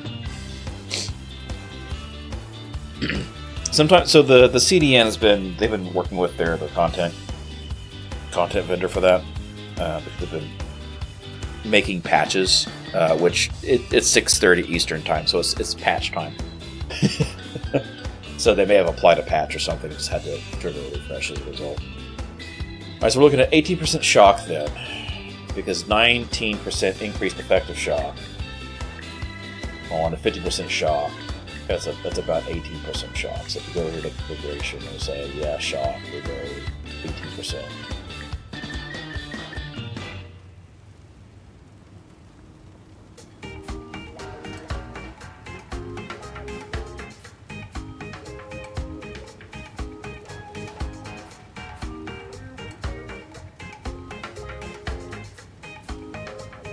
Yeah, I mean, it still applies to damage. Considering that we're running off of almost no gear, and that works. Okay, so that's doable. That keeps us mana positive barely. Where did the vision take? 38. So we need a little bit of, and we could also just drop generosity, right? No, it doesn't change the reservation cost, does it? Nope, just makes them stronger. We can pull Skitterbots off and throw Skitterbots into... So what's the quality modifier? Movement speed? I don't care about that. What is the... is it arrogance? Yeah. Preserves life instead, so we're looking at double off of 35% minus the other reservation efficiency, so we're looking at 30% unreserved life. That's kind of garbage. Maybe we just won't do Skitterbots. Maybe we just don't do Skitterbots. That sounds good. That's more effort than I'm willing to put forth into it, I think.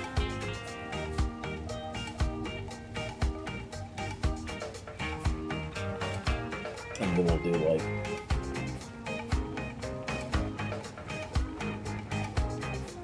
defensive stuff. We do defensive stuff.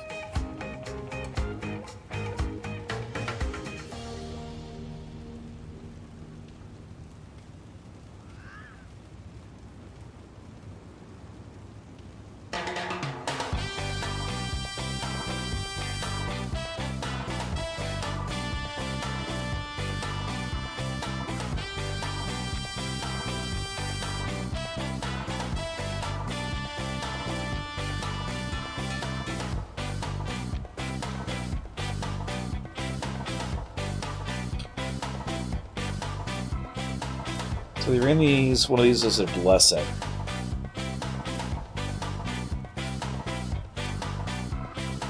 Let's hang on. Let's pull some things off here. So zealotry, we need to run no matter what.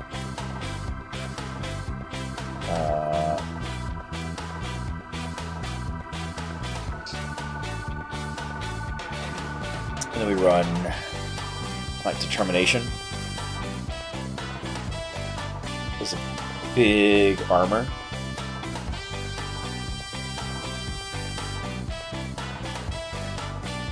Like that's 10,000 armor base. That's good.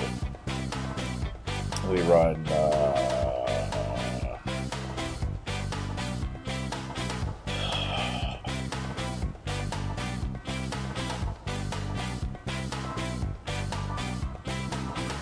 Immunity to elemental amulets would be good, but that's also expensive, isn't it?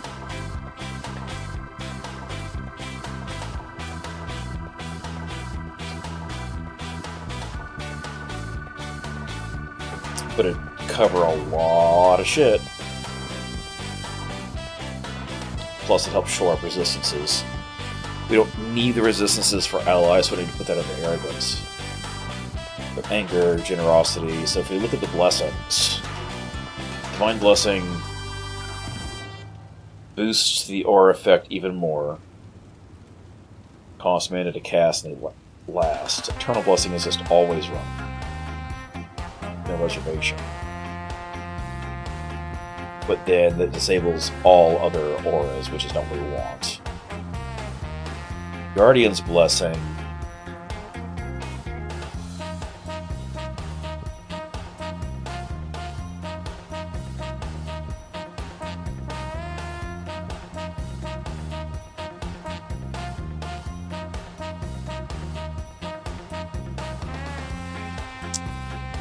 Skill that creates minions that can be damaged, and an aura skill which creates permanent auras around you.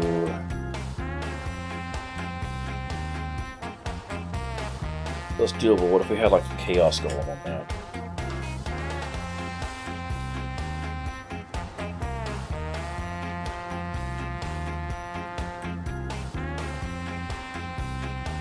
No, because it's not. It's only affecting. I wonder if that's broken.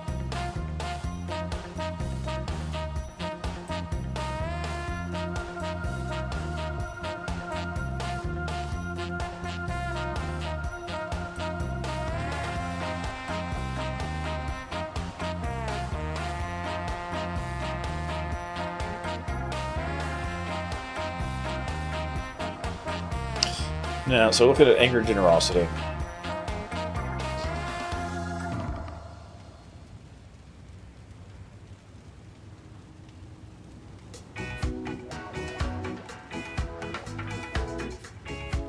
I don't know, it's not showing it as highlighted, but that should affect, right? Cannot support curses, cannot support skills used by totems. Can't affect us.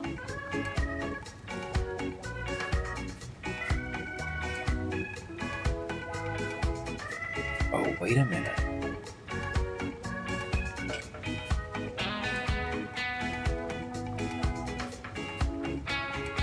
The auras from the golems count, right?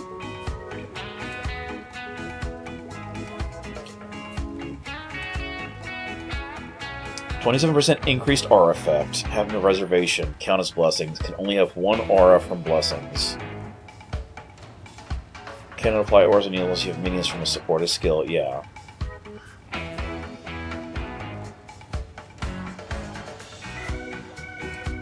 %, of max life and energy shield as physical damage per second. Well, stone golems don't give much of a shit about that. Also, they got massive life regen.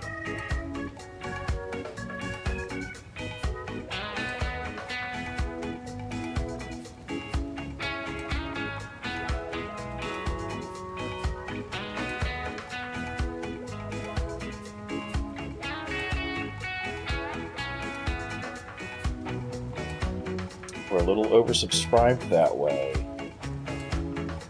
but wonder if that would affect the stone golems. Maybe not.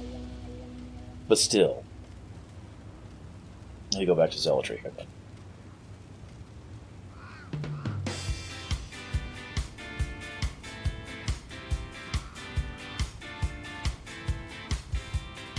So back to Determination, Purity of Elements. Those are both 50s. We need a way to... Plus Determination is also at 50, so we need a way to...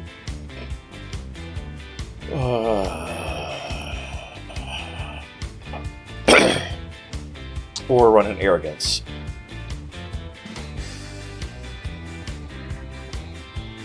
Or run a Blessing. Those are the two ways to cut that down. Or we just don't run Purity of Elements, and we find some other way to give ourselves immunity to elemental ailments and not give a shit.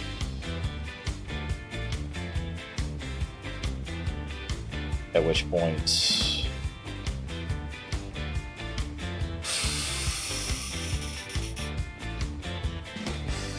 would be one of the expensive, like, increased reservation efficiencies on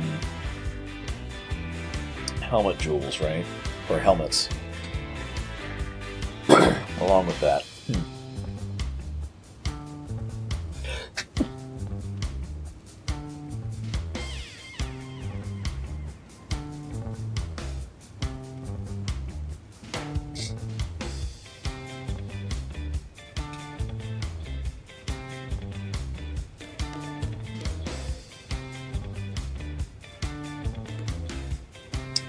Okay, so go back to small cluster jewels, and we're looking for, what was the cluster jewel set for that? It was reservation, right?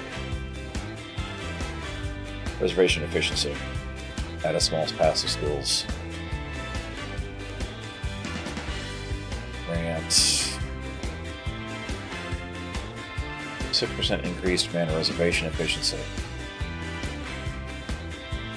This has got to be expensive as shit, right?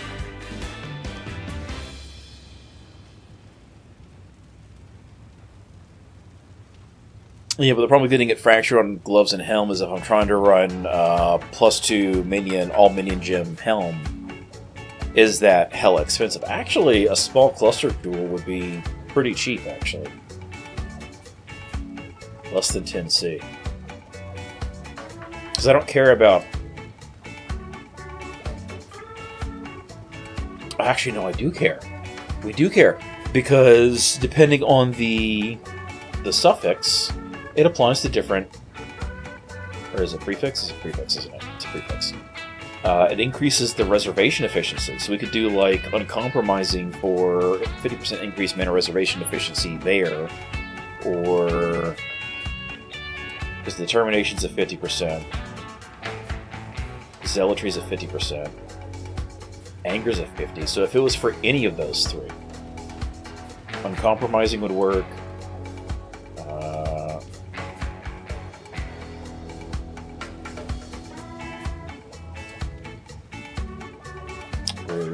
Where's the Zealotry? There's not one for anger, is there? Is that what I'm seeing here? Discipline, hatred, grace, auras. No, there's gotta be one for anger, right? Pride, wrath, purity of ice, purity of fire, arrows. That's garbage. Why would you ever want to punish presence? Anger, there we go. Yeah, see? So, any of those would be sufficient. Yeah. Yeah, but we don't need it to be a good one. It can be, if we're pulling like one of these presences that gives us 50% increased efficiency for one of our auras, we can get by on a 2. Hell, I could just get a 2 passive small and just roll self-craft it.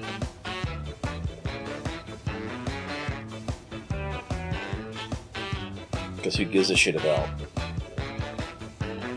what else is going on there, right?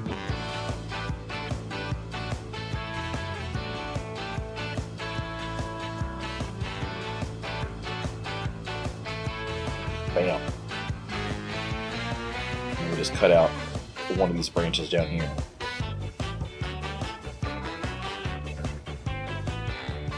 Now we're back to level 90. And that gives us 12% increased efficiency in general, and then 50% specifically for anger, or determination, or zealotry. I think this generosity doesn't impact those. That's fine. Determination is just, it is what it is. And that gets us back above 7% with having to do fractured stuff. If we did reservation efficiency fractured mod, where's that in this stupid list? I wish you could search by fractures. There it is. Increase mana reservation efficiency of skills. Wait, there's 2 fractured mods?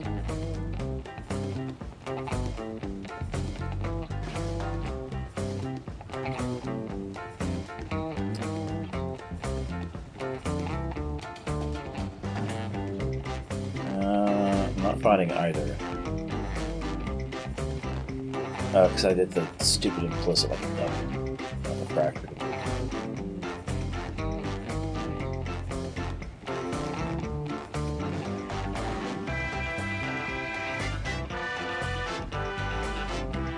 Yeah, I don't see that. I don't see that on any gloves right now. You can do it on the helm.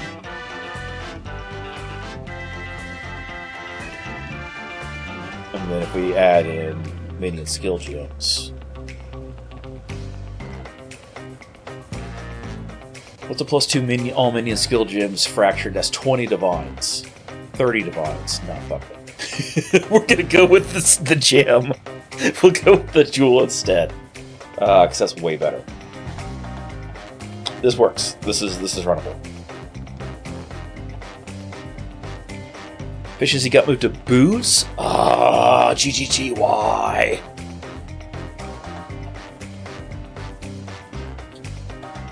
That would explain it.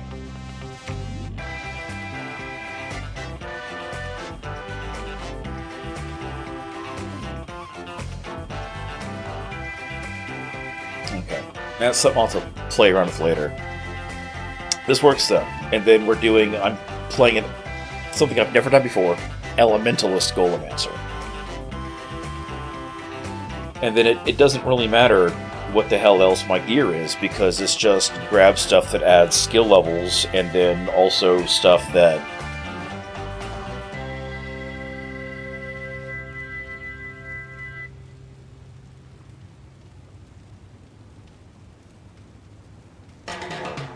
those are spells.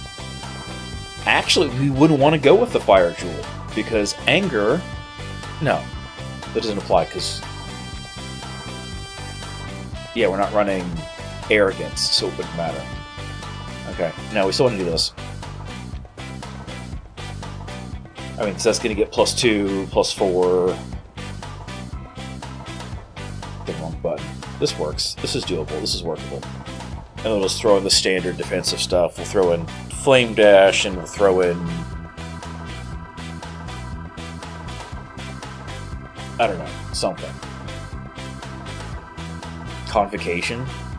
Can you convoke golems? Maybe? I mean, worst case, I could throw, like... Victario's chest in there or something stupid, but anyway, that'll be what we run.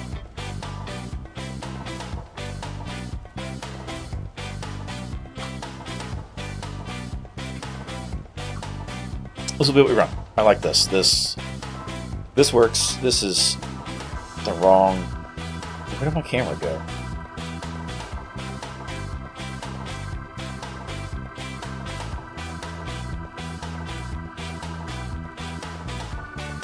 There we go. My camera just disappeared for no reason. Yeah, I'll run this. This will work. We don't need this until the very end anyway, but I've got offerings I can run it. This should ramp up pretty quick. And shit, what stupid price? What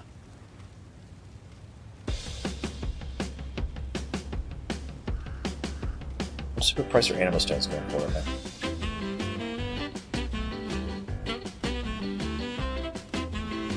They're probably something ridiculous, right? Well, 60C, that's not too bad. For garbage corrupt ones, which we don't care about. We don't care if it's a garbage corrupt. Even what are harmonies?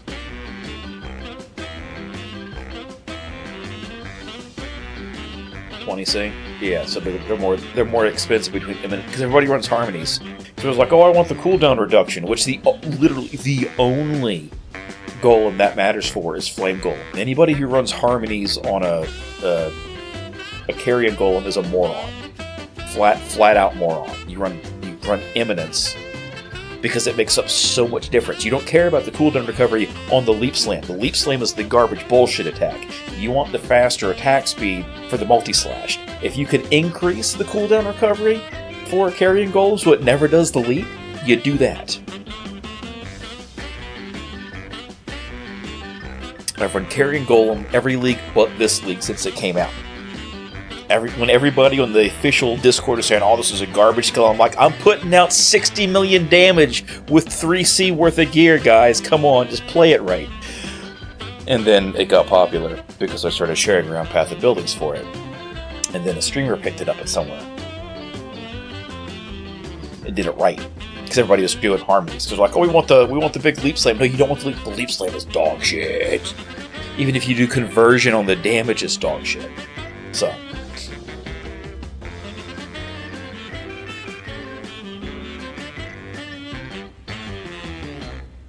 What's Skin of the Loyal's minimum level? It has none. It has none. Do I start off wearing a suit made of skin? Do I? I could. Maybe I will. Maybe I'll start off wearing a suit of skin. Huh. Options. But today is a wandering brain day. And, yeah, it is well past normal stop time for a Saturday. So I appreciate everybody coming out. But I'm going to go turn off the lights and all that stuff here. And, blow my nose because my body, again, just infinite mucus. Got too moist. It's gonna make lots of mucus. So anyway, appreciate everybody coming out. Everybody doing the things and having the funds. And where is this button? I hit the wrong button. Block. There we go. So.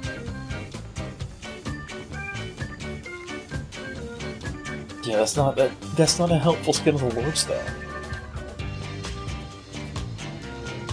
That's not a helpful Skin of the Lords flop.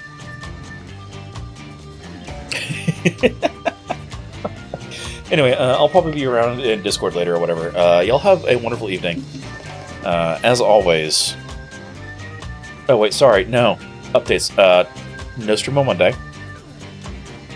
Yeah, there's a cap to how many black and tans can be done per stream.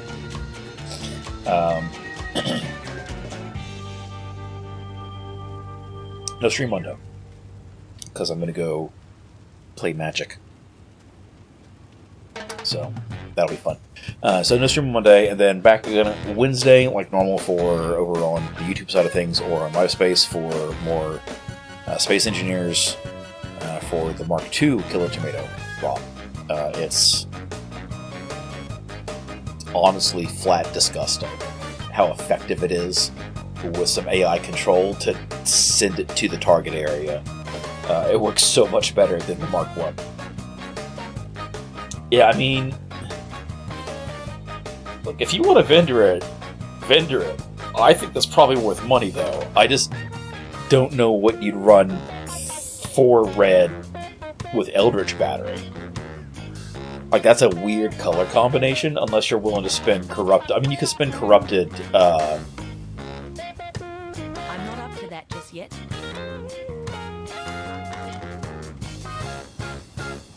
Tainted Chromatics. There we go. You could spend Tainted to re-roll it. Or something else. Probably. I mean, it's got money. It's probably got money on it. Anyway. And then back again will be the following Monday. So, Monday the 1st, no stream. Wednesday the 3rd, yes stream. Saturday the 6th is first Sunday of the month, so no stream. But the 8th, Monday, yes stream.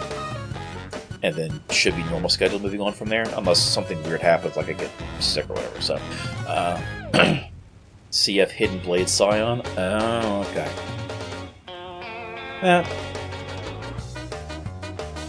What are you running as your supports? Discord to Jimmy. Anyway, yeah, y'all have a wonderful time. Stay safe. Stay goose.